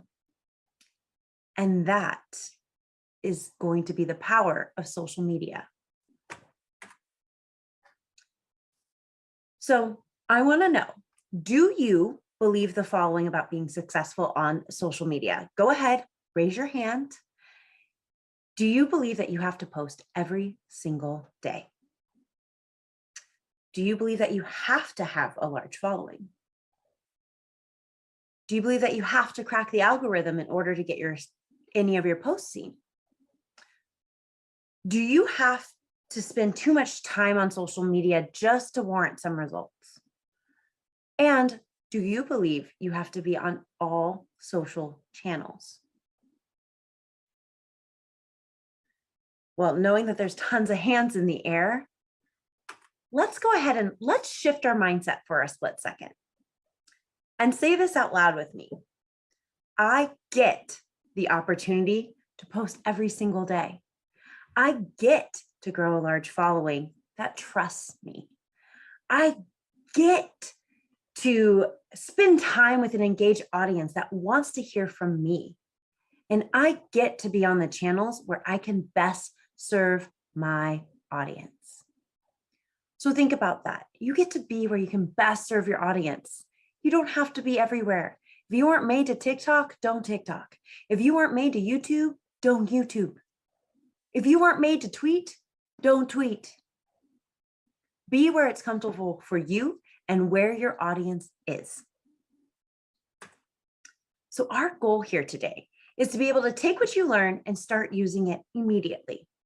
By the end of this workshop, you'll be treating your business social media like stop treating your business social media like it's for your mom and start treating it like the money maker that it is. So today we're going to understand the Make 4 method. We're going to brainstorm content together to take the social anxiety out of social media. And I'm going to teach you how to put both of those things together to make a seamless and easy planning process that takes no time at all. So, hey there, I'm Raylan Logan, owner and founder of Gray Digital Marketing. And I did not start business in a traditional sense. I started it on the floor crying 1 week before my birthday. My 30th birthday landed during the pandemic because I am born in April, and I lost my job. And I was am the only caretaker for my son, Grayson. So one day I was scrolling through the gram, looked at my beautiful baby boy and said, looks like I'm going to teach people how to use social media. Went out into the world, put my fashion marketing degree to the test and my knowledge of social. And the world kept spinning, kept spinning, kept spinning. George Floyd was murdered. I became that go-to expert for diversity and inclusive marketing, and the rest is history. So since that time, I have become an award-winning marketer, being listed as one of the top 50 Black marketers according to the African American Marketing Association, alongside names such as Bazoma St. John, who is the CMO for Netflix. Within my 10 plus years of experience within sales and marketing, I have noticed that there's just an opportunity to do better with a diverse and equitable lens. So within the last 5 years, I've been focusing on making that change. I have been speaking about my experiences and ways organizations can improve their marketing efforts on podcasts, panels, and conferences such as Sales Fuel, Business Over Beers, and nationally for the American Marketing Association. I'm very involved in my community. I coach cheer, I mentor for Parachute Media, Portland Prosper, and PI, the Portland Incubator Experiment, and I volunteer with the Juvenile Diabetes Research Foundation. So if you want to grow your revenue 5 times faster and reach out to a diverse audience, I am your go-to expert, and I will help you generate business doing so with an equitable and diverse lens. So what I'm going to share with you today is going to blow your mind. And I'm going to start that by saying content is not king. And I'm sure some of you are sitting there being like, what? The social media expert is saying content is not king. No, it's not. Conversion is king. And our goal is to say hello to the money. Because if your business is not generating money, it's not a business. It's a hobby. So we want to be able to take those posts and get them to work best for you. And that's what we're going to work on here today. So welcome to the Make For method. This is my proprietary method on how I put together content to best create a sales funnel within my social media and turn it into the scroll stopping moneymaker that it is. I'm tongue-tied today. So M stands for money making. 10% of your posts over a given time should be money making. And 40% of your posts should be building brand awareness. So that leaves us with 15% of your posts to actively be generating leads. And so we have the K stands for killer leads. Meaning those are people we want to interact with, we want to do business with. They're not giving us a headache.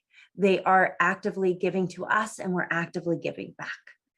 And then we want to look at our 4 E's. And these are so important to this, especially as it pertains to social media. So 35% of your posts should be one of the following E's: engaging, entertaining, educational, or evergreen. Meaning no matter what time of year it is, it still holds weight and is strong for your audience day in, day out, 24/7, 365 days a year. So let's learn how to use these to best work for our social media. So I start with money making. Even though it's the smallest percentage of what you're going to be doing on social, we start with money making. Because that's the number one thing that is on your mind, and it is our end goal that we have in sight, is to generate revenue for our business.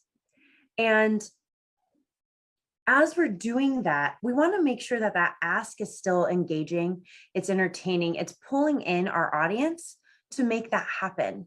So we're going to start with our end game in sight. And I'm going to go through 3 different versions of this, depending on if you are a coach, depending on if you own a product that you are selling, or if you are a service provider. So after this, you can definitely use this information for one of your posts as you're going along and be able to just take this copy, it's yours, and see what kind of generation you get with it. So as we go along on these next 4 steps of the Make 4 method, I'm going to be giving key examples in all 3 of these areas. So if you are a coach, and play pretend with me here for a moment, is you could write this copy with a photo that says, there are no guarantees in life except ... Okay, so as your coach, I can't guarantee that you're going to get a Maserati tomorrow. But with my signature coaching program, the Make 4 method, I can guarantee a few things like you will start getting DMs in your inbox asking how to work with you. I can guarantee that you're going to get a sale once a month. I can guarantee that people are going to look to you as the go-to expert in your field. Are you ready for a little bit more of me in your life? I'm offering free one-on-one calls with potential clients for the next 3 days. Send me a direct message and let's chat. So what's really great about that is it is engaging. It's sharing and teaching folks exactly what it is and what you do. And it has a call to action. And our goal is to get them off of social media. So by saying DM me so we can book a call allows me to better convert that person into being a potential client in the future and is going straight for the money. Let's try product. And just so you know, I'm making up some of these on the spot. So bear with me. Some of our products might get pretty hilarious as we move through because I don't sell products naturally. Soap classes in session. That's right. Today we're sharing a step-by-step demo of how to use soap. So we hope to answer any little questions you might have. Soap is our most popular. So if you haven't snagged it yet, hopefully this demo will inspire you. Ready? Here's a step-by-step tutorial on how to use soap. First, you're going to squirt a little bit of it in your hands. Then you're going to turn on your sink water and put your hands underneath and start rubbing them together. Then we're going to get it nice and bubbly and rinse it until there is no more bubbles. Then we're going to turn off the water, dry our hands. What do you want one for yourself? Send me a DM and I'll get that direct product link to you. I hope everybody has soap. But as you can see, I'm giving a way to show how you use that product in your daily life. And sometimes seeing things in action is all anybody needs to be like, ooh, I might need that. That solves a problem for me or gives into a want or desire. And by saying, hey, if you DM me, I'll give you the direct link so you don't have to go looking for it, even better. We shortened the gap on what it took to get to that product. So again, we're getting folks by DMing, by getting people to slide into your DMs, they are giving you permission to pitch to them, and you are able to easily send links, and you are able to easily get them off of social media and into the networks that you control. So very, very important. We have a very clear and concise call to action, asking them to just do one thing. So if you heard my keynote, it is really important that that call to action is asking your audience to take one action and do one thing. So let's move on to services. There's many service providers here, marketers, agencies, virtual assistants, and services are really, really important to what we do as business owners. So let's talk about if you are a service owner. Intimacy can be scary. I'll be the first to admit that. However, when it comes to making my clients happy, I want to know, will we be working together closely? How close? Well, there will be no need to change our relationship status on Facebook.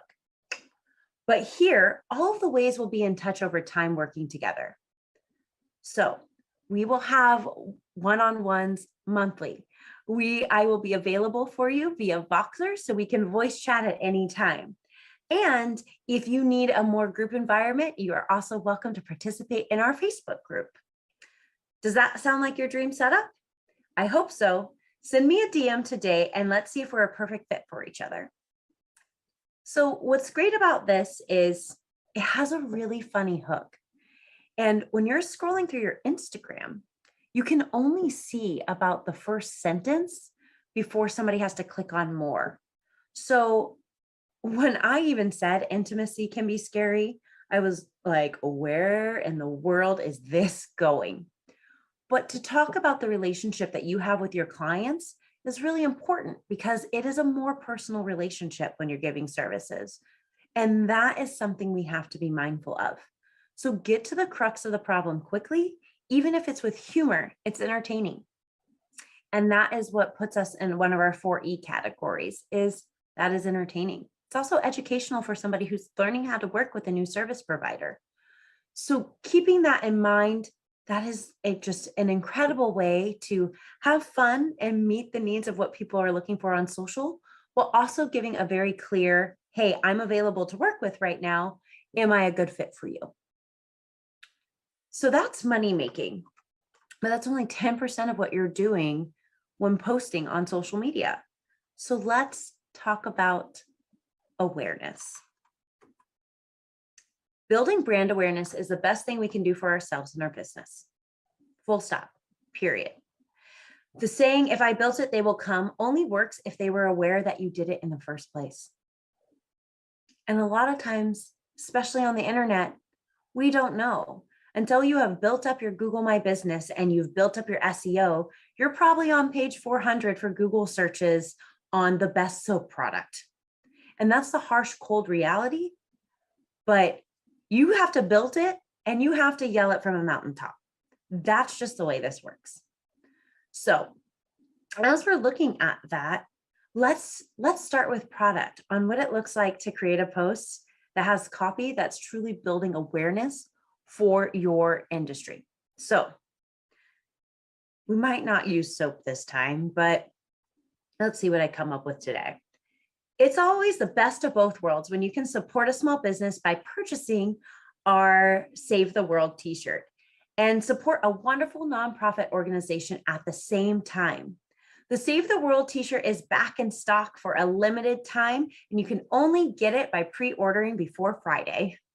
And when you purchase the Save the World t-shirt today, a portion of the proceeds goes to Save the Turtles Association to help find a way to get more garbage out of our oceans and save the turtles and all the other wonderful sea life that there is, so that our children and our children's children have fresh water and a world that they can be proud of.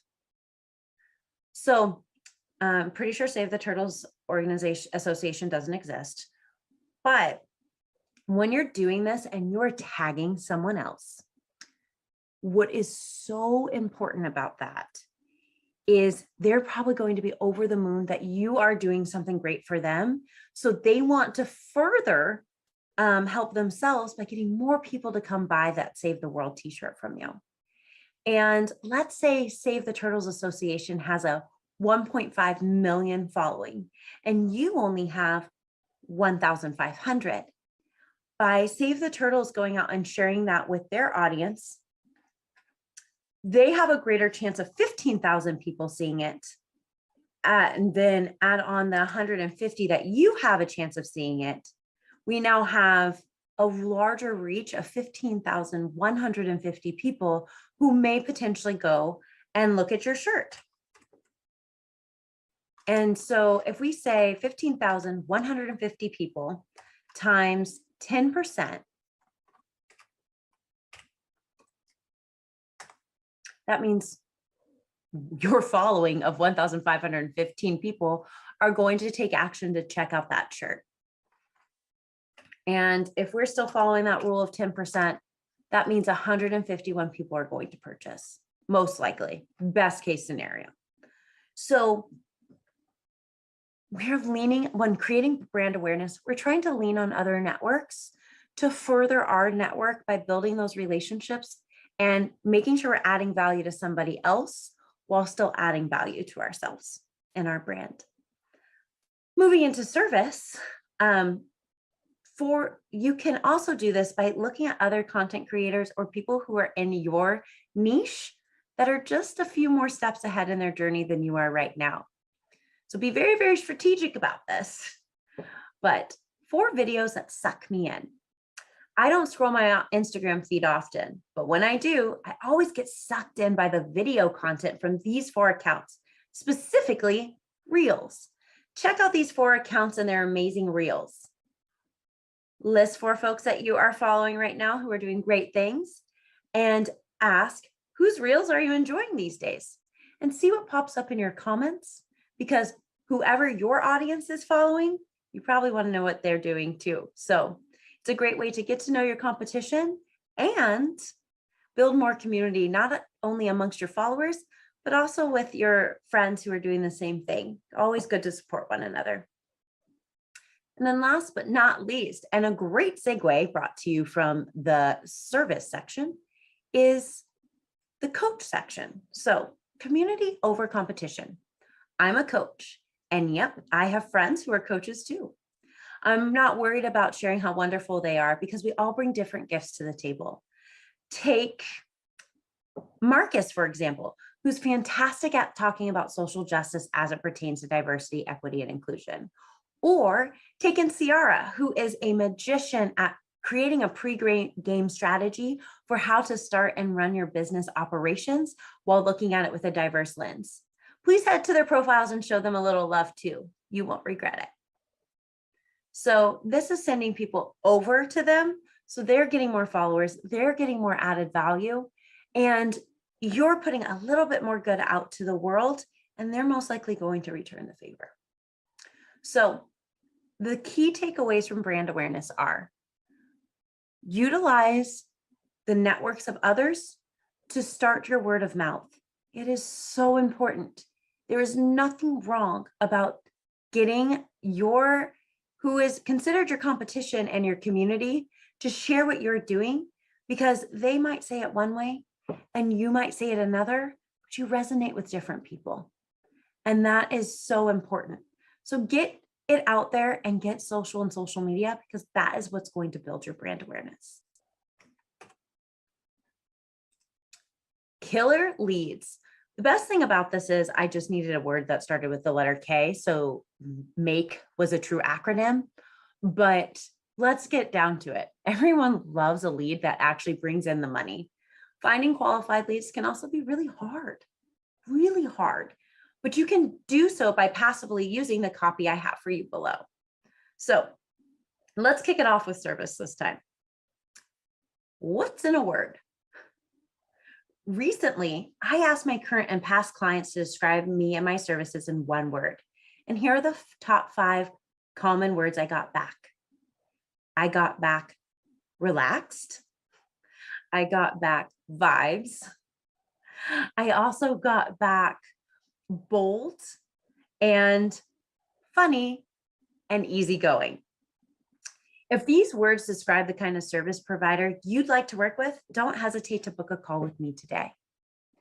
So this is just people, it's like very vague on how they're going to book a call with me.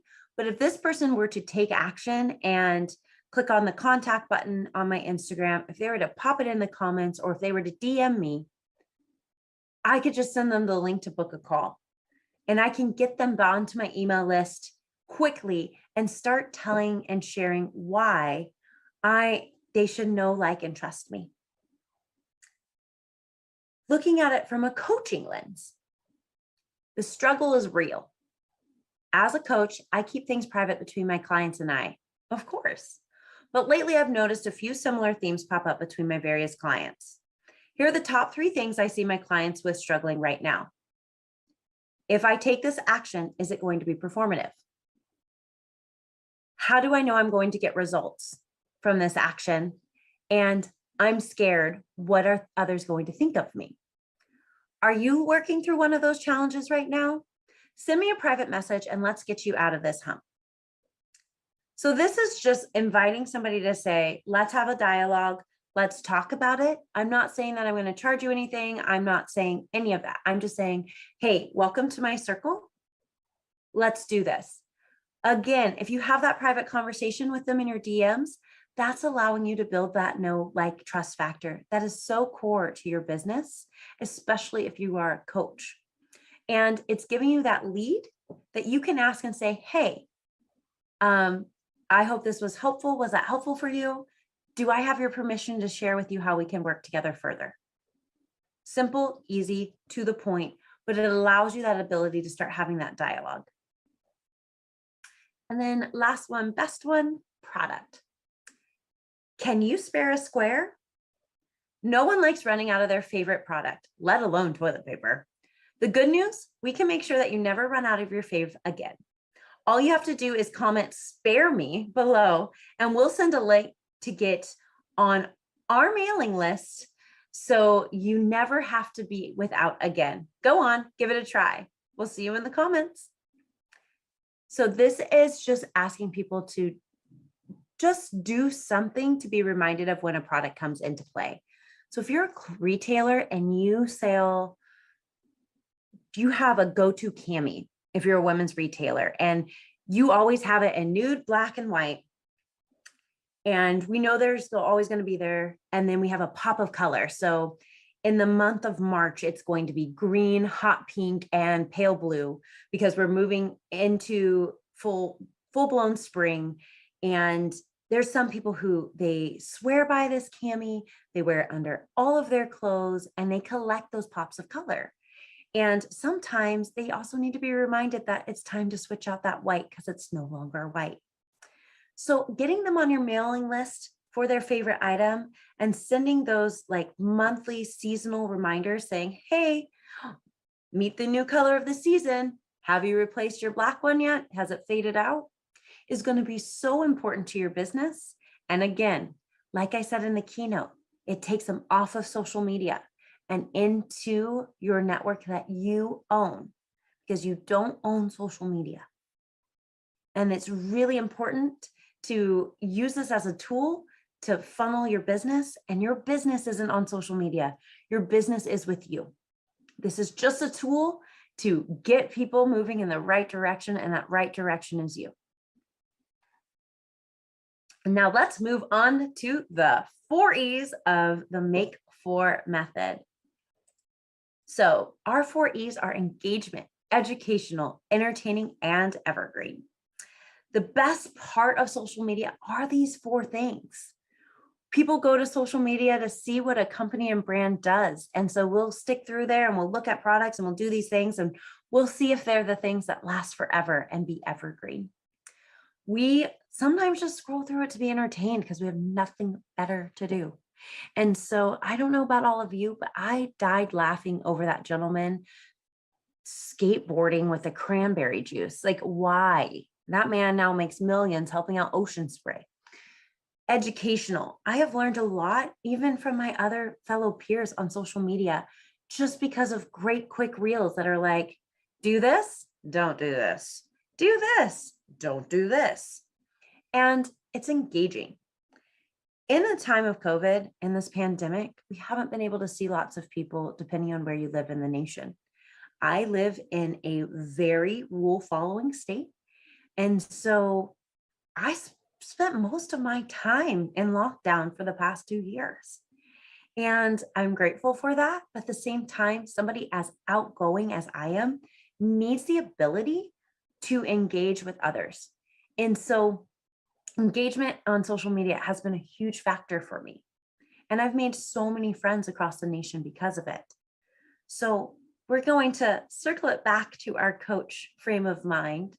And we're going to start there. And what I only did in this one is, because there's only 3 sections, I felt it was only fair to do just 1 E. And we're going to stick to engagement for today. So, coach, ever fake it? There's a term thrown around quite a bit, imposter syndrome. The way I define it is not feeling confident in myself or not being able to give enough to my audience to feel like they're getting enough back. And that's scary for me.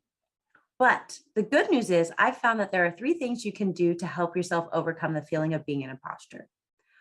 1, you can create a praise page where you just copy and paste all of the nice things people have ever said about you and read it when things are hard. 2, you can create a badass list where you just write down all the things that you've accomplished that have gotten you to where you are now. And so when you're having a tough day, you're just going to go back and read that. And 3 is to look in the mirror every single day and tell myself that I am awesome and high five. So save this post by tapping the flag icon for the next time you're feeling like an imposter. So the fun, quirky thing called the algorithm that we're all so scared of really enjoys it when posts are being saved because it tells people that they really do value that content. And every single time you have a post that's getting great engagement, like people are in the comments, people are sharing it, people are saving it, the algorithm recognizes you as somebody that people want to engage with and hang out with on social media. And that's what continues to bump up your posts. We're not going to talk about that today, but that's just a little bit of an insight on how the algorithm works. Moving right along to product. Product, recycling, upcycling, and repurposing. What's the deal? These aren't just trends, but actual ways that you can get your wrap-up cardigan to live on long after you first purchased it. Have you ever considered how you might be able to repurpose one of our products? Here's a fun idea for you. Take your cardigan and wrap it around twice. Grab a really cool belt that you've saved from the early 2000s, pop it on, and throw on a pair of skinny jeans and your favorite thigh-high boots. And voila, you're ready for fall. Let us know in the comment, have you tried something like this before?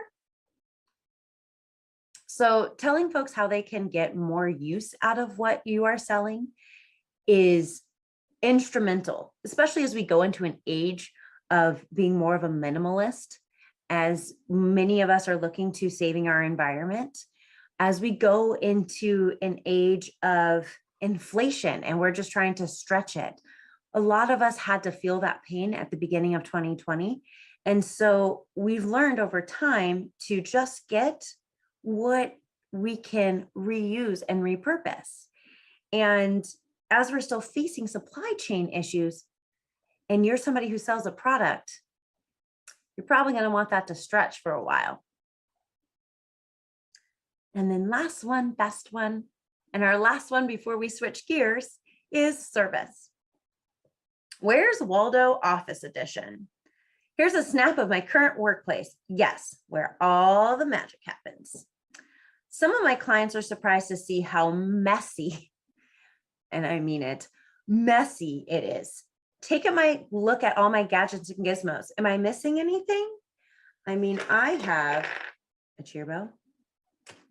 I have lipstick. I've got a very fancy mirror, in case you need one. Probably blinded somebody with that one. And about 15 ring lights. So am I missing anything? Only time will tell. I'm definitely not going to give anybody a snapshot of the mess back here, but it's a great way to make you seem human. And that's something that as you grow on social media, people seem to disconnect from and need to be reminded that once upon a time, you were just like them and started out with 0 followers. And that's okay. There's nothing wrong with humanizing yourself because it's what people need. People connect with people, not businesses, not items. People connect with people. And that's how you become a really great salesperson, is if you can get to understand the people that you serve. So let me know, what do you think of this make for method? What are you going to try and how is it going to help your business? And as we think about that, we're going to shift gears because now I want to show you how to brainstorm your content to best plan for success in social media before we put both of my methods together. So I'm going to take a second to stop sharing and I'm going to pull out my handy dandy whiteboard and we are going to create a bubble brainstorm chart. So Do you remember when we were kids and we were expected to brainstorm our papers before we wrote them so we could get the best idea possible? I want to say I did it, and I know I did it in 5th grade, but I remember doing it as early as 3rd. So I'm going to take us back to our 5th grade classroom, and we're going to start bubble brainstorming. All right, got my handy dandy expo marker and whiteboard. So let's get this set so you can kind of see my board a little bit better than we could before. So we are going to just draw a circle on our paper. And in that circle, I want you to write the name of your business. So I'm going to acronym mine because mine's really long. So Gray Digital Marketing. And I'm going to draw a line here, and I'm going to write different things that I can talk about in my business. So I can talk about diverse and inclusive marketing. I'm going to shorten a lot of these things because I will run out of space. Draw a circle around that. I can talk about social media tricks.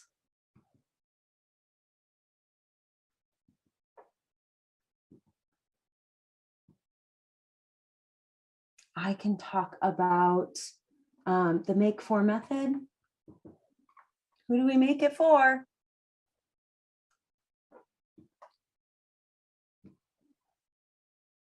And I can talk about power of market research.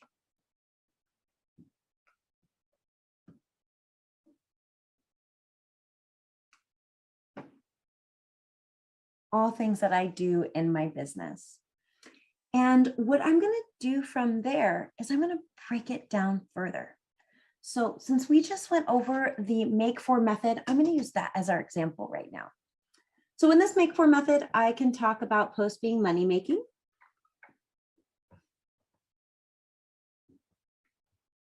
I can talk about awareness posts. I can talk about getting leads. And I can talk about engagement, to keep it simple.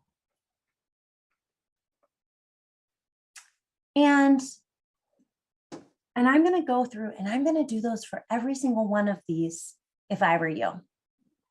So as we're looking at this, bringing it back, we're going to put our business in the center, what it is that our whole orbit circles around, and the different main topics that we talk about within what we do.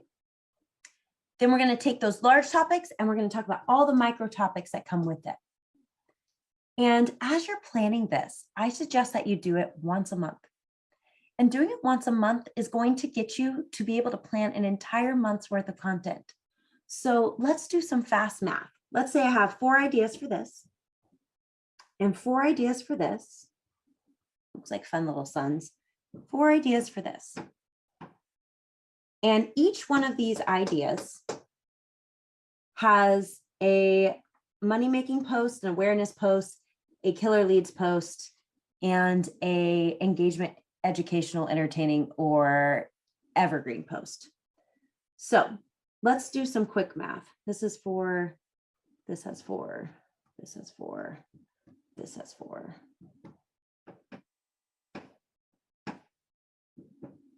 If each one of these sections has 4 posts within the subsections, that means each subsection is getting 16 posts a month. So 16, 16, 16, 16. And what is 16 times 4? Well, that's just not math that I have the power to do right now. So 12 plus 12 is 24. We're going to carry the 2. 4 ones plus a 2 is 6. That is 64 posts a month. 64. That is more days than there is in a month. And I bet you could probably do this in under 10 minutes because you know your business best. So if you had the power to just pick, say you had 4 topics in your business, and I'm sure some of you have more, don't go over 7, but you have 4 topics in your business. And of those 4 topics, you can make a money-making post, an awareness post, a killer's leads post, and an engagement post for every single one. Teaching your audience, letting your audience get to know you, letting your audience engage with you, letting your audience choose to learn how to work with you, and letting your audience buy from you. If you did that, if you posted basically twice a day, and you did this at the beginning of every month, you would never not know what to post. And the anxiety of what to post today goes out the window and is made so simple because you took 10 minutes to plan for it. And you did it with intentionality because you did it with the end goal in sight. And that end goal was to make money by putting it together with the Make For method. So take a minute, take a beat, and do your bubble brainstorm chart right now. Give yourself the opportunity to just think of 4 things in your business you can talk about and 4 subtopics within those topics you can talk about. And then I bet you it won't be too hard to come up with quick posts because social media wasn't meant to be long form. It's bite-sized pieces. So how do you eat an elephant? 1 bite at a time. So let's put that away. Let's fix this camera. Gotta love angles, everyone. And let's get back to sharing our screen. So let's go over real quick what we covered today. So we started with lesson 1, which was structuring our content with using the Make For method.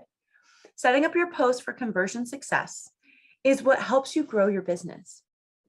By following that Make For method, you are setting yourself to be the expert in your field and serving your customers 24/7, 365 days a year. Lesson 2, we covered how to brainstorm your content. I did it in under 5 minutes, but I didn't complete it. So this takes that social anxiety out of social media and it gets you off the metaphorical hamster wheel of, what do I post today? Giving you space to think clearly and see the path forward. And that is what lots of people struggle with. And then lesson 3 was putting it all together. Putting a process to your social media funnel with clarity on the topics you cover for your audience will put you ahead of your competition. Almost every single person who works with me tells me that they don't really have a plan. They don't know what they're going to post. And it creates a lot of anxiety for them because they feel like they have to be everywhere all the time. And you simply don't. If you do it for one social media platform, copy and paste that ish and put it on the next one. Because who sees it on Twitter isn't going to necessarily see it on Instagram, isn't necessarily going to see it on LinkedIn. So do it once and post it everywhere. And I bet you're going to get some pretty phenomenal responses. So at the end of this, did you know that you have the world at your fingertips, literally in the palm of your hand? So start posting right now if you didn't already do so in this workshop. And I challenge you to post once a day, utilizing that Make For method to truly transform not only your business, but your growth as an individual and the connections you make online. But there's so much more to this that I couldn't just teach in a workshop that goes beyond the Make For method. So if you're interested, slide into my DMs and DM me the word make.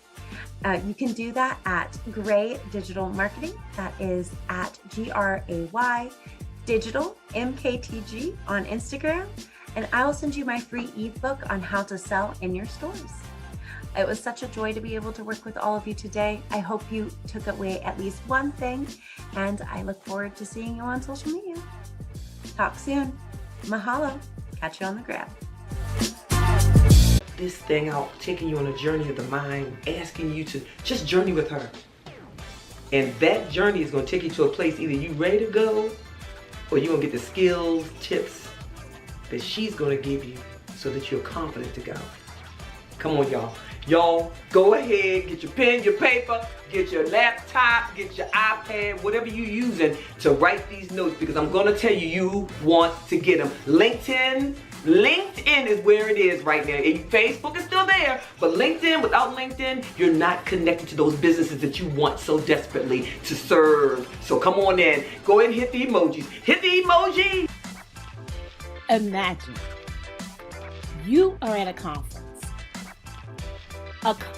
that has everyone that you want to meet, some of your peers, but your ideal clients, decision makers, money spenders, corporate representatives, professionals who need your service.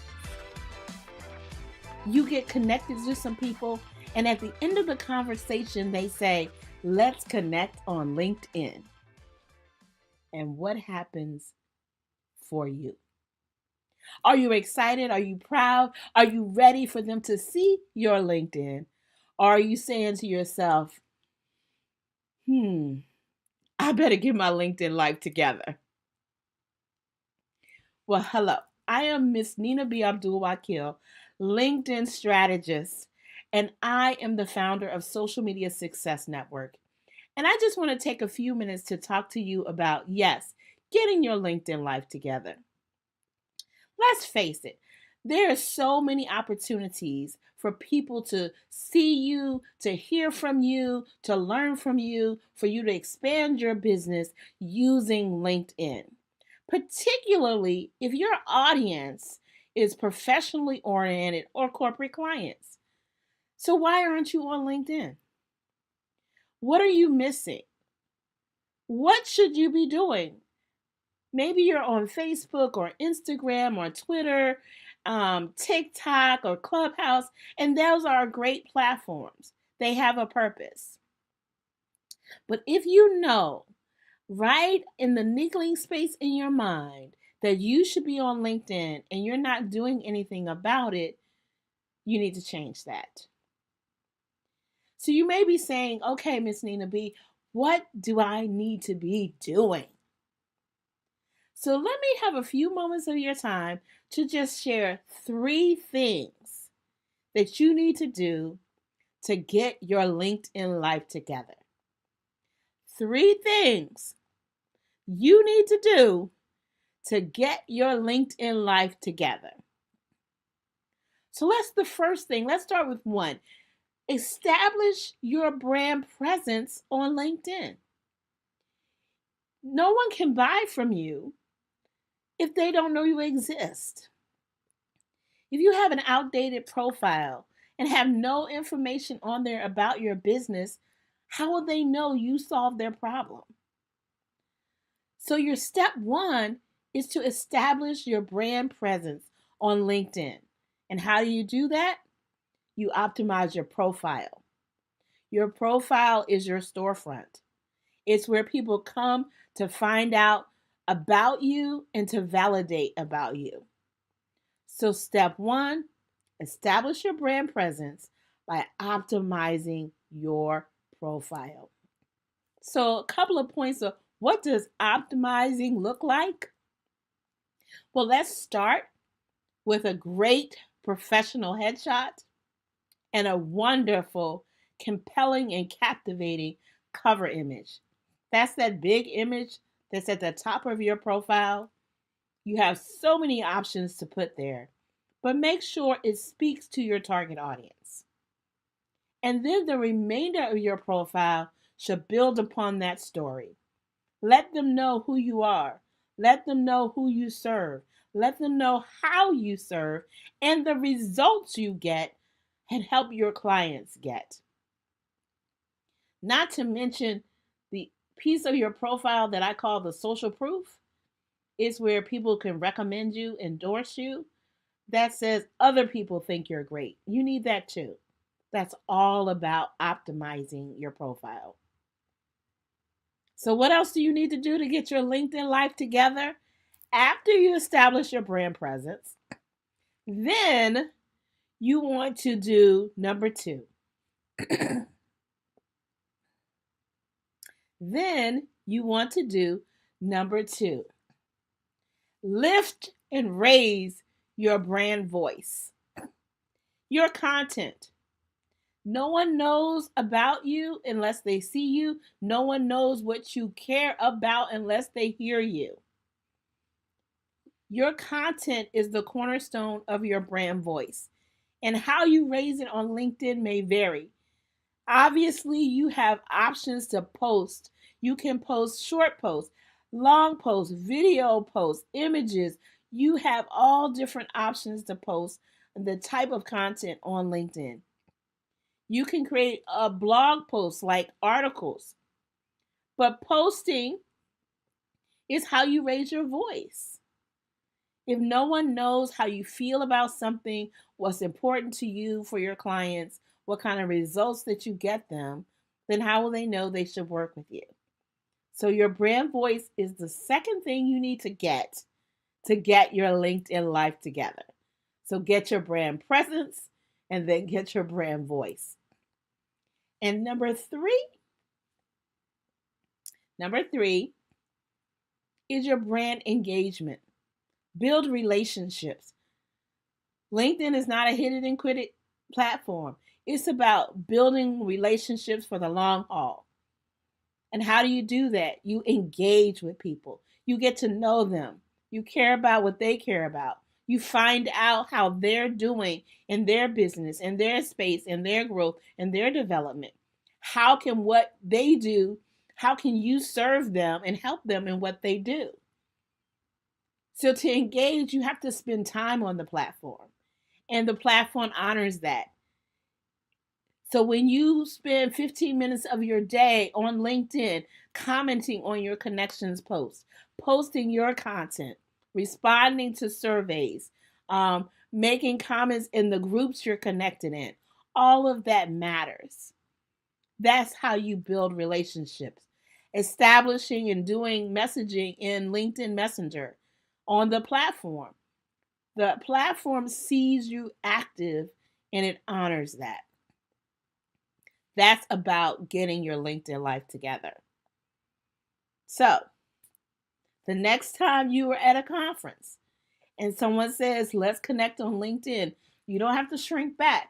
You can say, sure, let's connect. Because I've got my LinkedIn life together. I've got 1, my brand presence on LinkedIn established. 2, my brand voice is clear and compelling. And 3, I know how to build relationships. That's my brand engagement. That's what brand loyalty, that builds brand loyalty. It builds branding connections, and you will start to see the return on that investment on LinkedIn. Okay, so I'm Miss Nina B, and the first thing I'd like to ask you to do is to connect with me on LinkedIn. Miss Nina B. Abdul-Wakil, and I want to help you get your LinkedIn life together.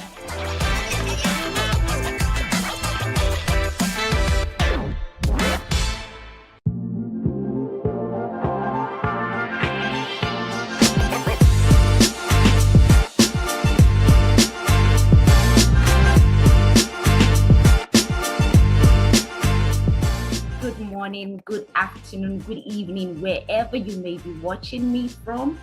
Today, I will be talking about finding your yes and walking, in your power. So I have a workshop for you. It's all about finding your yes and putting your life in focus. You see, as women, we tend to allow the situations that we go through to write our stories. We tend to allow the people that are around us, we tend to allow the job, the situations we find ourselves to write our stories. We tend to want to love people, be everything for everyone, when we are actually not being anything for ourselves. And that's why I said, and today I'll be talking about finding your yes and putting your life in focus. When I say your yes, I mean YESS. YESS, finding your yes and putting your life in focus. Your yes means your essence. And your essence is the power of your presence. It's the power that touches everyone that comes in contact with you. Your essence is that heat that, burns out, that light from your burning log, that fire from the candle that is on the inside of you. It's all about who you are, what you represent. But along the line, we tend to lose this essence. On our journey as women and as young ladies, we experience things like not being good enough, maybe being cheated upon in relationships, taking care of everyone but yourself, not really doing the things that you want to do because of the culture, because of religion, because of maybe the family that you come from, the stereotypical narratives in the environment, in the world. We also conform to finding ourselves trying to fit in and blending into the background. We find ourselves as women trying to prove ourselves in different spheres of life, especially when we are in male-dominated environments. We also find ourselves trying to be perfect, trying to fix every other person but ourselves. We tend to the needs of every other person to our own detriment, maybe because that is how we have been wired to be. We have been wired to be nurturers. However, we tend to lose ourselves and we allow the situations to write our story. And then we end up feeling stuck in a rut. We end up not living life with intention. We end up feeling so empty, depressed. We end up feeling sorry for ourselves. And then we are looking for balance. We are trying to juggle the job, the marriage, being a mother, being a sister, being a friend, even being you. You are trying to find balance in your life. You want to live life on your own terms. And in the midst of it all, you realize that you are broke, busted, and disgusted. And then you find out that you need to breathe again. Hence the need for change. You start looking for change. You start trying to find yourself. You start asking yourself questions like, how did I get here in the first place? How did I lose my sense of direction? How did I lose my sense of purpose? Because I am trying to be somebody. I am trying to be something for everybody and nothing for myself.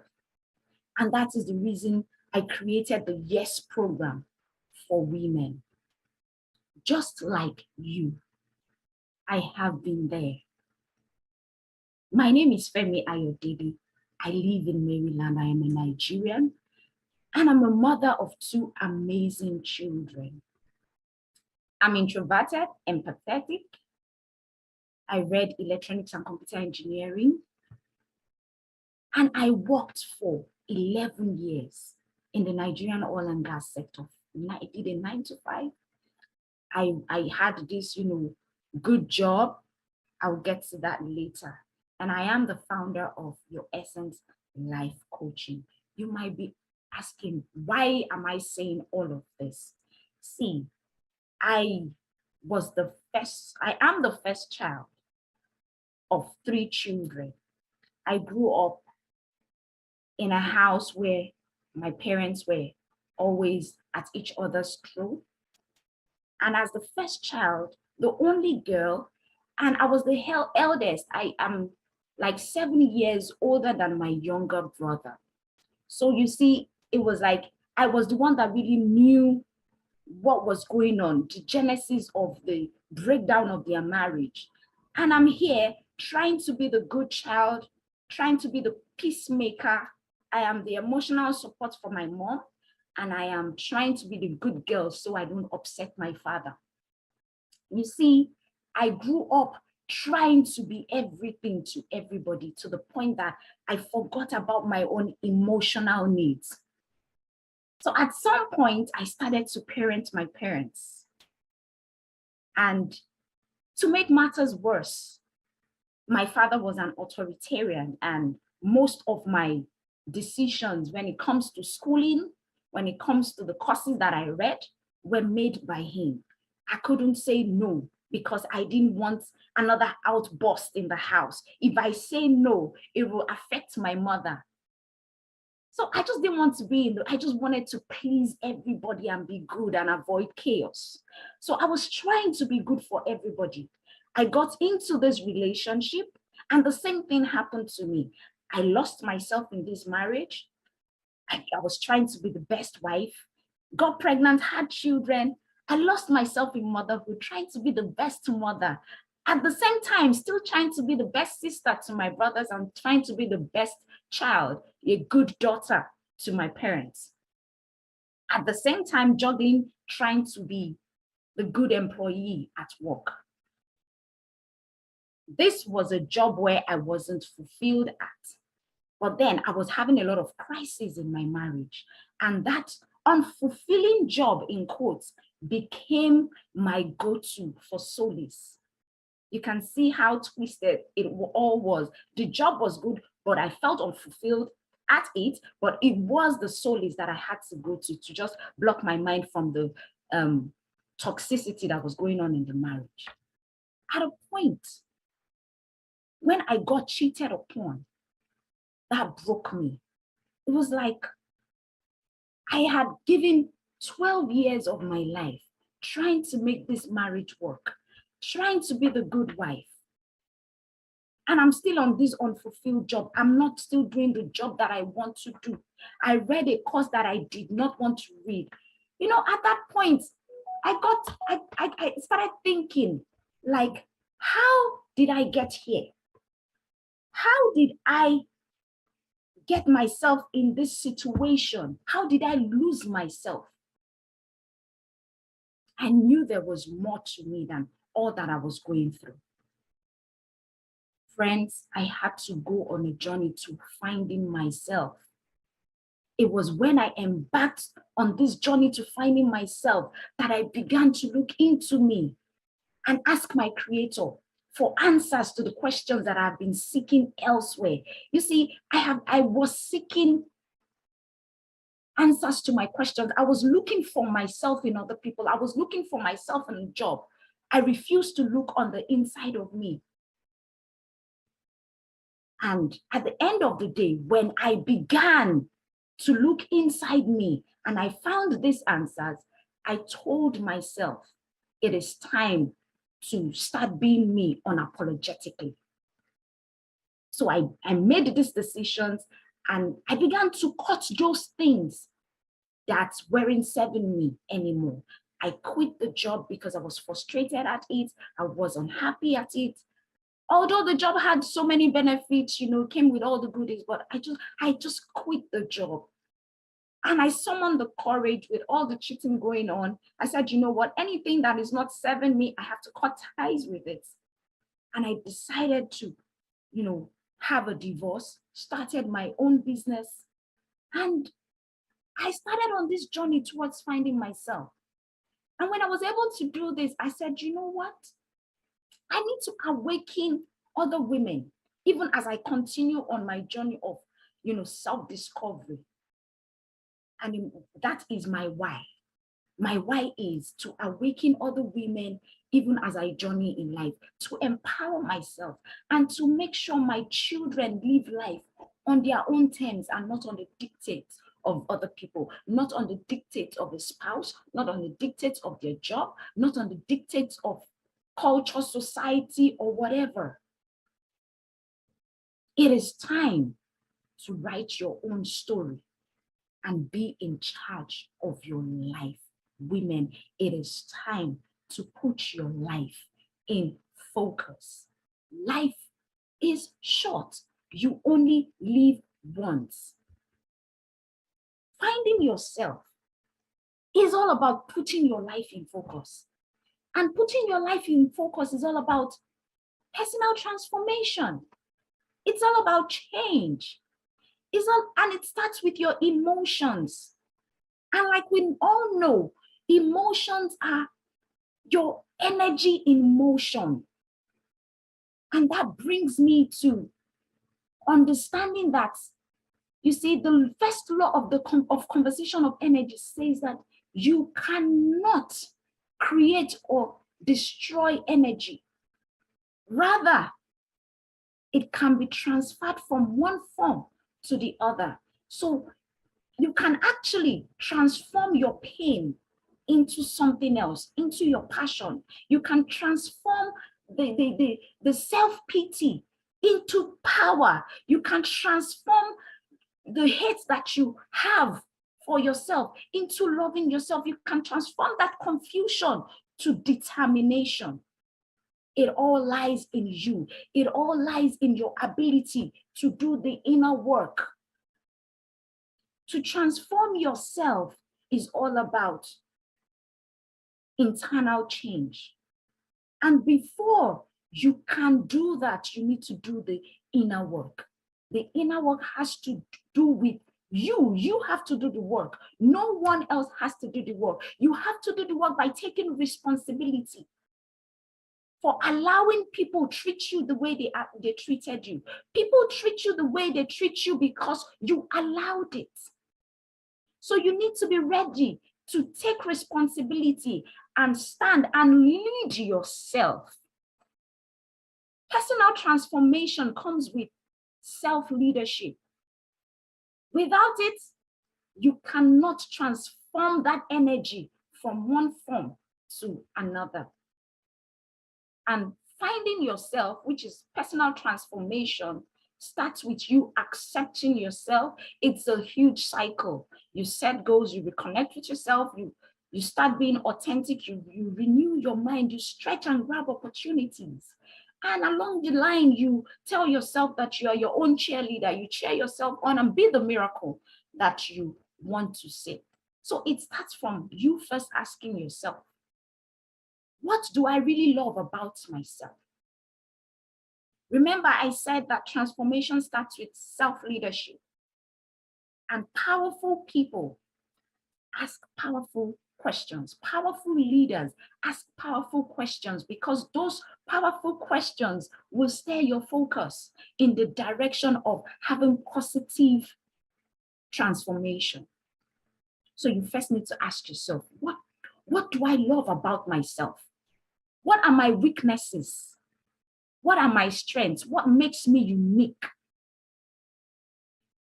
I was in a what do they call it now? A team building session. And the facilitator asked us, he said, what do you love about yourself? At that point, I was like, you know, he said we should write 15 things that we loved about ourselves. Believe you me, I was only able to write 5 things. At that point, I asked myself, does it mean that I don't love myself? And that gave me an aha moment. Like, if I can't find things to love about me, how do I expect people to find things to love about me? And then it took me on this exercise and I began to write the things. I started finding things to love about myself. I began to write them and I made them my affirmations every single day. So you need to do that for yourself because you'll be shocked. What do you love about yourself? You might just say, oh, you'll be shocked that you don't really even know what you love about yourself. And when you ask yourself, what are my weaknesses? What are my strengths? Your strengths are those things that just come naturally to you. Your weaknesses are those things that, you know, you suck at. So what I would say is when you find your weaknesses, make sure that, I'm not saying you should focus on your weaknesses, but work on them in such a way that they don't cancel out your strength. I have put some exercises in the workbook. You can download the workbook and just take some time out and ask yourself these questions and put down what your strengths are. Put down what your weaknesses are. This is like a personal SWOT analysis. What makes you unique? What are your quirks? What are those things that will make people really love you and those things that will make people really hate you? What are your quirks? What are your core values? What are those things that you stand up for? These are questions that we ask ourselves on this journey. Like I would always say, acceptance is the start of the journey. You need to be able to know yourself, accept your beauty, accept your quirks, accept the weaknesses, the good and the bad sides of you. And then, having done that, you begin to set goals. Okay, this is who I am. What do I really want to achieve in life? You set smart, achievable goals. Make sure your goals are smart. Make sure they are specific. They are measurable. They are attainable. They are time bound. They are relevant to who you want to become. For example, if you want to become maybe the best at your job, at what time? What really do you want to be good at? Or you want to start a business. What kind of business do you want to start? When do you want to start the business? How do you intend to know that your business is growing? At what point do you want to have achieved this goal? This business you're saying you want to do, does it really tie with your passion and your purpose? How relevant is it to you? How are you going to measure your success? So these are the things that you need to ask yourself on your journey towards finding yourself, on your journey towards walking in your essence and embracing your power. Always have that goal in hand, and then you have a plan. You have a plan when you want to achieve what you need to achieve. Because it's one thing to have a goal. If you do not write it down, if you do not make sure that it is properly planned out, it is just a wish. It is just a wish. And I mean, you can go on with your life without achieving it.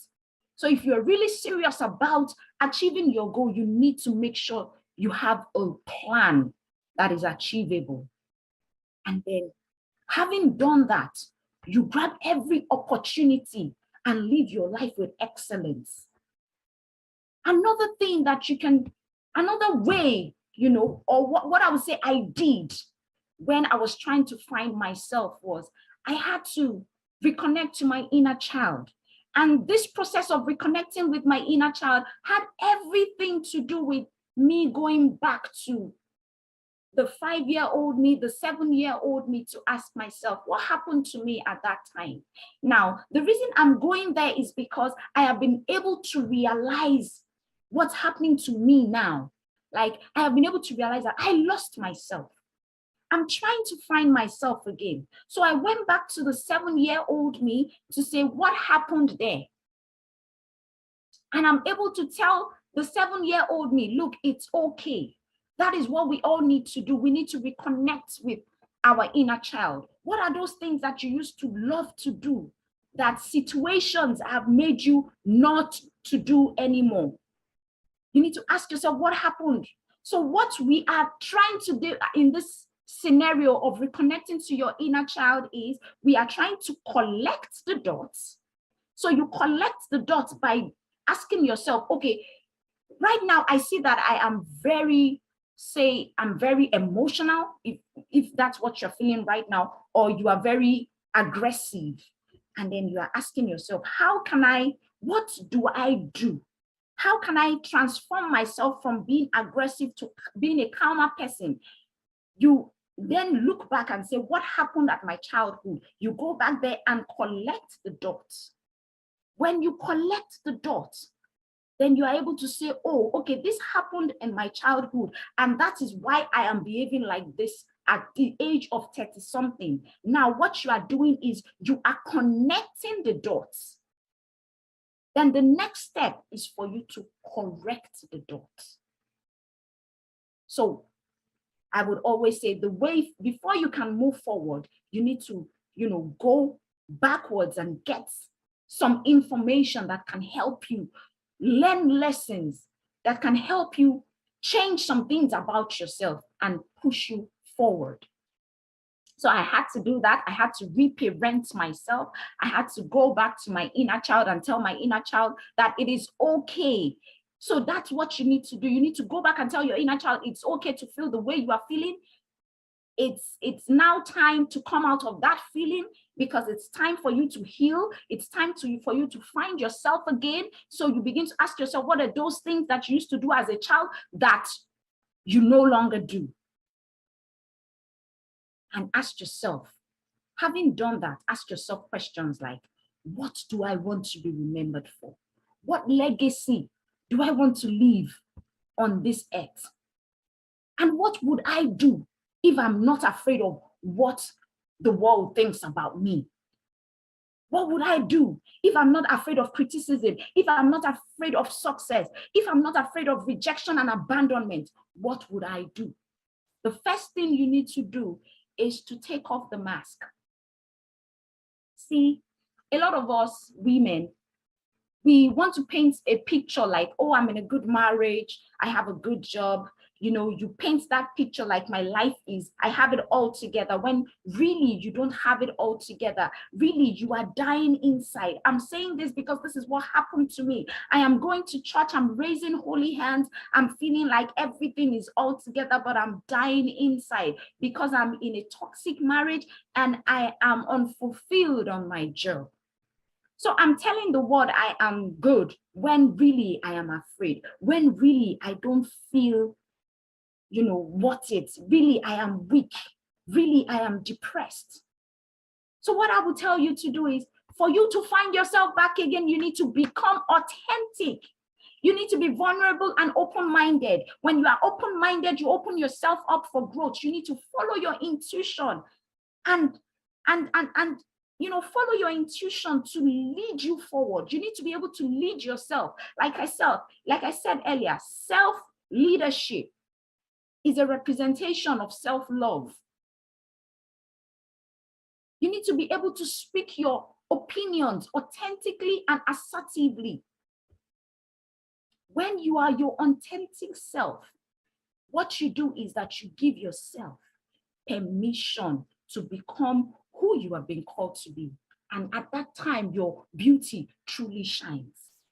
So I need you to tell yourself, I give myself permission to be who I have been called to be. I give myself permission to be the woman of my dreams.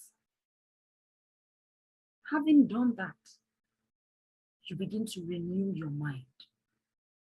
You begin to renew your mind, because you cannot get somewhere your mind hasn't gotten to. You begin to renew your mind. You begin to, you know, activate growth. An open mind is a growth mindset. Once you begin to renew your mind, what you are doing is you are activating your growth. You are saying that I no longer want to be in the situation that I am in. I am learning better things. I am becoming the me that I have been called to be. And what you do at that point is you begin to learn new things. You filter truths. You unlearn what you have learned before. You research and then you relearn. And at that point, what you are doing is you are taking yourself to a point, because it's all about transformation. When you renew your mind, you are taking yourself to a point where you become the miracle that you want to see. You become the woman of your dreams. And when you are at that point where you are the woman of your dreams, the next thing for you to do is you begin to walk in your essence. You begin to stretch and grab opportunities. When I mean stretch, I mean you begin to look inside of you. The Bible says that out of your bellies shall flow rivers of living waters. The Bible also tells me that I should seek first the kingdom of God, and every other thing shall be added on unto me. How do you seek the kingdom of God? The Bible says the kingdom of God is on the inside of you. So the truth is, you have a well of creativity on the inside of you. So where do you need to stretch to? Stretch inside. Stretch into the gifts that lie inside of you so that you can tap into the well that will spring forth rivers of living waters. In other words, what I'm trying to say is work on your gifts and talents, those giftings that you have buried because of what people will say, those talents, those things that you have stopped to do, those things that bring life back into you that you have stopped to do because of what people will say. Go back and begin to work your gifts. Seek opportunities that are in line with your passion. Grab these opportunities and continue to move with excellence. See, when you start to do that, the truth is you will have a lot of haters. You will have a lot of people who might not understand you anymore. They'll be like, you are changing. I don't understand you. They misunderstand you. Some will envy you. Some will just, But what I'm here to tell you today is you need to be your own cheerleader. You need to get to a point where you are affirming yourself. See, if you did not do the work of knowing yourself, of knowing those things that you love about yourself, you cannot bring yourself to a point where you can say nice things to yourself. You will not be able to bring yourself to the point where you can affirm yourself. If you are unable to lead yourself because you love yourself, you will not be able to invest in yourself. Invest in yourself, treat yourself well, because nobody would. Like I said before, you show people how to treat you by the way you treat yourself. That was something that I wasn't doing for myself. That was something that I didn't think I loved myself enough. And that was why I was treated the way I was treated. So you need to show people how to treat you by how you treat yourself. You love on yourself, affirm yourself, invest in yourself. So this journey of finding your yes through personal transformation is a continuous journey. It doesn't end. It's you, after being the miracle that you want to be, you continue to accept. It's just a cycle. It's a continuous process. And what I would say to you, yes, you watching me, is don't fit in.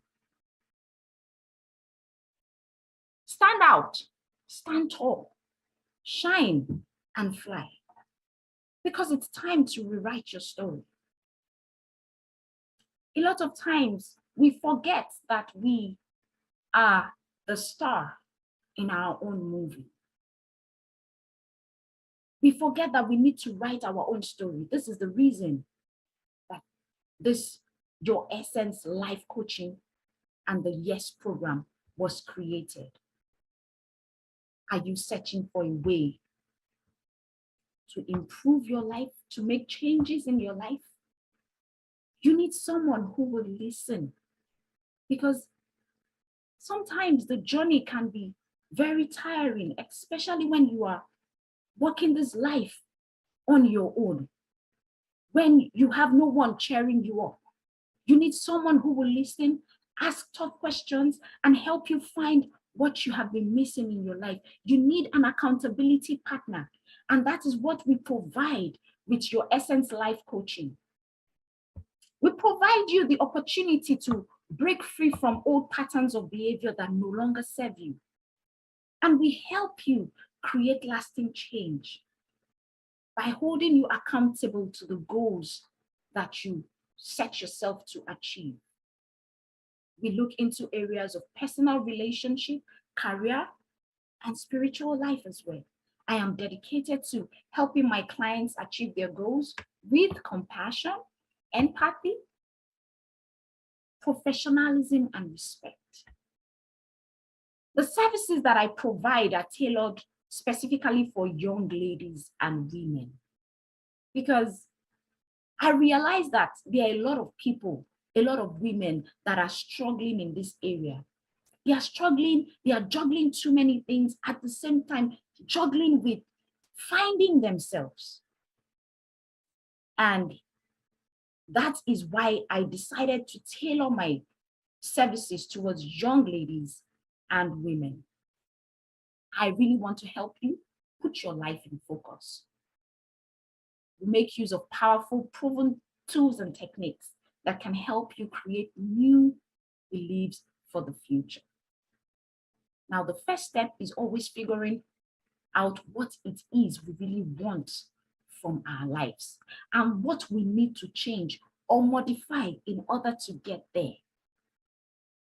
Your Life Essence coaching provides the guidance needed through every stage of the process, so you don't have to go through it alone. It can be very challenging. You might be going through a divorce. You might be going through, trying to transit from your career to your business. You might be going through depression at the point of childbirth. You might be trying to just find your space in this world. Your Essence Life Coaching provides the guidance that you need through every step of the way. We have a 3-month intensive self-analysis, discovery journey, mindset shifting,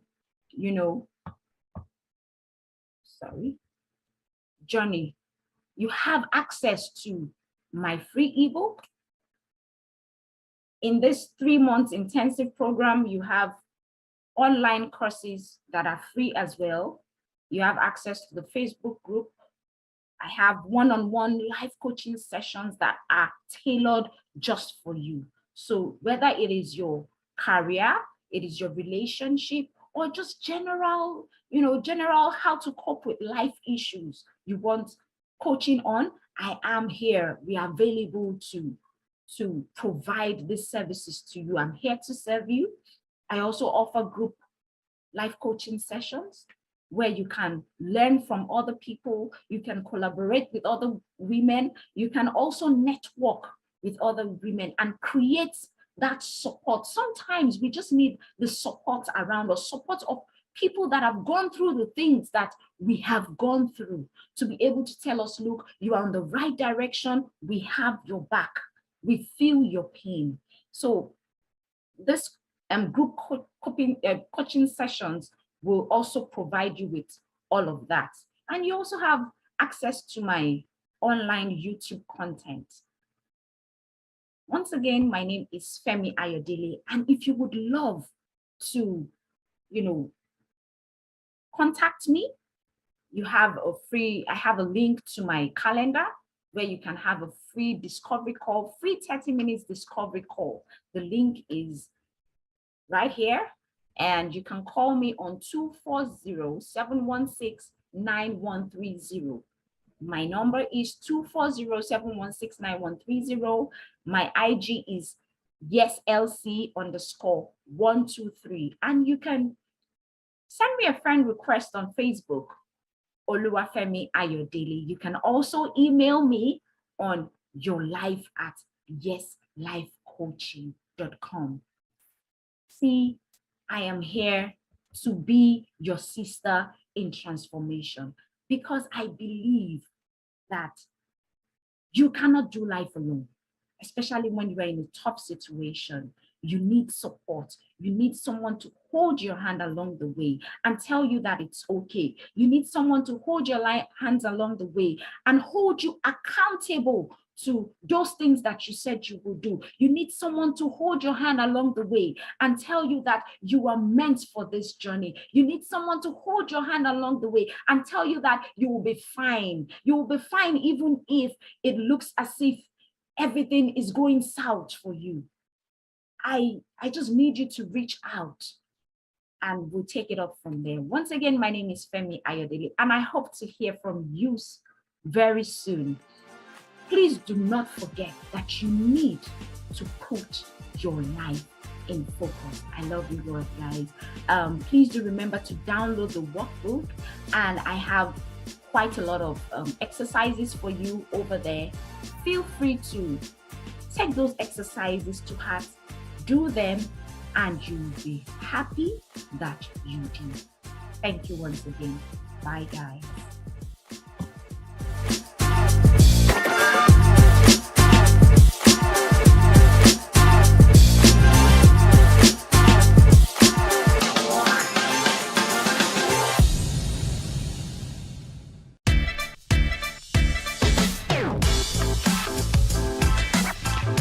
Hi, I'm Vanessa Cookie Cade with the Impactpreneur Coaching Network, and we're here today to talk about the entrepreneur mindset. Anyone can come up with a new idea, but building a successful business around it is the entrepreneur challenge. The entrepreneur mindset is unique. It must be creative. It must be communicative and highly motivated to succeed, but open to risk and failure. The success or failure of the business comes down to characteristics of the entrepreneur. It takes a unique characteristic to blend one big idea into a fully functional, thriving business. As an entrepreneur, you must think different about your approach and work toward separating your mindset from the rest. Entrepreneurship is the birth, the choice, and the destiny. Birth is the dream. Choice is deciding to focus on that dream. Destiny is the future results from a predetermined course of events. Martin Luther King said, "Faith is taking the first step even when you can't see the whole staircase." As an entrepreneur, we work tirelessly, working toward our goals, always thinking about the next move toward success. Everyone has their own version of success. It's personal. However, once you identify your version, then you start to set realistic goals. You must understand your impact as a leader and take actions to be impactful. Fear of success can hold you back. You define the moment, or the moment defines you. Focus on your goals. Be specific. Growth is uncomfortable. It's easy to set goals, but harder to make the sacrifice. Don't think outside the box. Think like there is no box. Challenges are inevitable, but quitting should never be an option. Grow into the best version of yourself. Dream with your eyes open. Remind yourself why you decided to make a difference. I have 5 characteristics to cultivate your success. Number 1, a positive mindset and outlook is a must for any successful entrepreneur. The mindset is the head of the company. It sets goals for the tone and the rest and influences the culture. Negative thoughts undermine the forward motion of the progress of the company, not to mention the ability to lead and motivate the staff. Cultivating a positive attitude is not about sticking your head in the sand and ignoring the things that could go wrong, but it's about learning how to mentally reframe your response. Number 2, you must have a creative mindset. Creativity is needed for any entrepreneur success. The mind of an entrepreneur is always looking for ideas and innovations. The basic life cycle of the entrepreneur product stems from the conception of the idea, followed by turning the idea into a viable product or service. Number 3, persuasive communication ability. The best entrepreneurs are persuasive individuals. The power of persuasion can help you negotiate, close sales, and get a better price on your inventory. Persuasive people tend to be inspiring leaders, while some are more naturally persuasive than others. Persuasive communication skills can lead you to learn the practice that is needed. Learning to communicate is advantageous no matter what your industry is. Number 4, motivation and drive. Motivation is one of the top characteristics of any entrepreneur. You must be self-motivated as opposed to looking for others to push you and helping you, hold you accountable to get things done. Having a lot at stake fuels the motivational key and using goals to motivate the high quality. High quality goals are clear, achievable, and manageable. High quality goals provide a sense of motivation, which accomplish any objective. Number 5, the ability to learn from failures. Man, when starting a business, you hope that your business will be successful. Success is wonderful, but failure is where growth and change happens. The key to learning from failure is actually learn and embrace your mistakes so that you can make better decisions that won't break you. Failure is inevitable, but your reaction to your failure is what makes you. Do your best to remove emotion from your mistakes to make you the best entrepreneur. Starting and running a business is exciting, rewarding, and positive. You get things done. You learn how to embrace your entrepreneurial mindset and cultivate key characteristics linked to your success. This will help you build a thriving business. I'm Vanessa Cookie Cade with the Impactpreneur Coaching Network.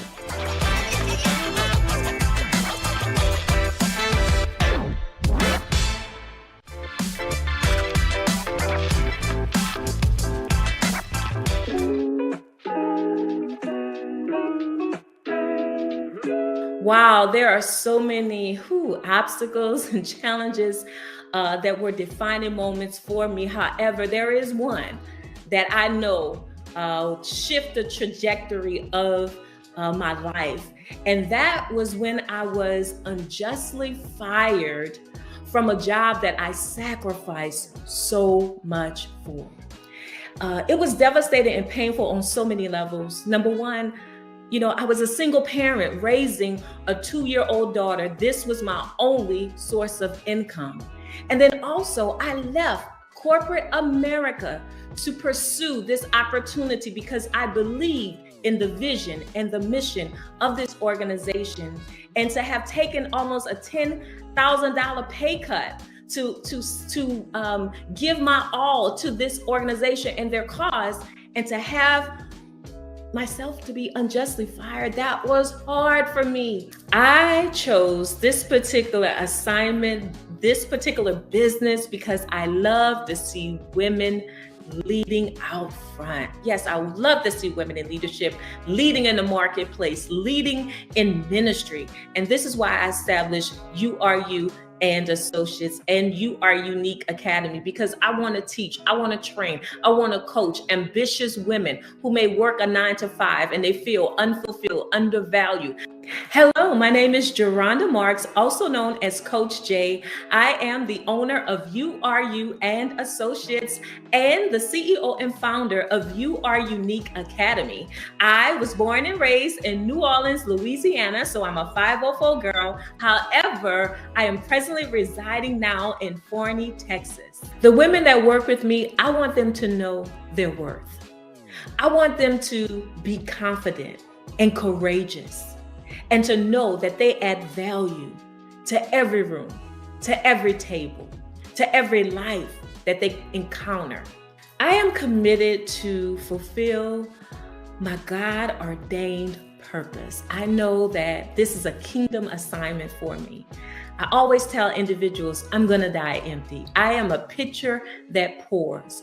And so I want to pour into this next generation. I want to also pour into the world. Every gift, every skill, every talent that I have, I am a resource.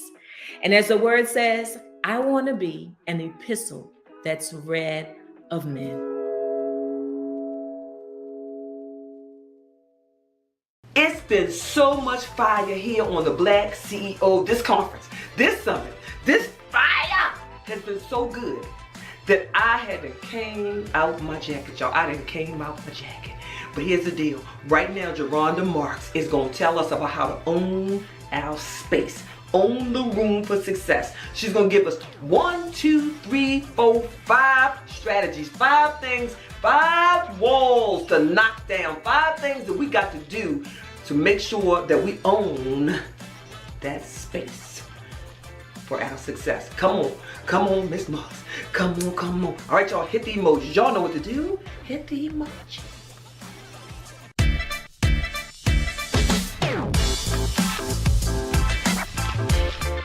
Hello, my name is Geronda Marks, and I am hailing from Forney, Texas, but I'm a 504 girl.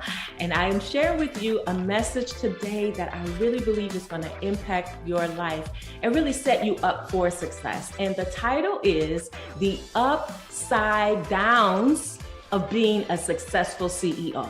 Did you get that? The upside downs of a successful CEO. Let me ask you a question. Do you have a dream? You're probably like, I have so many dreams, Coach Jay, Geronda. What a question I asked. Well, let me ask you another question. Is this dream big, beautiful, and humanly impossible, which means you need God's help to make it happen? Yeah, we all, many of you that are viewing me right now and listening to me right now, I know you have a dream. But one of those dreams that you may have is being the CEO of your own life, being your own boss. That's an amazing, exciting dream. And trust me, that's a possible dream. Why don't you declare that with me? It is possible. Yeah, it is possible for me to be the CEO of my own life. But also too, what does that really look like? For me, I'll give you 4 F's when I think about being the CEO of my own life. One of them is freedom. Yes, freedom, meaning not having a taskmaster on your back, breathing all on your neck. You could be as creative as you desire to be. Yeah, you won't have any limitations or restrictions, meaning you're liberated to do what you want to do. That's freedom. Yes. And flexibility. Flexibility is also something that we all desire, meaning being able to set your own schedule, to be able to spend quality time with your children, your loved ones, without any fear of losing your job if you have to take care of a loved one, things like that. So freedom and flexibility. Also, what about financial security? We all want to experience financial security. What does that look like? Having enough money to take a vacation wherever you want to go, whenever you want to do it, saving up for your retirement or an investment. Yeah, but then the other F, I love this one, fulfillment. Come on, think about that. I want to be doing the work that I'm doing now in this season. I want it to be fulfilling. I want it to be my calling, my assignment. And so when we think about being our own CEO, that's what we think about: freedom, flexibility, financial security, and fulfillment. That's a great future. And guess what? You can have that as well. But also, I want you to understand that on this entrepreneurial journey, as you are endeavoring to be your own boss, this journey can be both a blessing and a burden. Oh yeah, it's some ups and some downs. And so I want the truth to be told. I want you to understand that it's not always crystal stairs or a bed of roses. No, we got to shed the truth about this journey of entrepreneurship, building a business. Because you know what, when we look at social media could fool us. Let me tell you, everything you see that glitters is not gold. Social media is showing us us the highlight reels of people's lives, business owners, the cars, the houses, the likes, and all of those wonderful things. I call that the pop in the bottles and you can have whatever you like lifestyle. And you know what? All of that is possible, but make sure that you don't get it twisted, that there are going to be some ups and downs. You have to have the right perspective of what it means to be a successful CEO. So all Coach Jay want you to do, I want you to just look at this journey as a journey that's going to add value to you. Yeah, you're going to have the ups, the downs, you're going to have the trials and the tribulations, but do know that that's what makes a great CEO. Let me ask you the question, what does success mean to you? Not what the world says success is, but what does it mean to you? I like to say that success is me finding and following the will of God for my life. We can't let the world dictate to us what success looks like. And so the question becomes, what does success looks like for you? What is it that you've been assigned to do? You have to have the right perspective and understand that nothing happens overnight. We all have to undergo a process. So all I want to do is I want you to be alert and I want you to be vigilant. Because on this journey, like I said, you'll have some ups and downs, but I don't want you to break down in the middle of the journey. So I am going to share with you 5 areas. Say that with me, 5. 5 areas that you need to safeguard when you're traveling down this entrepreneurial journey. You know how it is that, you don't see it now, but say for instance, at the bank, there's a vault and you have a guard that is standing outside the vault.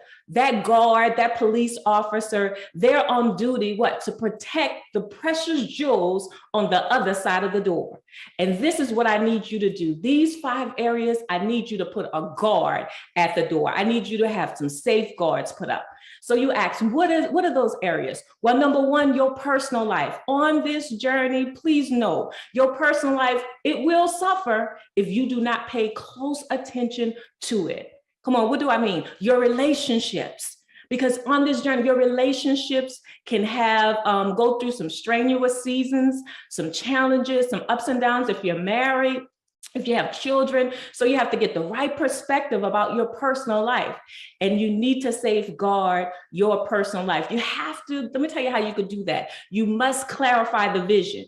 With whoever is walking alongside of you on this journey, be clear about the vision that you have for your family.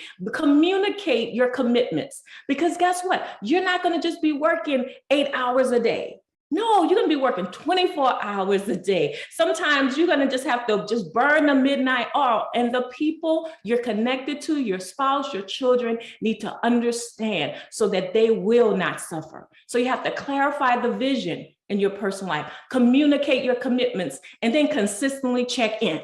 Okay, I'm talking about that one area, your personal life. I don't want to see your personal life suffer. I've coached so many men and women who are on this journey and their spouses are not on board. Their children, it's like their pain. It's like they're thorn in their flesh. And I thank God for my husband. If it wasn't for my husband, I don't think I could be able to be as successful as I am because he's my support. He's my cheerleader and you need that. So that's number 1, your personal life. How about your rest? Oh, you're going to have those sleepless nights, but you got to be intentional in getting the proper rest. Yes. You have to make sure that you're taking the necessary breaks. You're going on the vacations, taking the vacations, long vacations. You're making time for self-care. Take care of you. This is the only body you have. So you have to take care of yourself. Get the proper rest. Man, you know what? Rest is not just sleep. Let me say that again. Rest is not just sleep. I'm talking about some mental rest, emotional rest. So you have to make sure that you get rest. Why? Because you can't be creative if you are not properly rested. Okay. So you need the rest. Number 3, your heart and your mind, hand and glove. There'll be highs and there'll be lows. And there's some things that the enemy are going to send to attack you, make you feel low, failure, disappointment, setbacks. Guard your heart and your mind. On this journey, there are going to be some successes. There's going to be some failures, but you have to guard your heart and mind. for your mentality, for your mindset and your sanity, your mindset and your sanity. All right, you got it? So number 4, we're on the 4th one, your experiences. There will be some unforeseen challenges that you will have to go through. And so I want you to not think it's strange concerning these trials that you go through. Your experiences are necessary for the journey. Your experiences is how you're able to reflect and able to bounce back from those setbacks, okay? So area number 4 is your experiences, okay? You have to be able to guard that. And then your reputation. Everyone will not like you. Everyone will not support you. Everyone will not be happy about you going on this journey. So understand that they're going to talk about you. And this is what I tell individuals. I say to those that I coach, what other people say about you, man, that's their business, not your business. You focus on your business, okay? Just don't give them ammunition to shoot you or to kill you with, okay? Make sure you're doing the right thing, all right? So I've shared with you 5 areas to safeguard on this journey, because it's gonna be challenging, but you can handle it. Your personal life, your rest, your heart and mind, I say those go hand in glove, the experiences, and then your reputation. Man, trust me, every CEO, we start out optimistic and excited about the journey, but then things happen along the way. But when those things happen along the way, I dare you to be consistent. Stay consistent. Keep your why in your heart. Be proactive in your defense against attacks. I've given you them, right? I've shared with you the 5 areas that you must safeguard, okay? So this message is your defense. It's your preparation and it's your prescription when times get tough and times get hard. Don't let those areas suffer because you'll always be able to bounce back, okay? So understand that in this season, all I want you to do, I want you to level up and lead. I want you to boss up and build a successful business. I want you to keep showing up. I want you to keep your word. And I want you to finish strong. And as I always say, I like to encourage individuals to know that you have value. Your skills, your gifts, they're valuable to the kingdom. They're valuable to the people that you serve. So this is what I want you to always do. I want you to always remember that you add value to every room you walk into, to every table that you sit at, and then also to every life that you're going to encounter on this journey. You got what it takes. There's gonna be highs and lows, there's gonna be ups and downs, but I guarantee you, you're gonna make it. So I hope that you will go out and be successful. I know you could do it. Thank you.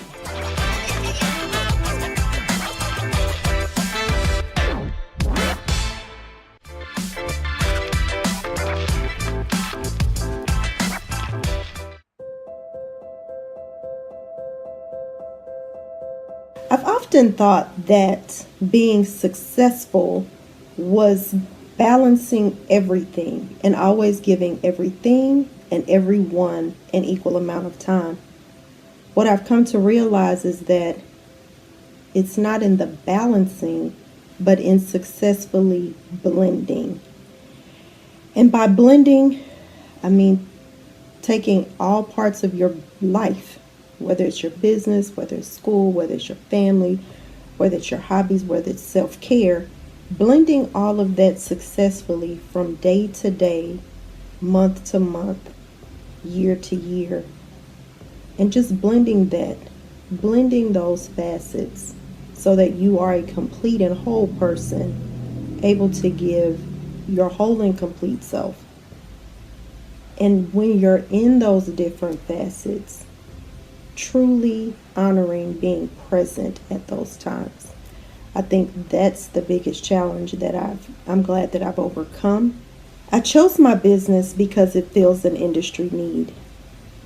And it's important to me that I'm able to empower others that look like me to build wealth by maximizing what they've already mastered and taking that mastery into the areas of corporate and government contracting, as well as pivoting their minority certifications to maximize their business growth.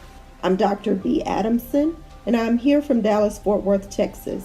My company is Arlo Owens Transportation and Logistics. Again, welcome. People often say they want 7 different streams of income. And when we think of that, we often think 7 different kinds of businesses.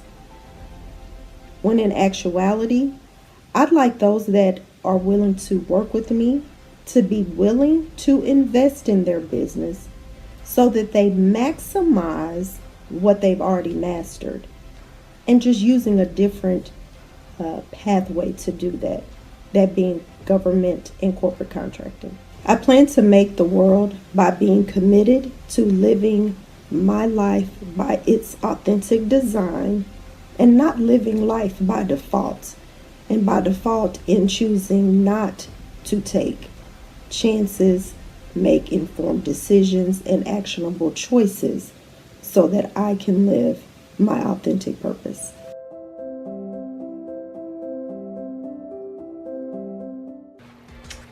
Hey friend, it is your transformation architect, and I just want to check in. I just want to do a quick check-in. I hope that you're using your pen and your paper, your iPad, your computer, your laptop, your mind. I hope you're getting what you came to get. Don't leave any money, mindfulness, or magnitude or magnificence on the table.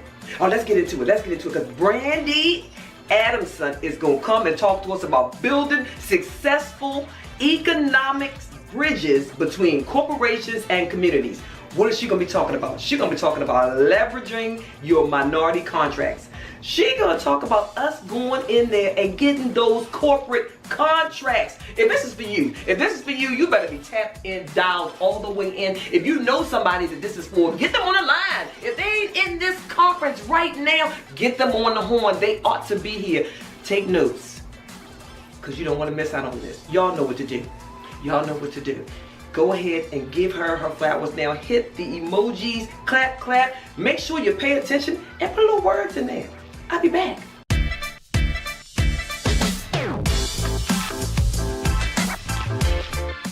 Hello, and thank you for joining.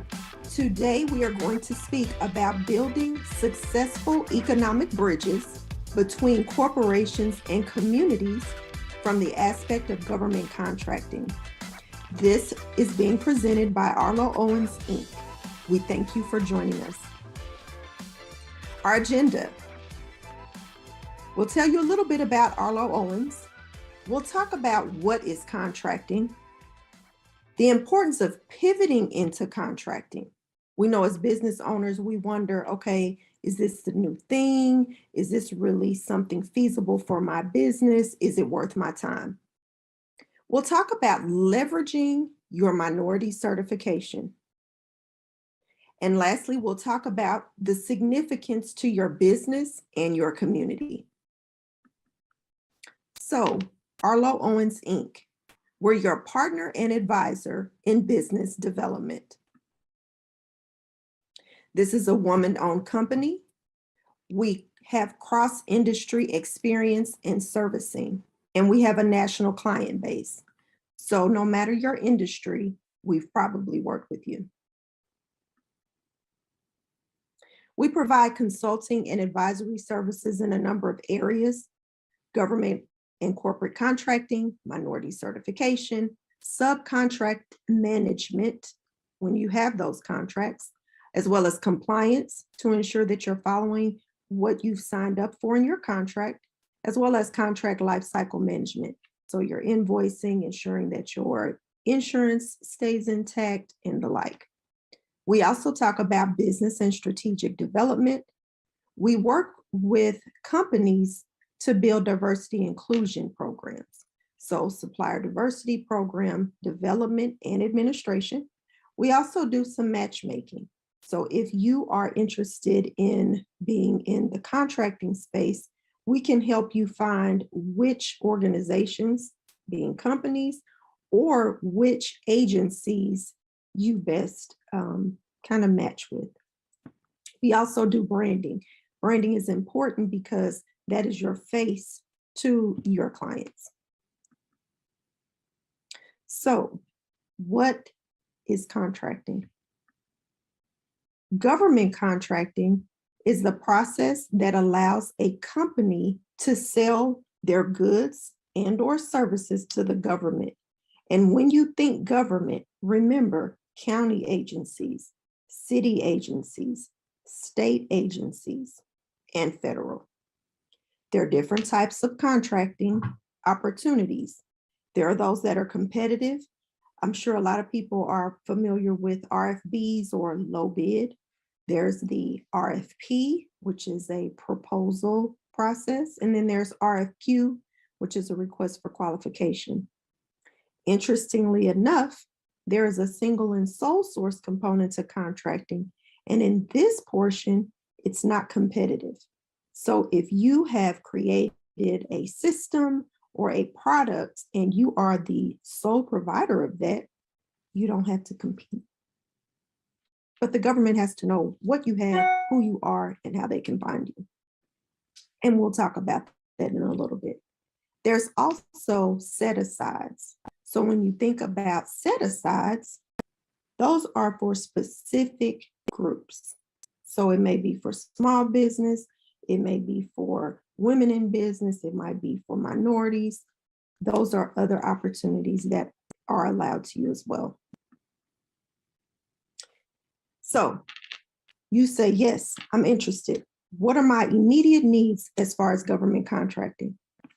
Your business has to be legally formed.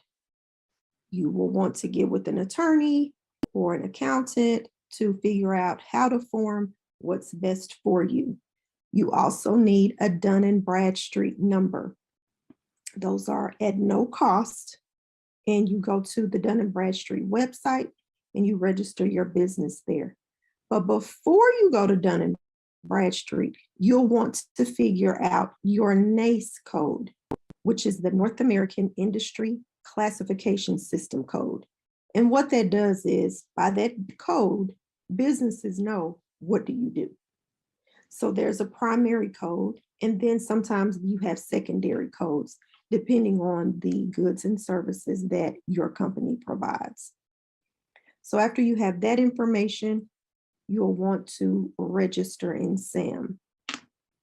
There is where it's kind of the hub for contracting. So it's really, it can seem massive, but as you kind of go through the process, take it chunks at a time, familiarize yourself with the hub, if you will, it will become a lot easier. One thing I did not put on here is that you'll need a tax number, an EIN from the IRS. So don't forget that, because you'll need that. Additional things you'll want to think about. A lot of government agencies require business insurance. So you will want to make sure that your insurance policy is current. If you don't have insurance, then you'll want to reach out and get some quotes and find out what's best for your business. You'll want a business bank account so that they can either ACH your money or send you a check. Website. A lot of people say, oh, you don't have to have a website. Oh, just put up a one-pager. But think about it. The government spends a massive amount of money with other companies so that they can operate efficiently. If you want a piece of that pie, don't you want to put your best foot forward? Don't you want them to be able to enter your URL and see exactly what you do?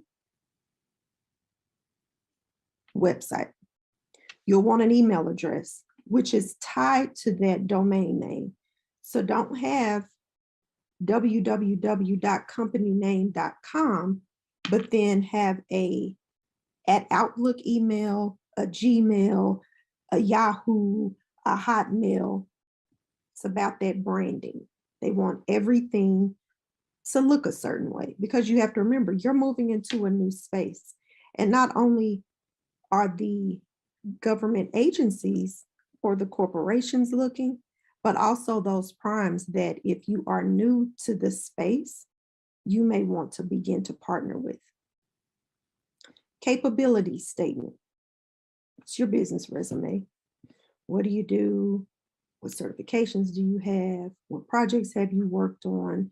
What are your NACE codes? They want to know. It does not have to look exactly like a professional resume. You want your logo. You want to put your capabilities. You want to lay it out. But again, that's part of branding. You want to be sure you use power words. Don't make it cluttered. So it's a process. And a lot of times people refresh their CAPE statement.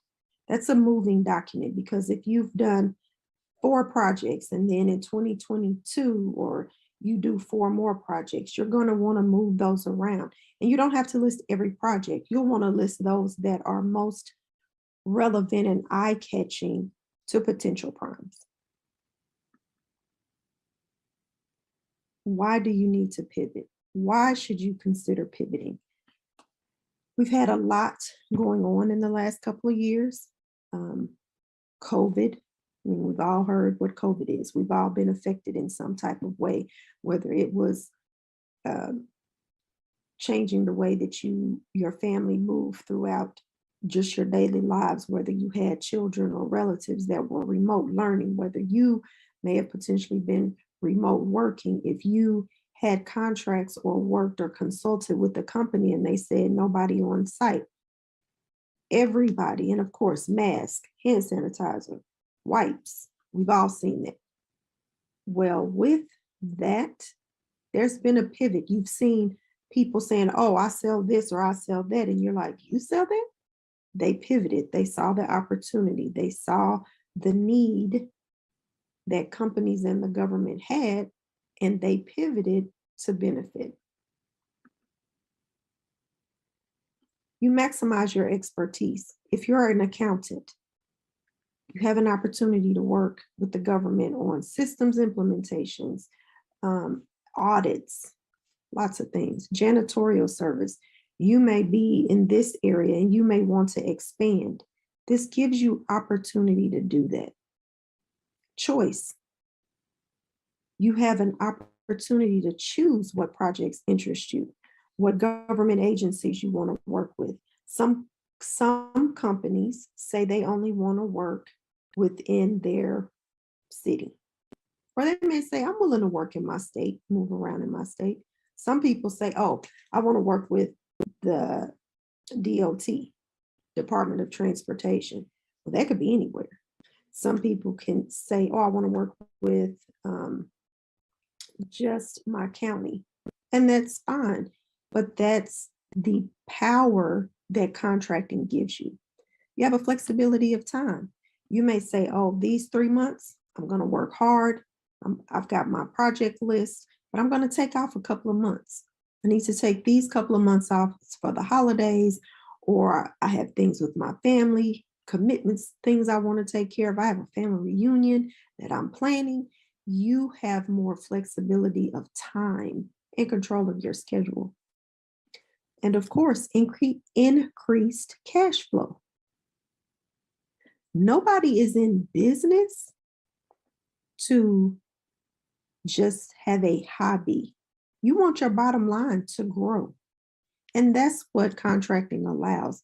It allows you to get indoors and have opportunities that you may not meet yourself just being business to business, finding clients on your own. You have the ability to grow and expand your business. Right now, you may be an entrepreneur, you may be a solopreneur or a consultant, and maybe right now you may have a 1099, someone you 1099 to do some work for you. But have you thought about what it would mean to be an employer? Employer affects change not only in your business, in your life, but in the lives of others. And of course, you need money to do that. You need money to pay them, to pay benefits. This allows you that opportunity. Facts about contracting. You have the opportunity to work as a prime, which means you sign the contract with the government, or as a subcontractor. where you work with another team, but you're responsible to that prime. The SBA works with federal agencies to award 23% of prime dollars to small businesses. And I will say this, the definition of small is not that small. So you can be a small business for a long time. It depends, those thresholds depend on your NAICS code. This process allows a company to sell their goods and services to the government. So you have an opportunity to get your business indoors that you may not have in the past. So there's lots of opportunities. And again, I want to stress again, 23% of prime dollars is the goal to small businesses. That's a lot, 23, but we've got to be in the room for them to give them to us. And if we're not in the room, they got to give them to somebody else because they've got to operate the business, right? So let's think about getting in that room if you're not there already. And if you are in the room, let's think about how you're going to grow your presence in that room. Let's talk about leveraging your minority certification. So first, what is it? What is a minority certification? It's a certification by a third-party organization that certifies that your business is in fact 51% owned by an economically and socially disadvantaged individual. Yes, you can look at me and see I'm brown. There's no doubt about it.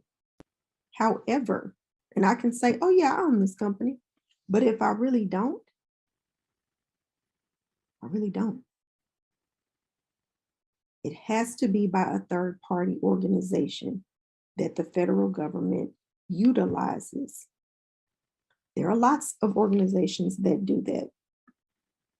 We'll talk about those in a little bit. And you might think, why do I need to get certified? You can look at me and tell I'm brown. Why do I need to do that? You can still work with me. I'm still available. You're absolutely right. However, on a lot of contracts, they have a goal that says of this money, this much has to be spent with a minority-owned company, and you have to be certified. It can't just be, oh, I'm going to use your company because you're here and I know that you're owned by a Black woman or a Black man or a woman.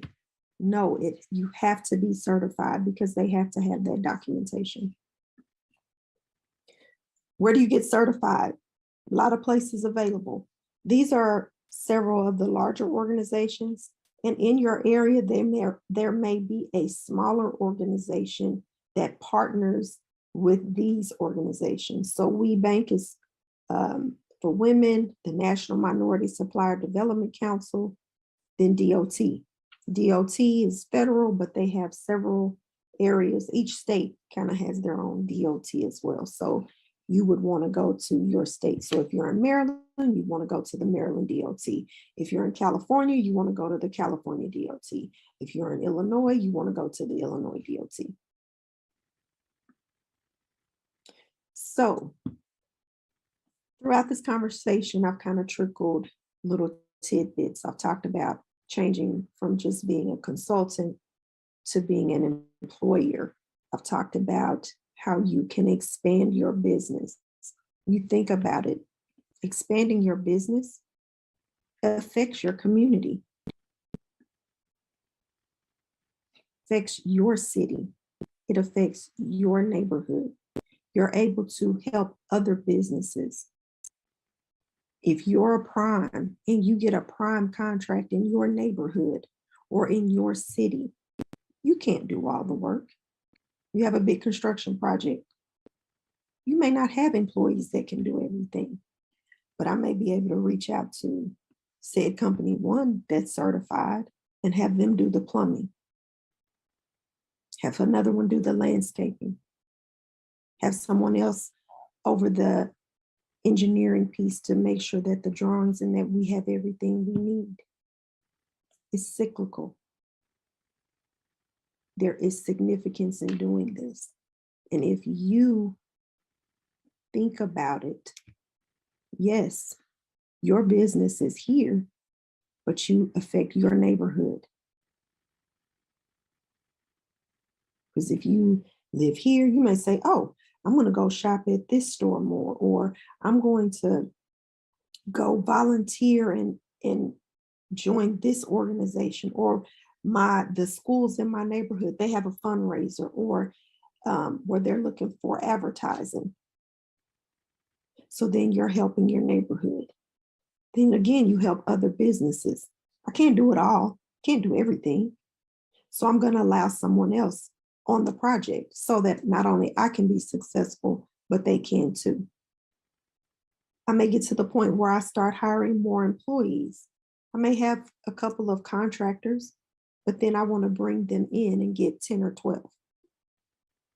So again, you can affect change. Why small businesses? The government wants to buy from you because they don't want it to be all big business. All businesses have new ideas and processes. Again, economic development, job creation, and opportunities for disadvantaged and socioeconomic groups to come forward and really show what they can do. We thank you for the opportunity. If you have questions or want more information, this is our contact information. Again, please consider moving into this space. They need you. We need you.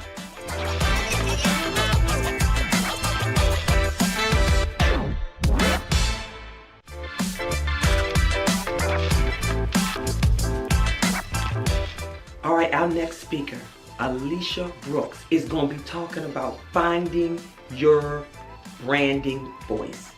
She's going to be talking about showing up in your personal brand. I'm talking about showing up, getting big with it. Are you all ready to hear from her? You know, I love anybody that's talking about showing up, unmuting and saying it, believing it, and doing it. So let's hear what she got to say. I, for one, cannot wait to hear from Alicia. Let's go. You know what to do. Hit those emojis. Come on, y'all. Let's do it.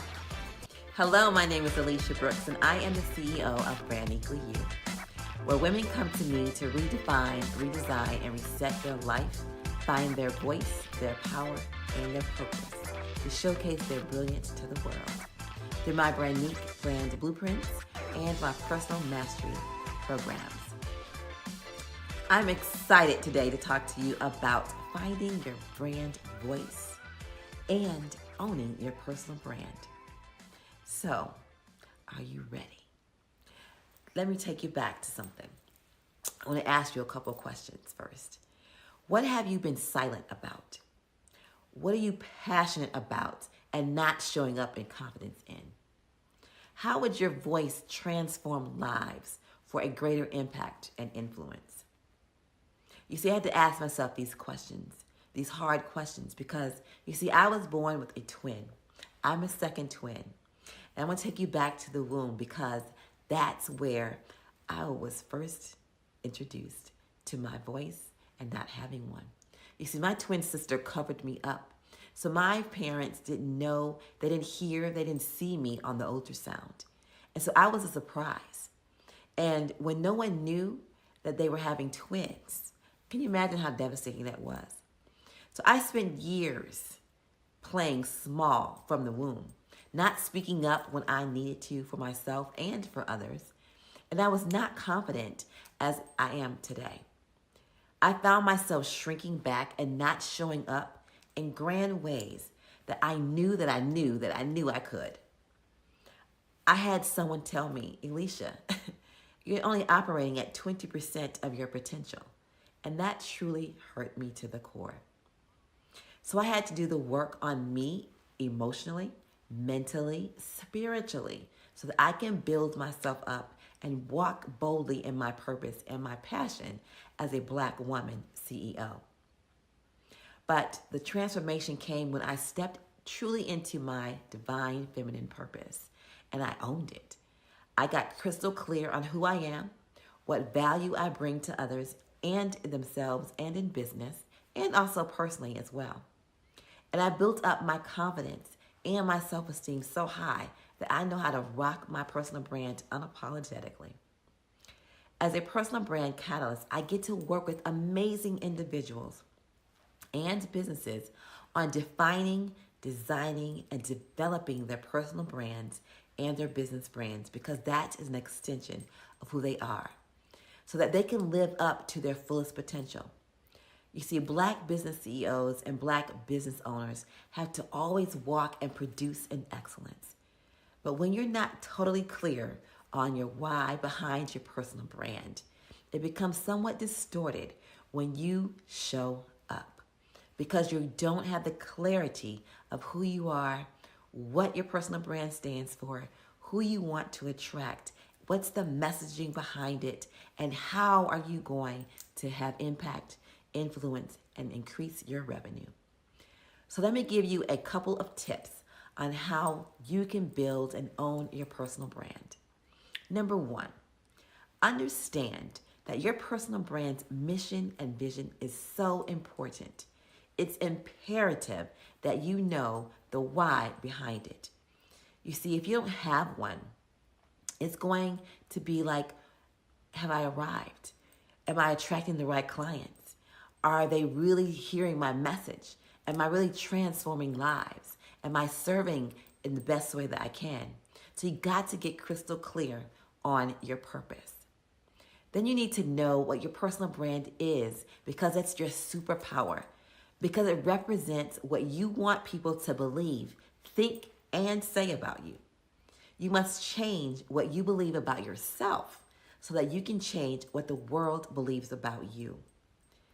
Number three, you need to develop your own swag, your confidence, your self-esteem, because you can only go as far as your confidence will allow you to. If you aren't building your confidence up, you won't show up in ways that can hurt your business and your influence and your revenue. So you got to have processes that run your business, and building your personal brand is what grows your business personality. That's what's going to attract individuals and businesses to you or your movement. Your business has a personality and a culture that is directed totally by you. So you need to know that your personal brand is an extension of who you are on the inside. So whatever and however you see yourself shows up on the outside based on what's on the inside. So you get to rock it the way you want to. You get to own your personal brand, your style, your lifestyle, your network, and how you do and say you do business. That's an extension of your personal brand. You see, when you know your personal brand and what it stands for, it will assist you in finding your purpose, your voice, your power, and knowing that everything you need comes from the inside so that you can display that, your brandique brilliance, on the outside and share that with the world. You see, brands need three things to grow and lead today. Number one, emotional influence. It's a feeling about your brand that customers feel or don't feel with other brands. Number two, your brandique distinction. It's a way of doing things that customers interpret as different and meaningful from an industry standard. Number three is your authentic connection, a way of engagement that enforces why customers or clients choose to keep your brand in their lives and top of mind. You see, therefore, you want to make sure that you are transforming lives through your brand, through your services, through your products. You need to understand that your personal brand is more than just colors and a beautiful color palette or a logo. It's your vision, it's your mission, so that you can set the tone for your brand, so that you can really rock it and set the world on fire with building a movement behind it. Your brandique assets, What sets you apart? What shows up for you that's going to attract others and have your divine clients? You must get crystal clear on what you have to offer and the value that you bring so that you can have influence, impact, and increase your bottom line revenue. You see, my mission is to truly define, reignite your mindset, your spirit, and send an electric charge to your emotions. Because all of it comes from the inside out. It sets your soul on fire when you get to do this. And so you get to learn more about yourself. You get to learn and see what makes you different, your core values. It sets you apart. So your self-esteem, all of this gives you a soul orgasm so that you can be the person you want. You can have the business that you want, and you can show up and show out and be the light in the world. You see, I get to do this because that's my passion. I've done the work, and you have to do that too. You have to look at who you are, what you have to offer. Why are you offering it? What actually makes you different? There is nothing new under the sun. There are people doing the same things that you are doing. But what makes you and your brand different? What makes your personal style different? Right? So you have to think about, how are you showing up? Why are you showing up in certain ways? What is going to separate you from the others? Why should people be attracted to you? You want to ask yourself these questions. These are important questions outside of your colors, what your logo looks like. Yes, that's all important. And yes, you need all of that to create your marketing plan. But first, you got to understand that you have to have a personal brand first before you start marketing anything, which goes back to your brand voice, your brand messaging, your brand values. What are the extensions of your brands? Because you do know that there's just not one way of doing things. There's just other streams of creating your brand and creating that movement to attract others to it, right? So you got to look at your personal brand as an extension of who you are. And that's going to be totally ingrained with your business brand. Your business brand is an extension of you. And because you are the CEO, you are the Black CEO, you have to own it. You have to walk in that. But you got to really look at, what does that really mean for you? What do you really want to put out into the world that says, this is who I am. This is my brand. This is my business. This is how I'm going to transform, influence, and impact the world. If you have not done that work first, and if you haven't gotten crystal clear on that work, if you haven't truly walked in that, if you haven't asked yourself those hard questions, if you don't know in confidence, full confidence about who you are, what services you offer, what's your brand voice, and truly rock it, truly own it, I would love to talk to you, because that's where a lot of us small business, large size businesses, regardless, Black CEOs have fallen short.